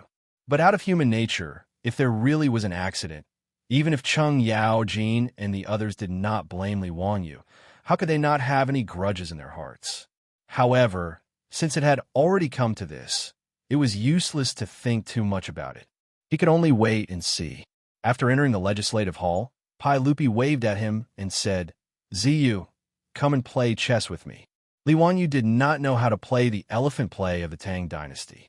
Even if it was the Chinese chess of later generations, he was just a bad chess player. "Uncle, I am not good at chess. Let's forget about it." "Then forget it. Mido, have someone bring tea." Pai Lupi was not in the mood to play chess. Although he had many children, the one he valued the most was the child born by his wife, Empress Zhang's son. Now that Zhang's son was about to give birth, he was no different from an ordinary father. He was equally nervous. Pai Lupi and Li Wanyu waited anxiously in the legislative hall. However, there was no news from Empress Zhangxuan's residence, which made them very anxious. The two sat until noon. Pai Lupi's face was full of doubts. He looked at Li Wanyu several times, wanting to say something. Li Wanyu naturally knew what Pai Lupi wanted to ask. He was also distressed. This damn Li Ji, how much longer are you going to stay in your mother's belly? He was even thinking, if Empress Zhang's son still did not show any signs of pregnancy at night, should he suggest to Pai Lupi that he should give his wife a cesarean section and cut out that little brat Li Ji? Li Wanyu was naturally just thinking about it. Empress Zhang's son was not having a difficult birth. If he suggested cutting open Empress Zhangxuan's belly just to win the bet, Pai Lupi would probably slap him to death. The two stared at each other speechlessly. Then, they heard the sound of hurried footsteps outside the hall. Everyone, Li Zheng Palace's chamberlain has come to report that the Empress's belly is in pain. The midwife has already rushed over and said that the Empress is about to give birth. Mituwa did not bother to greet Pai Lupi. He rushed in and reported while panting. Pai Lupi suddenly stood up. "Really? Good, quick, go to Li Zheng Palace again. Tell the midwife to be careful and ensure the safety of the mother and child. Tell all the chamberlains in Li Zheng Palace to serve them carefully. When is born, I will reward him heavily." "Yes." Mituwa immediately turned and ran out. Li Wanyu was also excited. It seemed that the historical records were correct. Li Ji was really born today. Wow, I'm rich. When he thought about how he could go to Yongyi gambling house and slap their faces after Li Ji was born, he felt really happy. Congratulations, uncle. Congratulations, uncle. You're going to be a father again." Li Wanyu did not forget to flatter Pai Lupi. "Zio, you're right. but I won't reward you. Ha. You won 50,000 taels of gold. I'm not as rich as you. Pai Lupi was in a good mood and even joked with Li Wanyu. In a good mood, Pai Lupi directly asked the chamberlain to send wine over. He and Li Wanyu drank in the hall and waited for the birth of their prince. Pai Lupi and Li Wanyu were not the only ones waiting for Emperor Xianxia to give birth. Today, all the nobles and commoners in Chang and were paying attention to the movements in Lijiang Palace.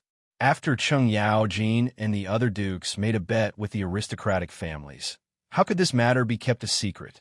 With so many people talking, in these few days, it had already spread like wildfire. That day, Wang Rinyu, in order to make Li Wanyu look bad, ordered people to go to the market and spread the news that Li Wanyu had bet a lot of money on the empress giving birth. The commoners of Chang, and were already talking about it. The commoners of Chang, and were very calm about County Count, whose bet on the empress giving birth. After all, they had been baptized by the construction of a polo field and the issuance of lottery tickets. The commoners of Chang, and were already used to County Count, whose squandering. The focus of their discussion was not on how County Count who was squandering, but whether or not he could win the bet. Unlike the aristocratic families, most of the commoners of Chang and believed that County Count who would definitely win. The aristocratic families studied the ways of Confucius and Mencius, and what they learned was Confucius does not speak of strange forces and chaotic gods. They did not believe the rumors on the streets, nor did they believe that Li Wanyu had used magic to revive a dead pregnant woman. They did not believe it, but the commoners of Chang'an did. Since County Count, who could even revive a dead pregnant woman, what was so strange about him being able to determine whether the empress would give birth to a boy or a girl? And after Cheng Yaojin and the other Grand Dukes went to the gambling houses to place their bets, the secret was no longer a secret. Almost half of the commoners of Chang and now knew that County Count, who Li Wanyu had determined that the empress would give birth to a prince today. Thus, countless commoners flocked to the gambling houses of Chang and wanted to place their bets. Unfortunately, ever since the banquet at the Zheng family's mansion in Xingyang, the aristocratic families were all shocked and doubtful. All the gambling houses had canceled their bets on whether the empress would give birth to a boy or a girl. This made the commoners of Chang very regretful. In the legislative hall, Li Wanyu and Pai Lupi were drinking grape wine, waiting for the good news from Lijian Hall. The two of them slowly took small sips, very satisfied and in a good mood. Everyone, the empress has given birth. Mi Tuo stumbled in from outside the hall, his expression somewhat ugly. Good. Let's go to Lijian Hall. I want to see my child. Pai Lupi threw down his wine cup, laughing as he stood up. But Mi Tuo's next sentence made Li Wanyu feel as if he had been struck by lightning, and his body stiffened. Everyone, the empress has given birth to a prince-princess. Chapter 434. Li Wanyu rushed over to Mi Tuo and grabbed him by the collar, spitting saliva onto Mi Tuo's face. What did you say? Say it again. What did Her Highness the Empress give birth to? County Count who? Her Highness the Empress gave birth to a princess. Mi Tuo's complexion was also very unsightly. When he heard this news, he was also bewildered. After repeatedly questioning the eunuchs who had come to deliver the news, he had no choice but to accept this reality. Mi Tuo could understand Li Wanyu's loss of self-control. No matter who lost 10,000 taels of gold, their performance would not be better than Li Wanyu's. As for Li Wanyu, he was completely confused. Princess? Female? What the F***CK is going on? Who am I? Where am I? What am I doing? Where is the future Emperor Gaozong of Tang, Li Ji? Where did Li Ji go? How could Emperor Zhangsun give birth to a girl? Could it be that his actions had fanned the wings of history, causing Li Ji to disappear? A series of question marks had already filled Li Wanyu's mind, causing him to go crazy.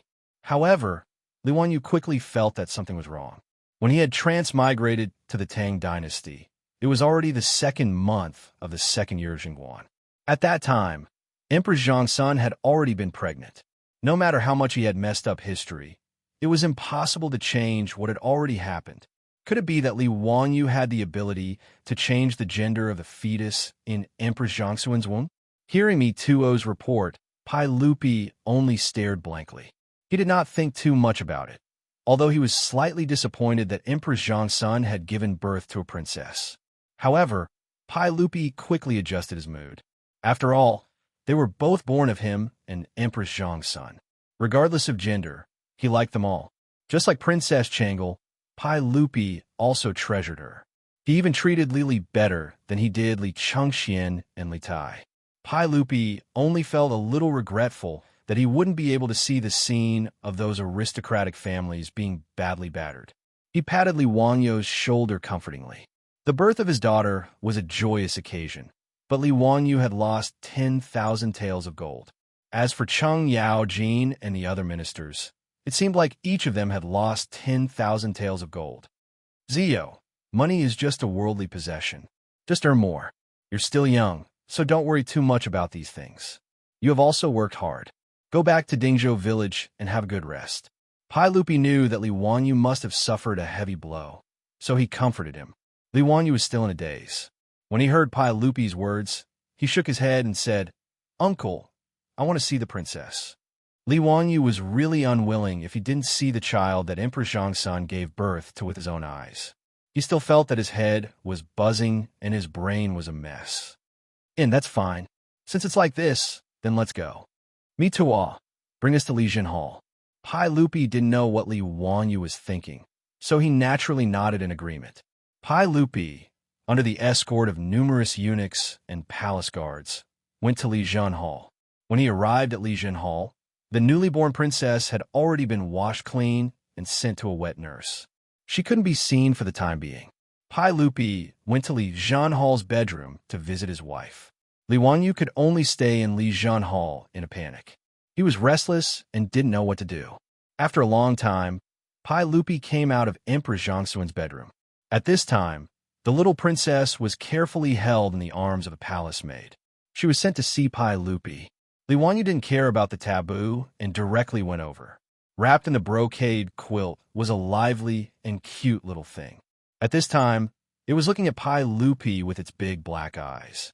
Pai Lupi immediately liked this little guy. He couldn't help but reach out his thick fingers and play with the baby in the swaddling clothes. Li Wanyu couldn't help but say, "Uncle, are you not going to see if this is a prince or a princess?" Pai Lupi glared at him with dissatisfaction, but he still reached out and opened the brocade quilt that wrapped the baby. He glanced at the baby's lower body and asked the palace maid to wrap the baby up again. "How is it? Uncle, is this a prince? Did the midwife see wrongly?" "Zio," Pai Lupi couldn't help but scold. "Don't mess around. This is my little princess. It can't be wrong." After being scolded by Pai Lupi, Li Wanyu could only helplessly accept this reality. Even though he still couldn't understand what had happened in this damned history, tidying up his incomparably depressed mood, Li Wanyu squeezed out a smile. "Yes, uncle, I was rash." He also reached out to play with the baby in the palace maid's arms. "Uncle, this child is so cute. It's a pity that the name Li Ji can't be used. Uncle needs to give the little princess another name." "Haha, yes, it's a pity. Li Ji really is a good name." As the two spoke, an eunuch came to inform them that His Highness the Crown Prince, His Highness the King of Yu, and the eldest princess had come to see his little sister. "Quickly call them in." Pai Lupi naturally smiled and nodded. He had the eunuch call his son and daughter in. Even in the imperial family, having more children was a joyous occasion. After the three little ones came in and saw that Li Wanyu was also present, they all obediently bowed to Pai Lupi first and then to their teacher. "Chengxian, Qingke, Changle, quickly come and see your little sister." "Father, is this a little sister?" "I'm also an older sister." "Father, little sister is so small." Princess Changle reached out to hold the baby's small hand, smiling tenderly. Pai Lupi smiled and rubbed Princess Changle's head. "That's right, this is Changle's little sister. In the future, Changle must treat little sister well. Don't bully her." "I won't bully little sister. In the future, I'll give my ice cream to little sister to eat." Li Chengxian had the appearance of a little adult. "Father, when little sister grows up, I will protect her. Li Tai, the little fatty, hesitated for a long time. With a very reluctant appearance, he said, when little sister grows up, I will give her the abacus that my teacher gave me. Li Tai's words finally amused Li Wanyu. Within the grand hall, Pai Lupi and his children appeared to be a happy family, very harmonious and joyous. Li Wanyu smiled bitterly in his heart. Now that things had come to this, he could only face this cruel reality. He prepared to return to Dingzhou village as soon as possible to lick his wounds and seek the comfort of his beautiful superior. Just as Li Wanyu was about to say his goodbyes, he suddenly felt that something was wrong. Raising his eyes, he carefully examined Pai Lupi, the three little ones, and the infant in the arms of a palace maid. Wait, this shouldn't be the case. Could it be? A thought flashed through Li Wanyu's mind, causing him to jump in fright. He turned his head and began to search all around the grand hall. Finally, in a corner of the grand hall, he saw a familiar figure. Li Wanyu hurriedly walked over. Do you still remember me? The person he greeted was a palace maid who served Emperor Xianxia in the main hall of Li Palace. This palace maid was the acquaintance whom Emperor Xianxia had instructed to lead him to the flower garden to find Princess Changle. That day, this palace maid had innocently been beaten up by the vicious Xianxia. Li Wanyu had not forgotten her. Seeing that Li Wanyu was speaking to her, the palace maid hurriedly smiled and curtsied to Li Wanyu. This servant greets the County Earl of Wuxia. Greetings to the County Earl of Wuxia. It's good that you still remember me. Come, I have something to ask you. Li Wanyu lowered his voice, moving close to the palace maid's ear and softly whispering a few words. His manly breath brushed against the palace maid's ear, causing her face to flush red. After hearing Li Wanyu's question, the palace maid tilted her head and frowned in thought for a long time. In the end, she shook her head. This servant does not remember clearly. Normally, I do not pay attention. Then is it convenient for you to go take a look for me now? Yes, this servant will go immediately. Finished speaking, the palace maid lifted her skirt with both hands and trotted towards the inner chambers of the palace. Chapter 435. As Li Wanyu waited anxiously, it didn't take long for the little palace maid to trot back from the inner palace. How was it? Li Wanyu hurriedly asked. The young palace maid's face was flushed from running. After taking deep breaths and calming her breathing, she nodded at Li Wanyu and whispered something into his ear. Li Wanyu's expression suddenly changed. He clenched his fists so tightly that the veins on the back of his hands bulged. His expression became ferocious.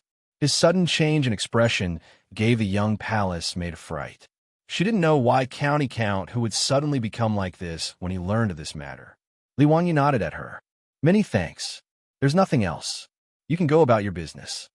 After he finished speaking, he turned and strode toward Pai Lupi, leaving the young palace maid behind him at a loss for what to do.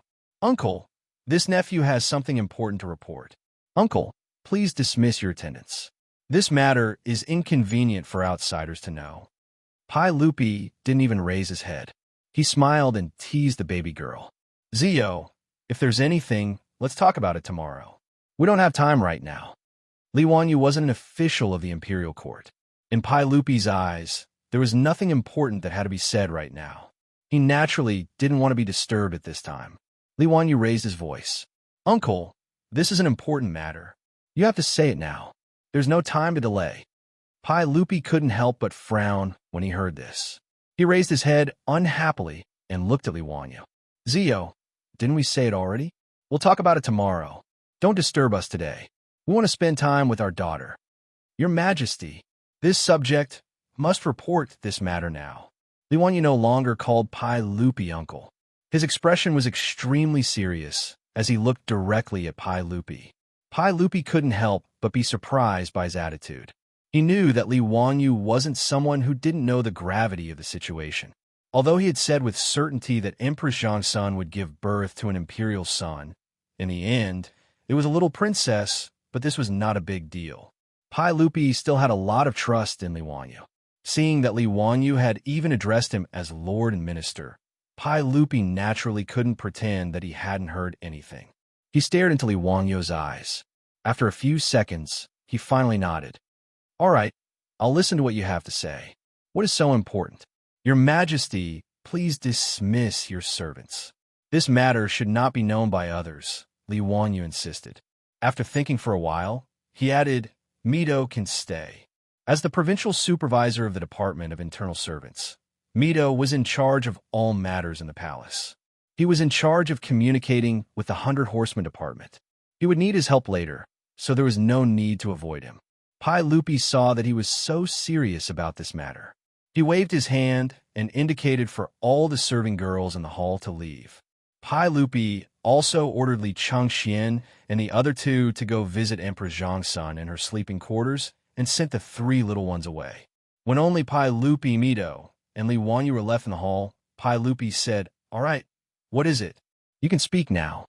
Li Wanyu looked left and right. After confirming that no one was eavesdropping, he lowered his voice and said something only the 3 of them could hear. His voice was very soft, but in Pai Lupi and Mito's ears, it was like a clap of thunder. It shocked the 2 of them. Uncle, that baby girl is not your biological child. Li Wanyu's words were too shocking. Pai Lupi couldn't help but reach out and dig at his ears, wondering if he was hearing things. What did you say, Zio? Say it again. Uncle, you didn't hear wrong. I said that baby girl is not Uncle's biological child. Li Wanyu's voice was very soft, but his tone was very firm. Mi Tuo, who was standing at the side, was completely stunned. Could it be that the county magistrate had lost his mind because of the shock of losing gold today? How could he say such a thing? The Empress's child was not the Emperor's biological child? Was county magistrate, who's slandering the Empress for being unchaste? How could he dare to slander the Empress like this? Pai Lupi also became furious. He pointed at Li Wanyu and said angrily, Li Wanyu, do you know what you are saying? You dare to slander the Guanyin maidservant. Zhen will execute your entire family. Li Wanyu was also stunned. What did Pai Lupi mean by such a big reaction? How did he slander Empress Xianxia? Seeing Mito's expression that looked like he had seen a ghost, Li Wanyu suddenly realized that he hadn't said it clearly and had caused Pai Lupi to misunderstand his meaning. His words didn't mean that Empress Xianxia was cheating on him. Uncle, you misunderstood your nephew's meaning. What I meant was that the baby girl was not born of you and Aunt. She is a fake. Someone harbored evil intentions and used this baby girl to replace the prince that Aunt gave birth to. Li Wanyu quickly explained. Pai Lupi's anger dissipated a bit when he heard this, but he didn't believe Li Wanyu at all. Li Wanyu, don't speak nonsense. All right, Zhen knows that you're tired today. Go back to the palace. Mito, send County Count Huxian out of the palace. Pai Lupi didn't want to continue talking to Li Wanyu. This fellow's words were becoming more and more outrageous. He even dared to say that his daughter that was just born wasn't born of him and Empress Xianxia, but was replaced by someone else. It was simply a load of nonsense. How could such a thing happen in Taiji Palace under the watchful eyes of so many people? If it was someone else who dared to say this, Pai Lupi would definitely let that person know what it meant to not offend a monarch's prestige. He would definitely beat that person to death. However, Pai Lupi thought the same as Mito. He thought that it was because Li Wanyu lost the bet and was too shocked. Therefore, Pai Lupi didn't want to punish Li Wanyu for speaking nonsense. He only told Mito to kick Li Wanyu out of Taiji Palace. After Pai Lupi finished speaking, he flung his robe and prepared to leave. Li Wanyu dodged Mito's block and rushed in front of Pai Lupi, opening his arms to block him. Uncle, this nephew isn't joking. I have proof. Proof? Pai Lupi was surprised when he heard this. What proof? Li Wanyu quickly pointed at his eyelids. Eyelids? Uncle, eyelids? What eyelids? Explain clearly to Zhen. Pai Lupi was confused by his words. How could eyelids be used as proof? Uncle, do you know that some people have single eyelids and some people have double eyelids? The so-called single eyelids and double eyelids were single eyelids and double eyelids. Most Han people had single eyelids. Whether it was the terracotta soldiers or court ladies, they all had single eyelids. It wasn't until the beginning of the Tang dynasty that, due to the fusion of ethnic bloodlines, large amounts of double eyelids appeared. Li Wanyu went to find the little palace maid to ask if Emperor Zhongsun had single eyelids or double eyelids. Although he had seen Emperor Zhongsun several times, how could he pay attention to whether Emperor Zhongsun had single eyelids or double eyelids? He just vaguely felt that Emperor Zhongsun seemed to have single eyelids. The little palace maid naturally didn't know. Li Wanyu asked her to go to the bedroom and help him see if Emperor Zhongsun had single eyelids or double eyelids. When the little palace maid came back and told Li Wanyu with certainty that Empress Zhongsun had single eyelids, he suddenly woke up and discovered this shocking secret. The baby girl wasn't born of Pai Lupi and Empress Zhongsun. This discovery caused Li Wanyu to shudder with fear, and he finally understood why Li Ji had vanished. Pai Lupi nodded to Li Wanyu's question. Zhen naturally knows that some people have double eyelids. It's not strange. Although there weren't many people with double eyelids in the Tang dynasty, it wasn't uncommon. Li Wanyu glanced at Pai Lupi's eyes. Uncle, you have single eyelids? Yes, so what? Cheng Xian, Qin Ke, and Changel also have single eyelids, Li Wanyu continued. Pai Lupi was already somewhat impatient. What are you trying to say? I just asked the palace maid to check on Aunt. She also has single eyelids. Enough, are you done? Pai Lupi didn't want to listen to his nonsense anymore. Uncle, that baby girl has double eyelids. Chapter 436. Li Wanyu's words confused Pai Lupi and Mito. So what if the little princess had double eyelids?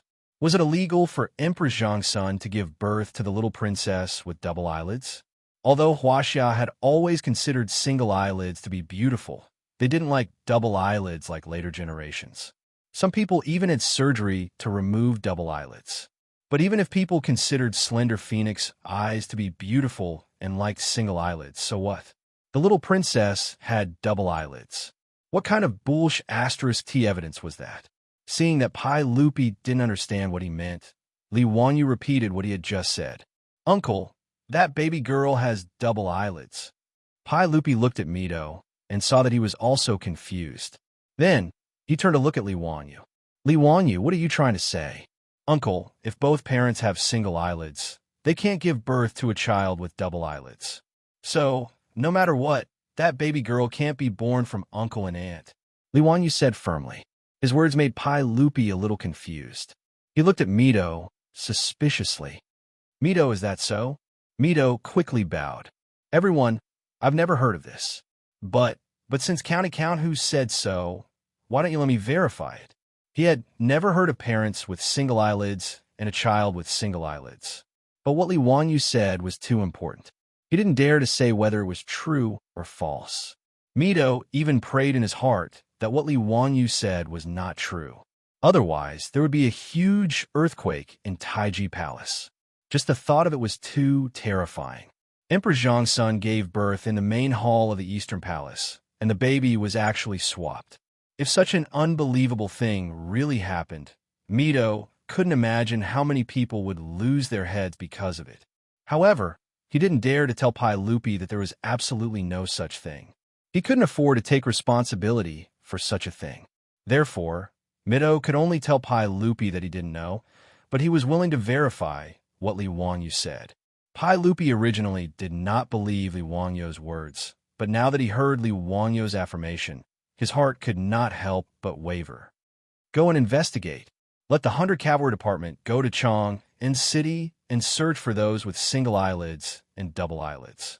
Find out if their children have single eyelids or double eyelids and immediately verify the truth of Li Wanyu's words. Since he had doubts in his heart, Pai Lupi naturally couldn't ignore it. Yes, Mito received the order and hurriedly ran out of the hall to convey Pai Lupi's instructions to the 100 Horsemen Department. After Mito left, Pai Lupi looked at Li Wanyu again. After a long time, he sighed. Zio, if what you said is true, then it's too scary. This kind of thing can also happen in my Taiji Palace. Li Wanyu was also silent. He still couldn't believe that this kind of thing could really happen. A leopard cat swapping the crown prince. He originally thought that this kind of thing was just a literary story in the novel The 3 Heroes and 5 Gallants. He didn't expect this kind of thing to actually happen in Taiji Palace. Li Wanyu even felt a chill run down his spine. Who exactly was so audacious? If he didn't know in advance that Empress Xianxuan's child was the future crown prince, Emperor Gaozong of Tang, Li Ji, he probably wouldn't have thought that Empress Xianxuan's child would be swapped with a baby girl. In the era, without paternity testing, perhaps no one would know the truth of the matter. Even Li Wanyu himself, if he didn't accidentally discover that the baby girl had double eyelids at this time, he would have thought that there was a problem somewhere in history. He definitely wouldn't have thought that Li Ji had been swapped. The reason why Li Wanyu knew that parents with single eyelids was because they couldn't have children with double eyelids was also a coincidence. When he was working in his previous life, he once had a colleague's wife who gave birth to a child. He and a group of colleagues went to visit. After everyone congratulated the colleague who was the father, in the midst of the hubbub, a colleague suddenly joked, "The two of you have single eyelids, but the child you gave birth to has double eyelids. It's much prettier than the two of you." The person who said this didn't mean it, but the listener did. For some reason, the child's father became suspicious and ran to do a paternity test. The result was self-evident. The child wasn't related to him by blood. His wife had an affair with another man. This matter caused an uproar in Li Wanyu's unit, so the couple naturally divorced. Li Wanyu also remembered that parents with single eyelids couldn't have children with double eyelids. He also specially went online to search and found out that single eyelids were recessive genes, while double eyelids were dominant genes. In a situation where both parents had recessive genes, it was impossible for the child to have a dominant gene. Thus, when he accidentally noticed that Pai Lupi and the three little ones all had single eyelids, while the baby girl had double eyelids, this matter immediately appeared in his mind. In addition, Li Wanyu was suspicious of Li Ji's disappearance, so he asked the palace maid to check Empress Xianxuan's eyelids. This confirmed the chilling truth that Li Ji had been swapped out by someone else. It was a baby girl. Li Wanyu then remembered that Li Ji's whereabouts were unknown, so he hurriedly said to Pai Lupi, "Uncle, you have to trust this nephew. Please immediately have people seal the palace and prohibit anyone from leaving Taiji Palace.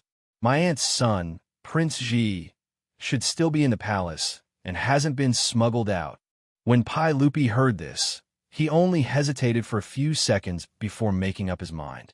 It was better to believe that this matter was true than not. Even if it was proven that Li Wanyu's words were wrong, it would at most be a false alarm. However, if the 100 Cavalry Department confirmed Li Wanyu's words, then it would be too frightening. "Come, pass down my orders. Close all the palace doors and seal the palace. No one is allowed to enter or leave the palace without my orders. In addition, all the servants in the palace are to return to their respective palaces and await my orders." Pai Lupi loudly called out to the head of the palace guards outside the hall. Yes, immediately, a guard accepted the order and ran to pass it down. The officials on duty in the imperial city were shocked to find that the palace doors of Taiji Palace had been closed ahead of time. Taiji Palace had a total of 10 palace doors in the 4 directions of north, south, east, and west. Originally, these palace doors were the same as the city gates of Chang'an. They opened with the beating of the morning drum and closed with the beating of the evening drum. However, it was still early in the morning, so why were the palace doors closed? The officials couldn't help but discuss. Some even thought that today was the day that the empress would give birth. Could it be that something had happened to the empress? The officials didn't know what was going on. Even Feng Xianling, Du Hui, and Zhangsun Wuji were also confused. They didn't know what had happened in the palace. As the emperor's uncle, Zhangsun Wuji was worried about his sister's safety and wanted to enter the palace to visit Empress Zhangsun. He went to Shuntian Gate and handed over his waist token, but he was rejected by the guards at the palace doors and was forbidden from entering. This had never happened before. Even he was not allowed to enter the palace, which made Zhangsun Wuji even more anxious. He was afraid that something had happened to his sister. After all, in this era, when a woman gave birth, even if she was as noble as Empress Zhangsun, it was still dangerous. The palace doors of Taiji Palace suddenly closed without any warning, causing an undercurrent to surge in Chang and city. Chapter 437. In the main hall, Pai Lupi also started to get nervous. He paced back and forth restlessly, calling the servants to ask if Mi Tuo had returned. Li Wanyu sat on the side, pondering how Li Ji had been replaced. He suddenly thought of something and scolded himself for being an idiot. Li Wanyu hurriedly got up and walked to Pai Lupi's side. He said in a low voice, "Uncle, we overlooked something. If Prince Ziji was replaced, it definitely has something to do with the midwife and the palace maids who were serving in the main hall when Aunt gave birth. Uncle, please immediately order people to arrest the midwife and the palace maids." Pai Lupi heard this and immediately reacted. If the 100 Cavalry Department really confirmed what Li Wanyu said, then it naturally had something to do with the midwife and the palace maids. He immediately ordered people to arrest the midwife who delivered Emperor Xianxia and the palace maids who were in the main hall. At this time, Pai Lupi also panicked. It was better to kill the wrong person than to let them go. More than 2 hours later, Mi Tuo rushed back and knelt down in front of Pai Lupi. He didn't even have time to wipe the sweat off his body. Reporting to everyone, the 100 Cavalry Department has reported they are already in Chang and City. According to County Uncle Hu's instructions, they are cooperating with the various workshops. They have already found 147 families to verify. Both of these couples have single eyelids, and all of their children are... Were they all? Don't stutter when you speak. Speak. Mi Tuo heavily knocked his head on the floor of the hall. 147 families have 314 children. They all have single eyelids. Other than one child who has double eyelids, there are no exceptions. What? Pai Lupi and Li Wanyu both exclaimed. Pai Lupi felt that this ratio was very high, but Li Wanyu was surprised that there was an exception. Pai Lupi was surprised, but he immediately reacted. Since there was an exception, it meant that what Li Wanyu said was not an ironclad rule. Even if he and Empress Xianxia both had single eyelids, it was still possible for them to have children with double eyelids. Zio, what else do you have to say? Even if both parents had single eyelids, they could still give birth to children with double eyelids. Although the probability is small, it's not impossible. Pai Lupi's words made Li Wanyu frown. He didn't know what went wrong. Could it be a genetic mutation? However, Mito hesitated and said to Pai Lupi, "Everyone, there is something else behind this." Pai Lupi was puzzled. The 100 Horsemen Division reported that because they only found this child with double eyelids, they were afraid that there was a problem, so they interrogated the family. The madam's maidservant was so scared that she revealed the truth when questioned by the 100 Horsemen Department. Because the Langjun of that mansion was away doing business all year round, his wife could not bear the loneliness and had an affair with another man. Therefore, the child with double eyelids might not have been born by that couple. Pai Lupi was stunned. Is there such a thing? Are you sure? There should be no mistake. After the Langjun learned about this, he took his wife to the Chang and county government and said that he would sue his wife for adultery. In addition, the 100 Horsemen Division also saw the child with double eyelids, but he looked different from the Langjun. He should not be the Langjun's biological child. Now the 100 Horsemen Division is still investigating in Chang'an. If there is any other situation, I will report it immediately. Mito answered honestly. The 100 Horsemen Division's reply made Pai Lupi's heart sink to the bottom. In that case, what Li Wanyu said was the truth. He and Emperor Xianxia both had single eyelids, so it was impossible for them to give birth to a child with double eyelids. Pai Lupi wanted to kill someone at this moment. The dignified emperor of the Tang dynasty was actually played in the palm of someone else's hand. If Li Wanyu did not discover the clues, then wouldn't he really be the #1 fool in the world? His own prince had been stolen, but he had raised a fake as his own daughter. If this news were to spread out, Helier would have no place to put his old face. Pai Lupi was so angry that he pulled out the sword at his waist and fiercely slashed it on a few tables in the hall. He used so much force that the wide table was cut into 2 halves. He turned his head to look at Mito with a murderous look. Mito, immediately interrogate that midwife and the palace maid who was in Lijing Hall. You must find the prince and bring him back. If you can't find the prince, I will skin you alive. He did not have time to find out who the mastermind was. The most important thing now was to find his own son. Yes, Mito also knew that this was a serious matter and did not dare to talk nonsense. He turned his head and rushed out of the hall again. Zio, who do you think would be so daring? If I find out who is plotting against my prince, I will exterminate their entire family. Li Wangyu smiled bitterly. Uncle, I am not speaking nonsense. I am afraid that even Uncle can't do anything to the mastermind behind this.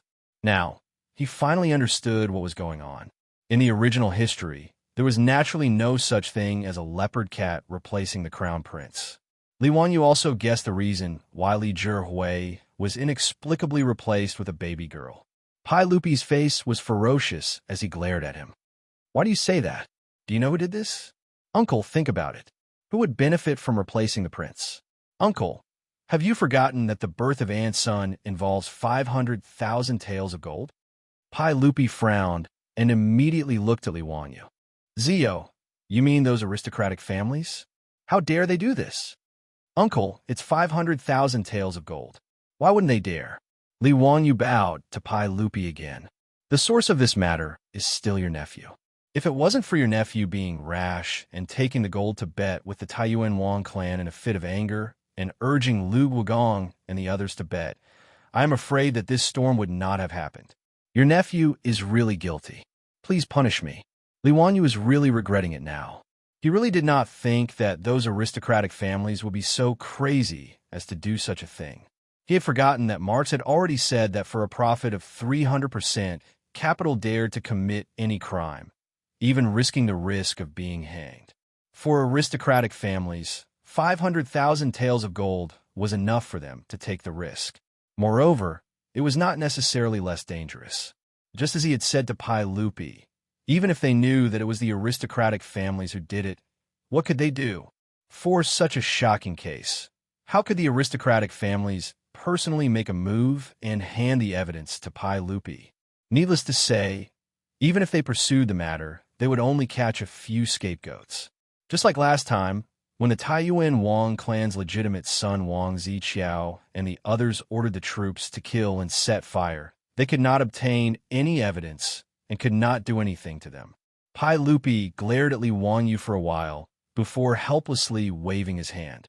This matter has nothing to do with you. I will not take my anger out on you.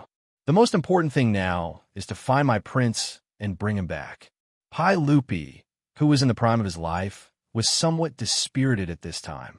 In an instant, Li Wangyu felt that he had aged a few years. Li Wangyu was right. Even if he knew that the mastermind behind the scenes was an aristocratic family, what could he do? Without any evidence, he, Pai Lupi, could not do anything to these aristocratic families. Uncle, the heavens help the prince. I think that with me 2O's thunderous methods, the midwife will definitely tell the truth. The prince should still be in Taiji Palace and has not been sent out of the palace. Li Wangyu comforted. I hope so. While the two were talking, they saw Mi Tuo return with an ugly expression. How was it? Did the midwife say anything? Pai Lupi immediately asked. Mi Tuo knelt down and kowtowed. He did not dare to look up at Pai Lupi. Replying to everyone, when this servant went to the room where the imperial guards were holding the midwife had already hanged herself in the room. She was no longer alive. With a clang, the sword in Pai Lupi's hand fell to the ground, making a soft sound. Chapter 438. When Li Wangyu heard this, he felt a chill in his heart. That midwife actually hanged herself? This was clearly because after being captured by the palace guards, she knew that the matter was exposed and committed suicide to escape punishment. But the midwife's death made Li Wangyu feel a chill in his bones. This woman would rather commit suicide than hand over Li Ji in exchange for a chance of survival. Could it be that Li Ji was already killed by her? Pai Lupi calmed his mind and asked with a trembling voice, "What about those palace maids?" Mi Tuo immediately replied, "When Her Highness gave birth, she stayed in Li Main Hall. There were 12 palace maids serving Her Highness. Now, there are no problems with these palace maids. I have already asked the 100 Cavalry Department to take over and interrogate them to find out the prince's whereabouts. Then go quickly. You must make them speak and tell us where my prince is." Pai Lupi roared. "Yes." Mi Tuo heavily knocked his head on the floor and then retreated. As the provincial supervisor of the Internal Servants Department, Mi Tuo actually had a lot of responsibility for such an unbelievable thing happening in Limain Hall. It was only because Pai Lupi trusted him that he did not pursue his responsibility for the time being. If they could not find Li Ji, or if Li Ji was killed by the midwife and palace maids, then Mi Tuo's fate would not be any better.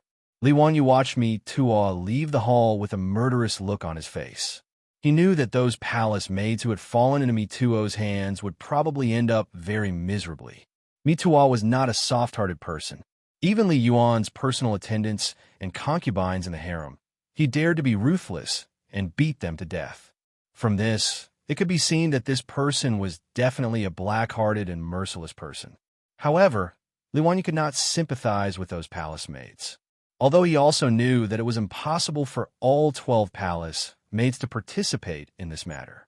No matter how powerful the aristocratic families were, they could not bribe so many palace maids by Empress Xianxia's side at the same time. Moreover, there were too many people and too many mouths. In this kind of matter that could cost one's head, other than the midwife, at most 1 or 2 people participated in it. The other palace maids were most likely innocent, but in this kind of situation, how could they identify them one by one? Now, they could only wait for Mi Tuo's thunderous methods. 2 hours passed, and the sky gradually darkened. The evening drum of Chang and city sounded, and bright candles were lit in the main hall. Just as Pai Lupi and Li Wanyu were waiting anxiously, Mito finally came back, but his face was full of worry. As soon as he entered the hall, Mito knelt down in front of Pai Lupi and presented him with a stack of bloody papers. Reporting to everyone, this is the testimony of the 12 palace maids. All of the palace maids and servants had already been interrogated by the experienced criminals of the 100 Cavalry Department. However, these 12 people were adamant that there was no such thing as swapping babies. Moreover, they could both testify to each other that after the Empress gave birth to the baby, the midwife washed the baby and carried it out of the palace. During this time, the baby never left their sight. This servant had people interrogate them severely and used all kinds of torture methods. These palace maids have already fainted several times, but they still gave the same confession. This servant is incompetent. Please punish me. When Pai Lupi heard Mi Tuo's reply, he was so angry that his face turned black. He lifted his foot and kicked Mi Tuo's shoulder. Mi Tuo, who was kneeling on the ground, was kicked 5 or 6 meters away. The confessions in his hands were scattered all over the ground. Mi Tuo's head hit the pillar of the main hall heavily. After a muffled thud, blood immediately flowed out from his forehead. He did not dare to wipe it. Ignoring the pain in his body, he knelt on the ground for a few steps and then lay down in front of Pai Lupi's feet. He did not dare to make a sound. Beat them hard for me. Beat them until these be *cheese confess. I don't believe it. They're not afraid of death. Pai Lupi became furious, and his face began to twist. Li Wanyu was silent. He bent down and reached out to pick up the confessions scattered on the floor and read them one by one. Just as Mi Tuo said, the confessions of these palace maids were almost the same. This was simply impossible, unless these 12 palace maids all gave false testimony and colluded with each other to confess. But this kind of thing was impossible, so there must be something hidden. Li Wanyu had never figured out how the midwife who delivered the baby for Empress Xianxia brought the baby girl into the bedroom of Li Main Hall, and how she replaced Li Ji without letting a newborn baby cry and attract the attention of others. When Empress Xianxia gave birth, there were nearly 100 eunuchs and palace maids inside and outside Li Main Hall, serving the Empress of the Tang dynasty in the hall. Combined with the confessions of these palace maids in the bedroom, Li Wanyu was even more confused. To avoid the attention of so many people and secretly switch the baby, this was simply too inconceivable. Could it be that these people knew how to perform magic? Magic? A bolt of lightning flashed through Li Wanyu's mind. It was magic. Since ancient times, there had been ancient magic tricks in Wuxia. Those magicians wore long robes and could produce huge fish tanks, porcelain bowls, flower vases, braziers, and other props out of thin air. It was very magical. This kind of ability to hide things on one's body Even the Western magicians of later generations did not know the mystery. Could it be that among the dead midwife or palace maids, there was someone who knew this ancient magic trick? Hiding the baby girl on one's body and replacing Li Ji in front of everyone's eyes? Li Wanyu thought about it and realized that there was indeed such a possibility. However, Li Wanyu couldn't figure out how to make the baby stay quiet and not cry. Could it be that he had drugged the baby? Li Wanyu planned to ask Sun Simiao if there was any medicine that could make the baby stop crying after taking it. At this time, Pai Lupi had already scolded Mi Tuo and was unable to restrain his anger, asking Mi Tuo to continue torturing those palace maids. "Uncle, wait. I want the 100 Horsemen Department to investigate the background of that midwife and the 12 palace maids. When did they enter the palace? Before entering the palace, what did their families do for a living? Did any of them know how to play 100 different kinds of opera?" The Sanlu he mentioned was the name for magic tricks and acrobatics during the Sui and Tang dynasties. It was also called by Shi. Pai Lupi breathed heavily and tried to calm his anger. He asked, "Zio, why do you want to investigate this? What's the use of it?" "Uncle, this is what I'm thinking." Li Wanyu told him his guess. Investigating whether these palace maids knew ancient magic tricks was the only way he could think of. After hearing his words, Pai Lupi immediately glared at Mi Tuo. "Did you hear what Huxing County Count said? Useless dog. Why aren't you going to investigate?" "Yes, I will personally go to the Yetting Bureau to investigate." Mi Tuo did not dare to say more. He scrambled out of the hall, but before he left, he gave Li Wanyu a grateful look. If he could find some useful clues and rescue Prince Ziji, then Li Wanyu really saved his life. How can Mi Tuo not be grateful? Li Wanyu's conjecture was also a Hail Mary effort. Unexpectedly, an hour later, Mi Tuo came back with good news. Chapter 439. The Yetting Bureau was an organization used by the Tang dynasty to manage the palace maids. The information of all the palace maids was managed by the Yetting Bureau. If Mi Tuo wanted to check the information of the 12 palace maids, he needed to go to the Yetting Bureau. Originally, he just wanted to give it a try, but he didn't expect that he really found the information that Li Wanyu needed from it. Mi Tuo let the servants carry the names of the 12 palace maids and ran back to the Limain Hall. Replying to everyone, this servant found it. Pai Lupi quickly asked, "What did you find? Quickly tell me."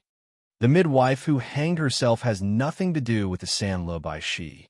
Whether it was her or her family, no one knew the Sanlu by Shi. Most of the 12 palace maids entered the palace during the Wuda period. There is nothing special about them. But this servant thinks that 2 of them should know the Sanlu by Shi."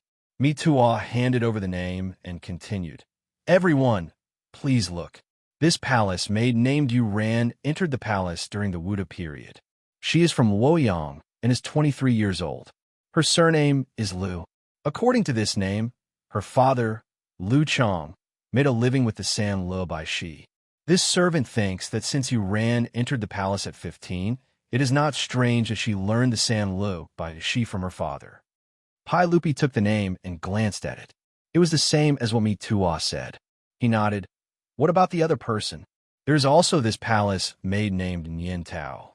She was also selected during the Wuda period. No one in her family made a living with the Sanlu by Shi, but before she was transferred to the East Palace, she was sent to the Taichung Temple's Tai Lu by Shi. This servant thinks that it is possible that she knows the Sanlu by Shi." Li Wanyu did not understand and looked at Mi Tuo in confusion. Why was it possible to learn magic in Taichung Temple? Mi Tuo saw that he did not understand and quickly explained, "Huxian Bo, the Taichung Temple's Tai Lu by Shi, in addition to teaching musical instruments and dancing, also teaches the Sanlu by Shi." When he said this, Li Wanyu immediately understood. If the information of the palace maids in Yetting Bureau was correct, then the 2 palace maids named Yu Ran and Nian Tao were indeed suspected of committing a crime. "Go, get someone to torture these 2 lowly servants. We must pry open their mouths and find out where my prince is." Pai Lupi didn't care about the life and death of these palace maids. He only cared about the whereabouts of his son. From the time Emperor Xianxia gave birth until now, it had already been 4 to 5 hours. Night had already fallen, and the sky was getting darker. Pai Lupi was burning with anxiety. He was furious at the thought of his son's unknown fate. Yes. Mito lowered his head and replied, but his feet did not move. What are you waiting for? Yuda, what are you waiting for? Pai Lupi saw that he still hadn't left. He couldn't help but glare at him and was about to scold him again. Mituo looked embarrassed and explained hesitantly, replying to everyone, this servant is worried that those two palace maids will not survive if they continue to fight. This servant is afraid that if they are killed, there will be no clues about the prince. He wasn't speaking nonsense. Those delicate palace maids, how could they withstand the torture of the 100 Cavalry Department and the ruthless interrogation veterans? When he came to the Limain Hall to report to Lier, most of the 12 palace maids were already on the verge of death from torture. If they continued to be interrogated by torture, they would probably die in a short period of time. If they were killed, where would Mi Tuo go to find the prince? In Noda's Taiji Palace, where could one not hide? Not to mention such a small baby. Ever since he confirmed that his son had been switched, Pai Lupi had ordered the palace guards to search the palace, but they still found nothing. It was already late, but the vast Taiji Palace was filled with imperial guards holding torches as they searched for the crown prince. Pai Lupi heard Mi Tuo say this, and his face couldn't help but twitch. He knew that Mi Tuo shouldn't be talking nonsense. If he didn't continue to torture these two people, he wouldn't know where to find his son. But if he continued to torture and beat these two palace maids to death, there would be no clues, and he wouldn't be able to find his son. In a dilemma, Pai Lupi was also a little embarrassed, and his face became more and more ugly. Li Wanyu was also secretly anxious at the side. He kept recalling the detective movies he had watched in his mind, trying to find a way to break out of this situation. In Li Wanyu's mind, these two palace maids called Nian Tao and Yu Ran were likely to be accomplices. First of all, these two people knew magic and could cover each other. Second of all, they had entered the palace in the 3rd year of Wuda. They should have received palace training together, learning the palace etiquette and so on. It was very likely that they had known each other for a long time and had a close relationship. However, since Yueran and Yin Tao didn't commit suicide like the midwife after being controlled by the palace guards, it meant that they didn't want to die. They were still hoping for a fluke, trying to muddle through and find a chance to live. But how to pry open the mouths of these two suspects was a difficult problem. Even the veteran criminal of the 100 Cavalry Department couldn't succeed in making them confess after torture.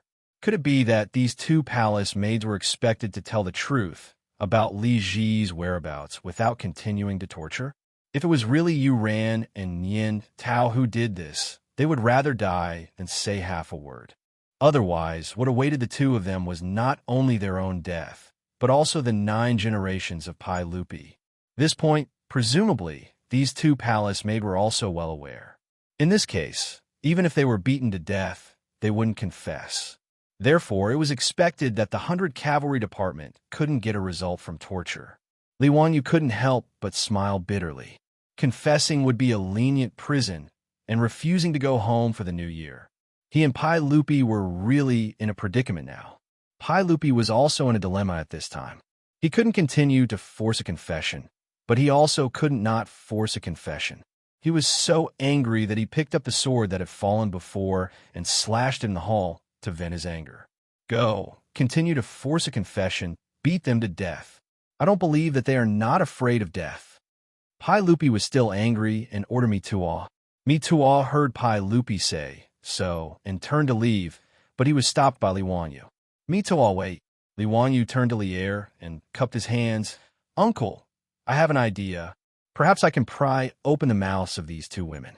However, I need Uncle to give me an imperial edict and pardon one of them for their crimes, letting bygones be bygones.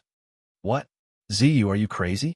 I'm already merciful that I didn't kill 9 generations of these lowly servants. You want me to pardon them? That's impossible. Pai Lupi heard Li Wangyu's words, and his lungs were about to explode. Uncle, now. Is it more important to find Li Ji or to kill them? Uncle, please reconsider. Pai Lupi was speechless for a moment. After a long time, he waved his hand and said, as long as you can find Prince Li Ji, I will do as you say. Thank you, Uncle. I will do my best to find Li Ji. Li Wanyu bowed to Pai Lupi and then turned to Mi Tuo and said, Mi Tuo, go and tell people to stop torturing them. Lock them up separately and don't let them talk to each other. Mi Tuo looked at Pai Lupi suspiciously and didn't know if he should listen to Li Wanyu. Pai Lupi nodded slightly to him, indicating that he should do as Li Wanyu said. Pai Lupi could only place his hopes on Li Wanyu and hope that he could create a miracle. Chapter 440. After Pai Lupi nodded, Mito naturally did not hesitate and immediately followed Li Wanyu's orders. But in his heart, Mito scoffed at Li Wanyu's actions. Even the experienced criminal cases of the 100 Cavalry Department could not pry open the mouths of the palace maids. Li Wanyu wanted to rely on a pardon edict to find the missing prince? Mito did not believe this at all. In his heart, Mito even thought that Li Wanyu was a fool. At this time, he still dared to cause trouble. He really did not know what was good for him. But of course, he would not speak out against it. Because in Mito's view, Li Wanyu's fool behavior was very beneficial to him. Because of his incompetence, he had already lost a lot of points with Pai Lupi today. Whether it was Prince Ziji being replaced by someone or investigating the palace made suspected of committing the crime, Mi Tuo, as the provincial supervisor of the Department of Internal Servants, was slow to realize that he had let down Li Er's trust in him. Mito was now in a terrible situation and was at his wit's end. At this time, Li Wanyu said that he had a way to take over the interrogation of the two palace maids. How could Mito not be happy? No matter whether Li Wanyu succeeded or not, this hot potato was temporarily thrown away. This also allowed Mito to breathe a sigh of relief. Li Wanyu naturally did not know what Mito, the head eunuch of the Internal Servants Department, was thinking. The reason why he suddenly opened his mouth to take over this matter was not because he was afraid that Mito would beat the two palace maids to death. It was because he had just thought of a way. He remembered a classic problem in game theory, the prisoner's dilemma. Two people committed the crime together and made an alliance. The police interrogated the two prisoners and gave the following conditions.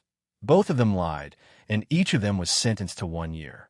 Both of them confessed, and each of them was sentenced to 8 years. One of them lied, and one of them denied. The liar was sentenced to 10 years, and the confessor was acquitted.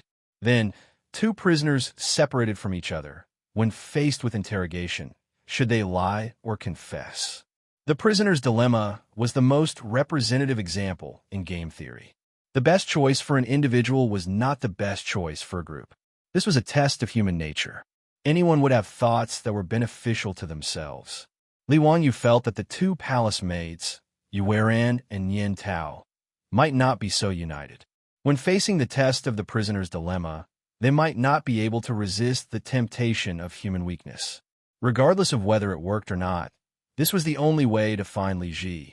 Since torture didn't work, he might as well try the prisoner's dilemma. After Mi Tuo ordered people to separate Yuran and Yin Tao, the two palace maids, Li Wanyu held the imperial edict that Pai Lupi had hurriedly written and entered the room where the palace maid called Yuran was imprisoned. These rooms were used to imprison palace maids under investigation. Other than a bench, there was nothing else inside. After Li Wanyu entered the room, he sat down on the bench and stared at Yuran, who was lying on the floor. He did not speak for a long time. This palace maid had already been beaten black and blue during the interrogation by the 100 Horsemen Department. Her face was full of bruises, and there was blood at the corner of her mouth. Her clothes were tattered and covered in blood. Obviously, this woman was beaten to her last gasp. At this time, she was lying on the floor. If Li Wanyu didn't see that her chest was still moving up and down, he would have thought that she had been beaten to death. Li Wanyu was a little speechless. He rolled his eyes and looked at me, Ta. Can she still speak like this?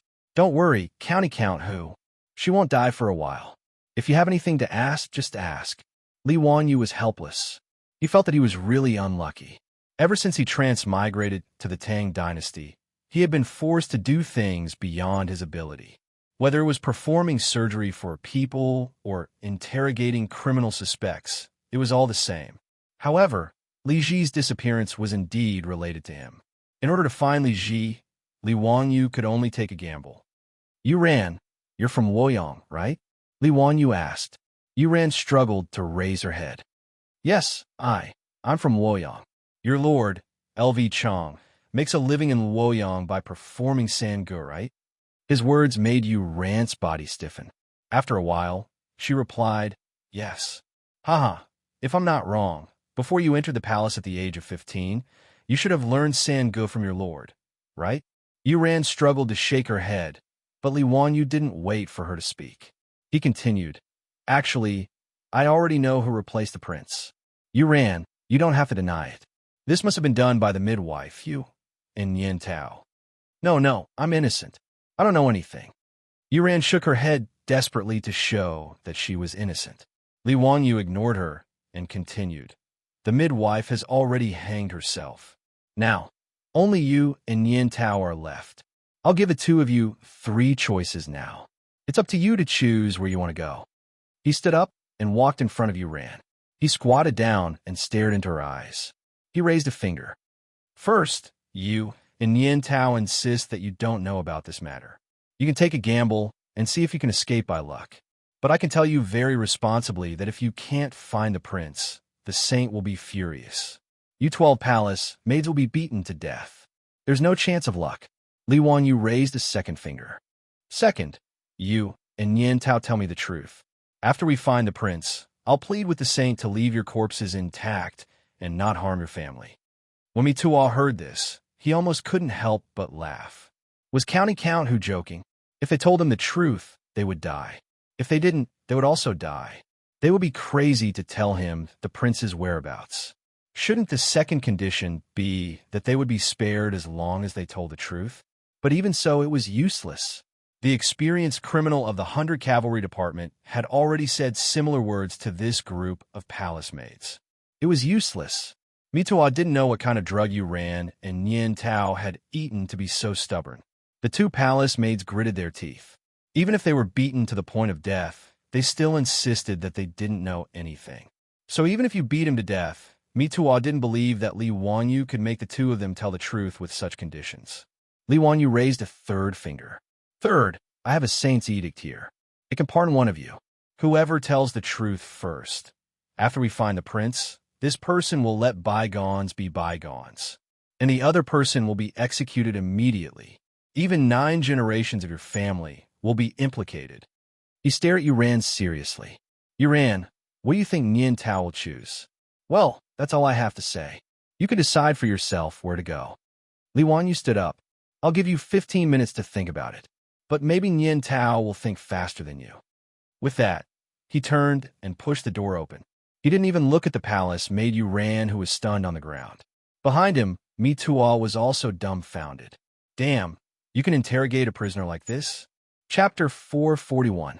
Mito, who had been secretly mocking Li Wanyu, was taken aback after hearing Li Wanyu's 3 conditions. These 3 conditions didn't seem to be anything special at first. But when Mito carefully considered the conditions that Li Wanyu had proposed, he was shocked to find that it seemed to be a difficult choice. He put himself in the shoes of either Yuran or Yin Tao. What would he do when he heard these conditions? What would he choose? Mito could not help but tremble. With a whoosh, cold sweat flowed down his face. Frightening, it was too frightening. He couldn't help but look at Li Wanyu's back. In his heart, he was even more fearful of this young county earl who had founded the country. Mito made up his mind that he would not provoke this county count in the future. To be able to play with people's hearts to such an extent, County Count Wuxia was too frightening.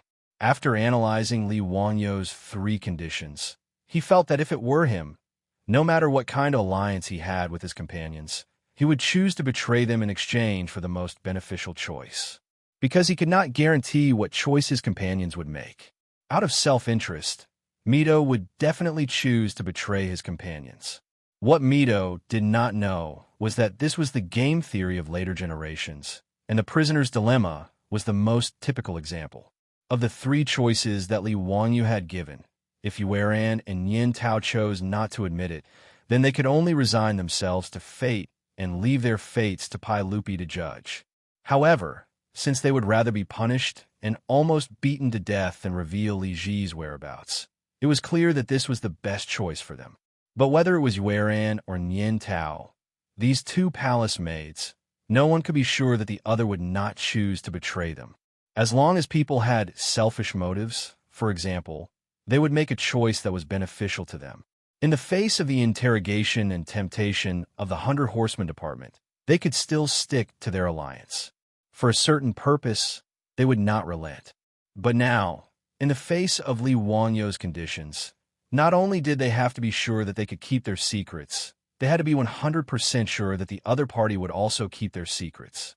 And to firmly believe that the other party would not harm others for their own benefit was too much of a test of human nature. Li Wanyo's suggestion not only made me Tuo break out in a cold sweat, but the palace maid Yu Ran also froze, her fingers trembling uncontrollably. Then, is that imperial edict real? Li Wanyu had not even stepped out of the room when he heard the hoarse voice of Yu Ran, the palace maid behind him. As soon as she opened her mouth, not only did Li Wanyu raise his eyebrows, but Mito also opened his eyes wide. Was he going to confess? In fact, the palace maids Yu Ran and Nian Tao had already reached their limits. If not for the fetters in their hearts, they would have spoken long ago.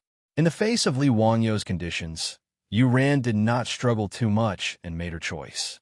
Li Wanyu turned around and walked back. He squatted in front of the palace maid, Yu Ran, and unfolded the imperial edict for her to read. Did you see it clearly? This is an imperial edict written by the saint himself. As long as you confess and tell us the whereabouts of the prince, you will be pardoned. Originally, Pai Lupi was not willing to pardon the palace maid. In his heart, he wished he could tear them all into pieces to relieve his hatred. It was Li Wanyu who interceded with Pai Lupi about Li Ji's safety that made him reluctantly write this imperial edict. The palace maid Yu Ran stared at the imperial edict in Li Wanyu's hands. After a long time, she finally said, "I am willing to confess." As soon as she said that, Li Wanyu and Mi Tuo felt as if a huge rock had been lifted from their hearts. In fact, Li Wanyu was also very nervous. He had never interrogated a criminal before. It was also the first time for him to do this. He let out a long breath, stood up, and waved at Mi Tuo, indicating for him to ask. Mi Tuo gratefully saluted Li Wanyu and squatted in front of Yu Ran. "Tell me first, did the Empress give birth to a prince?" Mi Tuo asked very nervously. Since the palace maid Yu Ran had asked, she was very straightforward. She nodded, "Yes, it is." Mi Tuo's heart almost jumped to his throat. "Is the prince okay now? Where is he?" Yu Ran hesitated for a few seconds. Finally, she bit her lower lip and said, "After we replaced the prince in Li Main Hall, Fan Yu asked me and Nian Tao to throw the prince into the well and drown him." When she said this, she coughed violently because of the pain from her wound. Mi Tuo was so anxious that he wanted to strangle her. Mi Tuo knew that the Fan Yu that Yu Ran mentioned was the name of the midwife who had hanged herself. "Tell me, what happened after that? You didn't put the prince?" Mi Tuo's body began to tremble. He didn't dare to continue halfway, for fear of hearing the terrifying answer. These two palace maids, if they really threw the prince into the well and drowned him, it would really be a disaster. Yu Ran finally stopped coughing and shook her head gently. "Nian Tao and I took the prince out of Li Main Hall and found a well, but no one dared to throw him in. In the end, we found a secret place and hid the prince. Originally, we wanted to send him out of the palace and give him to someone to adopt, but we didn't expect that the matter would be exposed and the palace guards would arrest us." After she said this, Mi Tuo almost knelt down and kowtowed to the gods and Buddhas. Thank the ancestors for blessing. The prince was still alive. His voice trembled. You tell me, where is the prince now?" "In the garden behind Li Main Hall, there is a ginkgo tree. There is a big hole in the branch of the ginkgo tree. I found it when I was picking ginkgo, together with Nian Tao. We hid the prince in the hollow of the ginkgo tree." The palace maid, Yu Ran, did not hide anything and told her everything. Mi Tuo didn't have the time to continue interrogating her. Together with Li Wanyu, he turned and ran out of the room. Li Wanyu remembered that last time, when he saw Princess Changle in the garden behind Li Main Hall. There were indeed many ginkgo trees. The two led a group of palace guards and men from the 100 Cavalry Department, raising torches and heading towards the garden. "Search! Don't let go of a single ginkgo tree. Be careful not to harm His Imperial Highness. Mituo ran until he was out of breath. Ignoring everything else, he immediately ordered his men to begin searching for the ginkgo trees in the garden. Yes, sir. The palace guards and men from the 100 Cavalry Department immediately spread out, raising torches and carefully searching the ginkgo trees. As Mituo and Li Wangyu waited anxiously, a guard finally shouted, "Found it! Found it! There's an infant on this tree. The prince has been found." In Mituo's ears, these words were like the sound of nature. He immediately raised his robes and rushed over. Be careful, be absolutely careful. Don't harm His Imperial Highness. Quickly bring him down. When the Imperial Guards carefully carried the infant in swaddling clothes to Mituo's hands, this lower third-rank eunuch from the Department of Internal Attendance couldn't help but cry. Chapter 442. Mituo was so excited that tears flowed down his cheeks. When he looked at the baby again, he was so scared that his heart almost stopped beating. The baby's eyes were closed, and he didn't move at all. Mituo was so scared that he almost lost his soul. County Earl, you come look at the prince, what happened to him? Mituo was tongue-tied. The fact that Mituo didn't pass out from the shock was already a testament to his mental fortitude. Li Wangyu also hurried forward. Li Ji's appearance in swaddling clothes gave him a fright. He quickly reached out his hand to touch Li Ji's face. He felt the warmth of Li Ji's body. He used his finger to touch Li Ji's nose. Soon, a smile appeared on his face. It's okay. Maybe the two palace maids fed the prince some medicine. Quick, old immortal son is still in the Eastern Palace. Send him over for a diagnosis. Also, send someone to inform His Majesty so that he won't be worried. Hearing Li Wangyu's words, Mituo's heart that was in his throat finally relaxed a little. Empress Xianxia's delivery today was too much of a shock for him. Even Mituo, who was only in his 30s, felt that if this continued, he would age prematurely. Under the protection of a large group of palace guards, the two of them rushed to Sun Simiao's temporary residence in the Eastern Palace. In the Eastern Palace, there were palace guards searching everywhere. Even Sun Simiao's residence was searched by several groups of palace guards. Now that things had escalated to this point, Sun Simiao naturally had a rough idea of what happened today. When he saw Mituo and Li Wangyu rushing over with a baby, he understood everything. Without saying a word, he took the swaddled Li Ji and began to treat him. Old immortal son, how is it? What's wrong with the prince? Well, the prince is fine. Someone fed him eggplant flowers. It's not a big problem. I'll give the prince a few needles, and he'll wake up. Sun Simiao's medical skills were naturally trustworthy. After a round of diagnosis, he came to a conclusion. Li Wangyu immediately relaxed. As long as Li Ji was fine, it was fine. He couldn't imagine how chaotic the history of China would be if Li Ji was gone. While Sun Simiao was treating baby Li Ji, Pai Lupi, who had received news, also rushed over. Zio, did you really find Jun's pheasant slave? Pai Lupi was so excited that his beard trembled. Yes, uncle. We found the prince. Old immortal son is treating him now.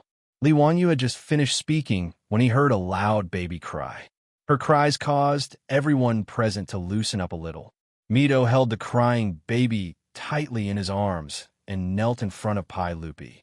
He sobbed and said, "Everyone, we found Prince Ziji. This servant deserves 10,000 deaths." Pai Lupi didn't care about anything else. He directly reached out and took his son from Mito's hands. He looked at him carefully. He subconsciously looked at the baby's eyelids, single eyelids. Just like him, and Empress Zhang's son. It's my slave, Jin's Prince Ziji. Congratulations, uncle. You finally found Prince Ziji. With uncle's great achievements, wisdom, and martial prowess, there are no demons and monsters that can hide. No scheme or trick will succeed. Li Wangyu did not forget to flatter Lier. By now, he had already reached the point of perfection in flattering Lier. Ha ha ha ha. Zio, it's all thanks to you today. Otherwise, I'm afraid I'll never see my slave again. Pai Lupi also remembered Li Wangyu's contribution. At the same time, he felt a lingering fear. If Li Wangyu hadn't found the clue of the double eyelids, his Prince Ziji would have been stranded among the common people, and he would have raised a she-bei as a princess. This is what I should do. I don't deserve Uncle's praise. Pai Lupi's heart was filled with emotions. He looked at his crying son in his arms and raised his head to Li Wanyu. When slave Ziji is a little older, I'll ask Zio to open his eyes for him. He'll still be your disciple like Chengxian and Qingke. Zio, are you willing? F***CK. You want me to help take care of the child again? Li Wanyu cursed in his heart, but he was actually a little proud. Being the teacher of the future emperor of the Tang dynasty. This feeling seems pretty good. Since your majesty doesn't abandon me, how can I not be diligent? Haha, that's good. Speaking of which, you also saved slave Ziji's life. But since you're slave Ziji's teacher, then I won't reward you otherwise. Saving your own disciple is also a teacher's duty. Huh. Li Wanyu hurriedly bowed. Uncle, you're too serious. Pai Lupi found his son and was in a good mood. However, the baby Li Ji in his arms kept crying. What's wrong with slave Ziji? Why does he keep crying? Minister's son has checked his body. Are you sure there's no problem? Pai Lupi couldn't help but frown. Uncle, maybe the prince is hungry. It's already been more than 10 hours since he was born, but he hasn't drunk milk yet. Li Wanyu reminded him in a low voice. Pai Lupi finally reacted. His son had just been born and had been swapped away. Thinking of his son who hadn't drunk a sip of milk since he was born, Pai Lupi's heart ached terribly. Quick, call the wet nurse. Yes. Mituwa didn't dare to delay. He personally lifted his robe and jogged all the way to call for the wet nurse. Empress Xianxia still didn't know anything about what happened today. However, she also faintly felt that something seemed to have happened in the palace. The palace maids who were originally serving her in the palace were all swapped out. Moreover, it had been so long since she gave birth, but no one had brought her child back. Empress Xianxia ignored the weakness after giving birth and summoned the servants and palace maids to ask where her child was. But no matter how she asked, the palace maids and servants in the main hall didn't say a word. They just knelt and cowed out. This made Empress Xianxia anxious. It wasn't until Pai Lupi strode into the palace with a baby in his arms that Empress Xianxia felt a little relieved. Erling, what's wrong today? Why are the palace maids in my palace all swapped out? I asked them to bring the child to me, but no one did. This is my child? Pai Lupi's face was full of affection.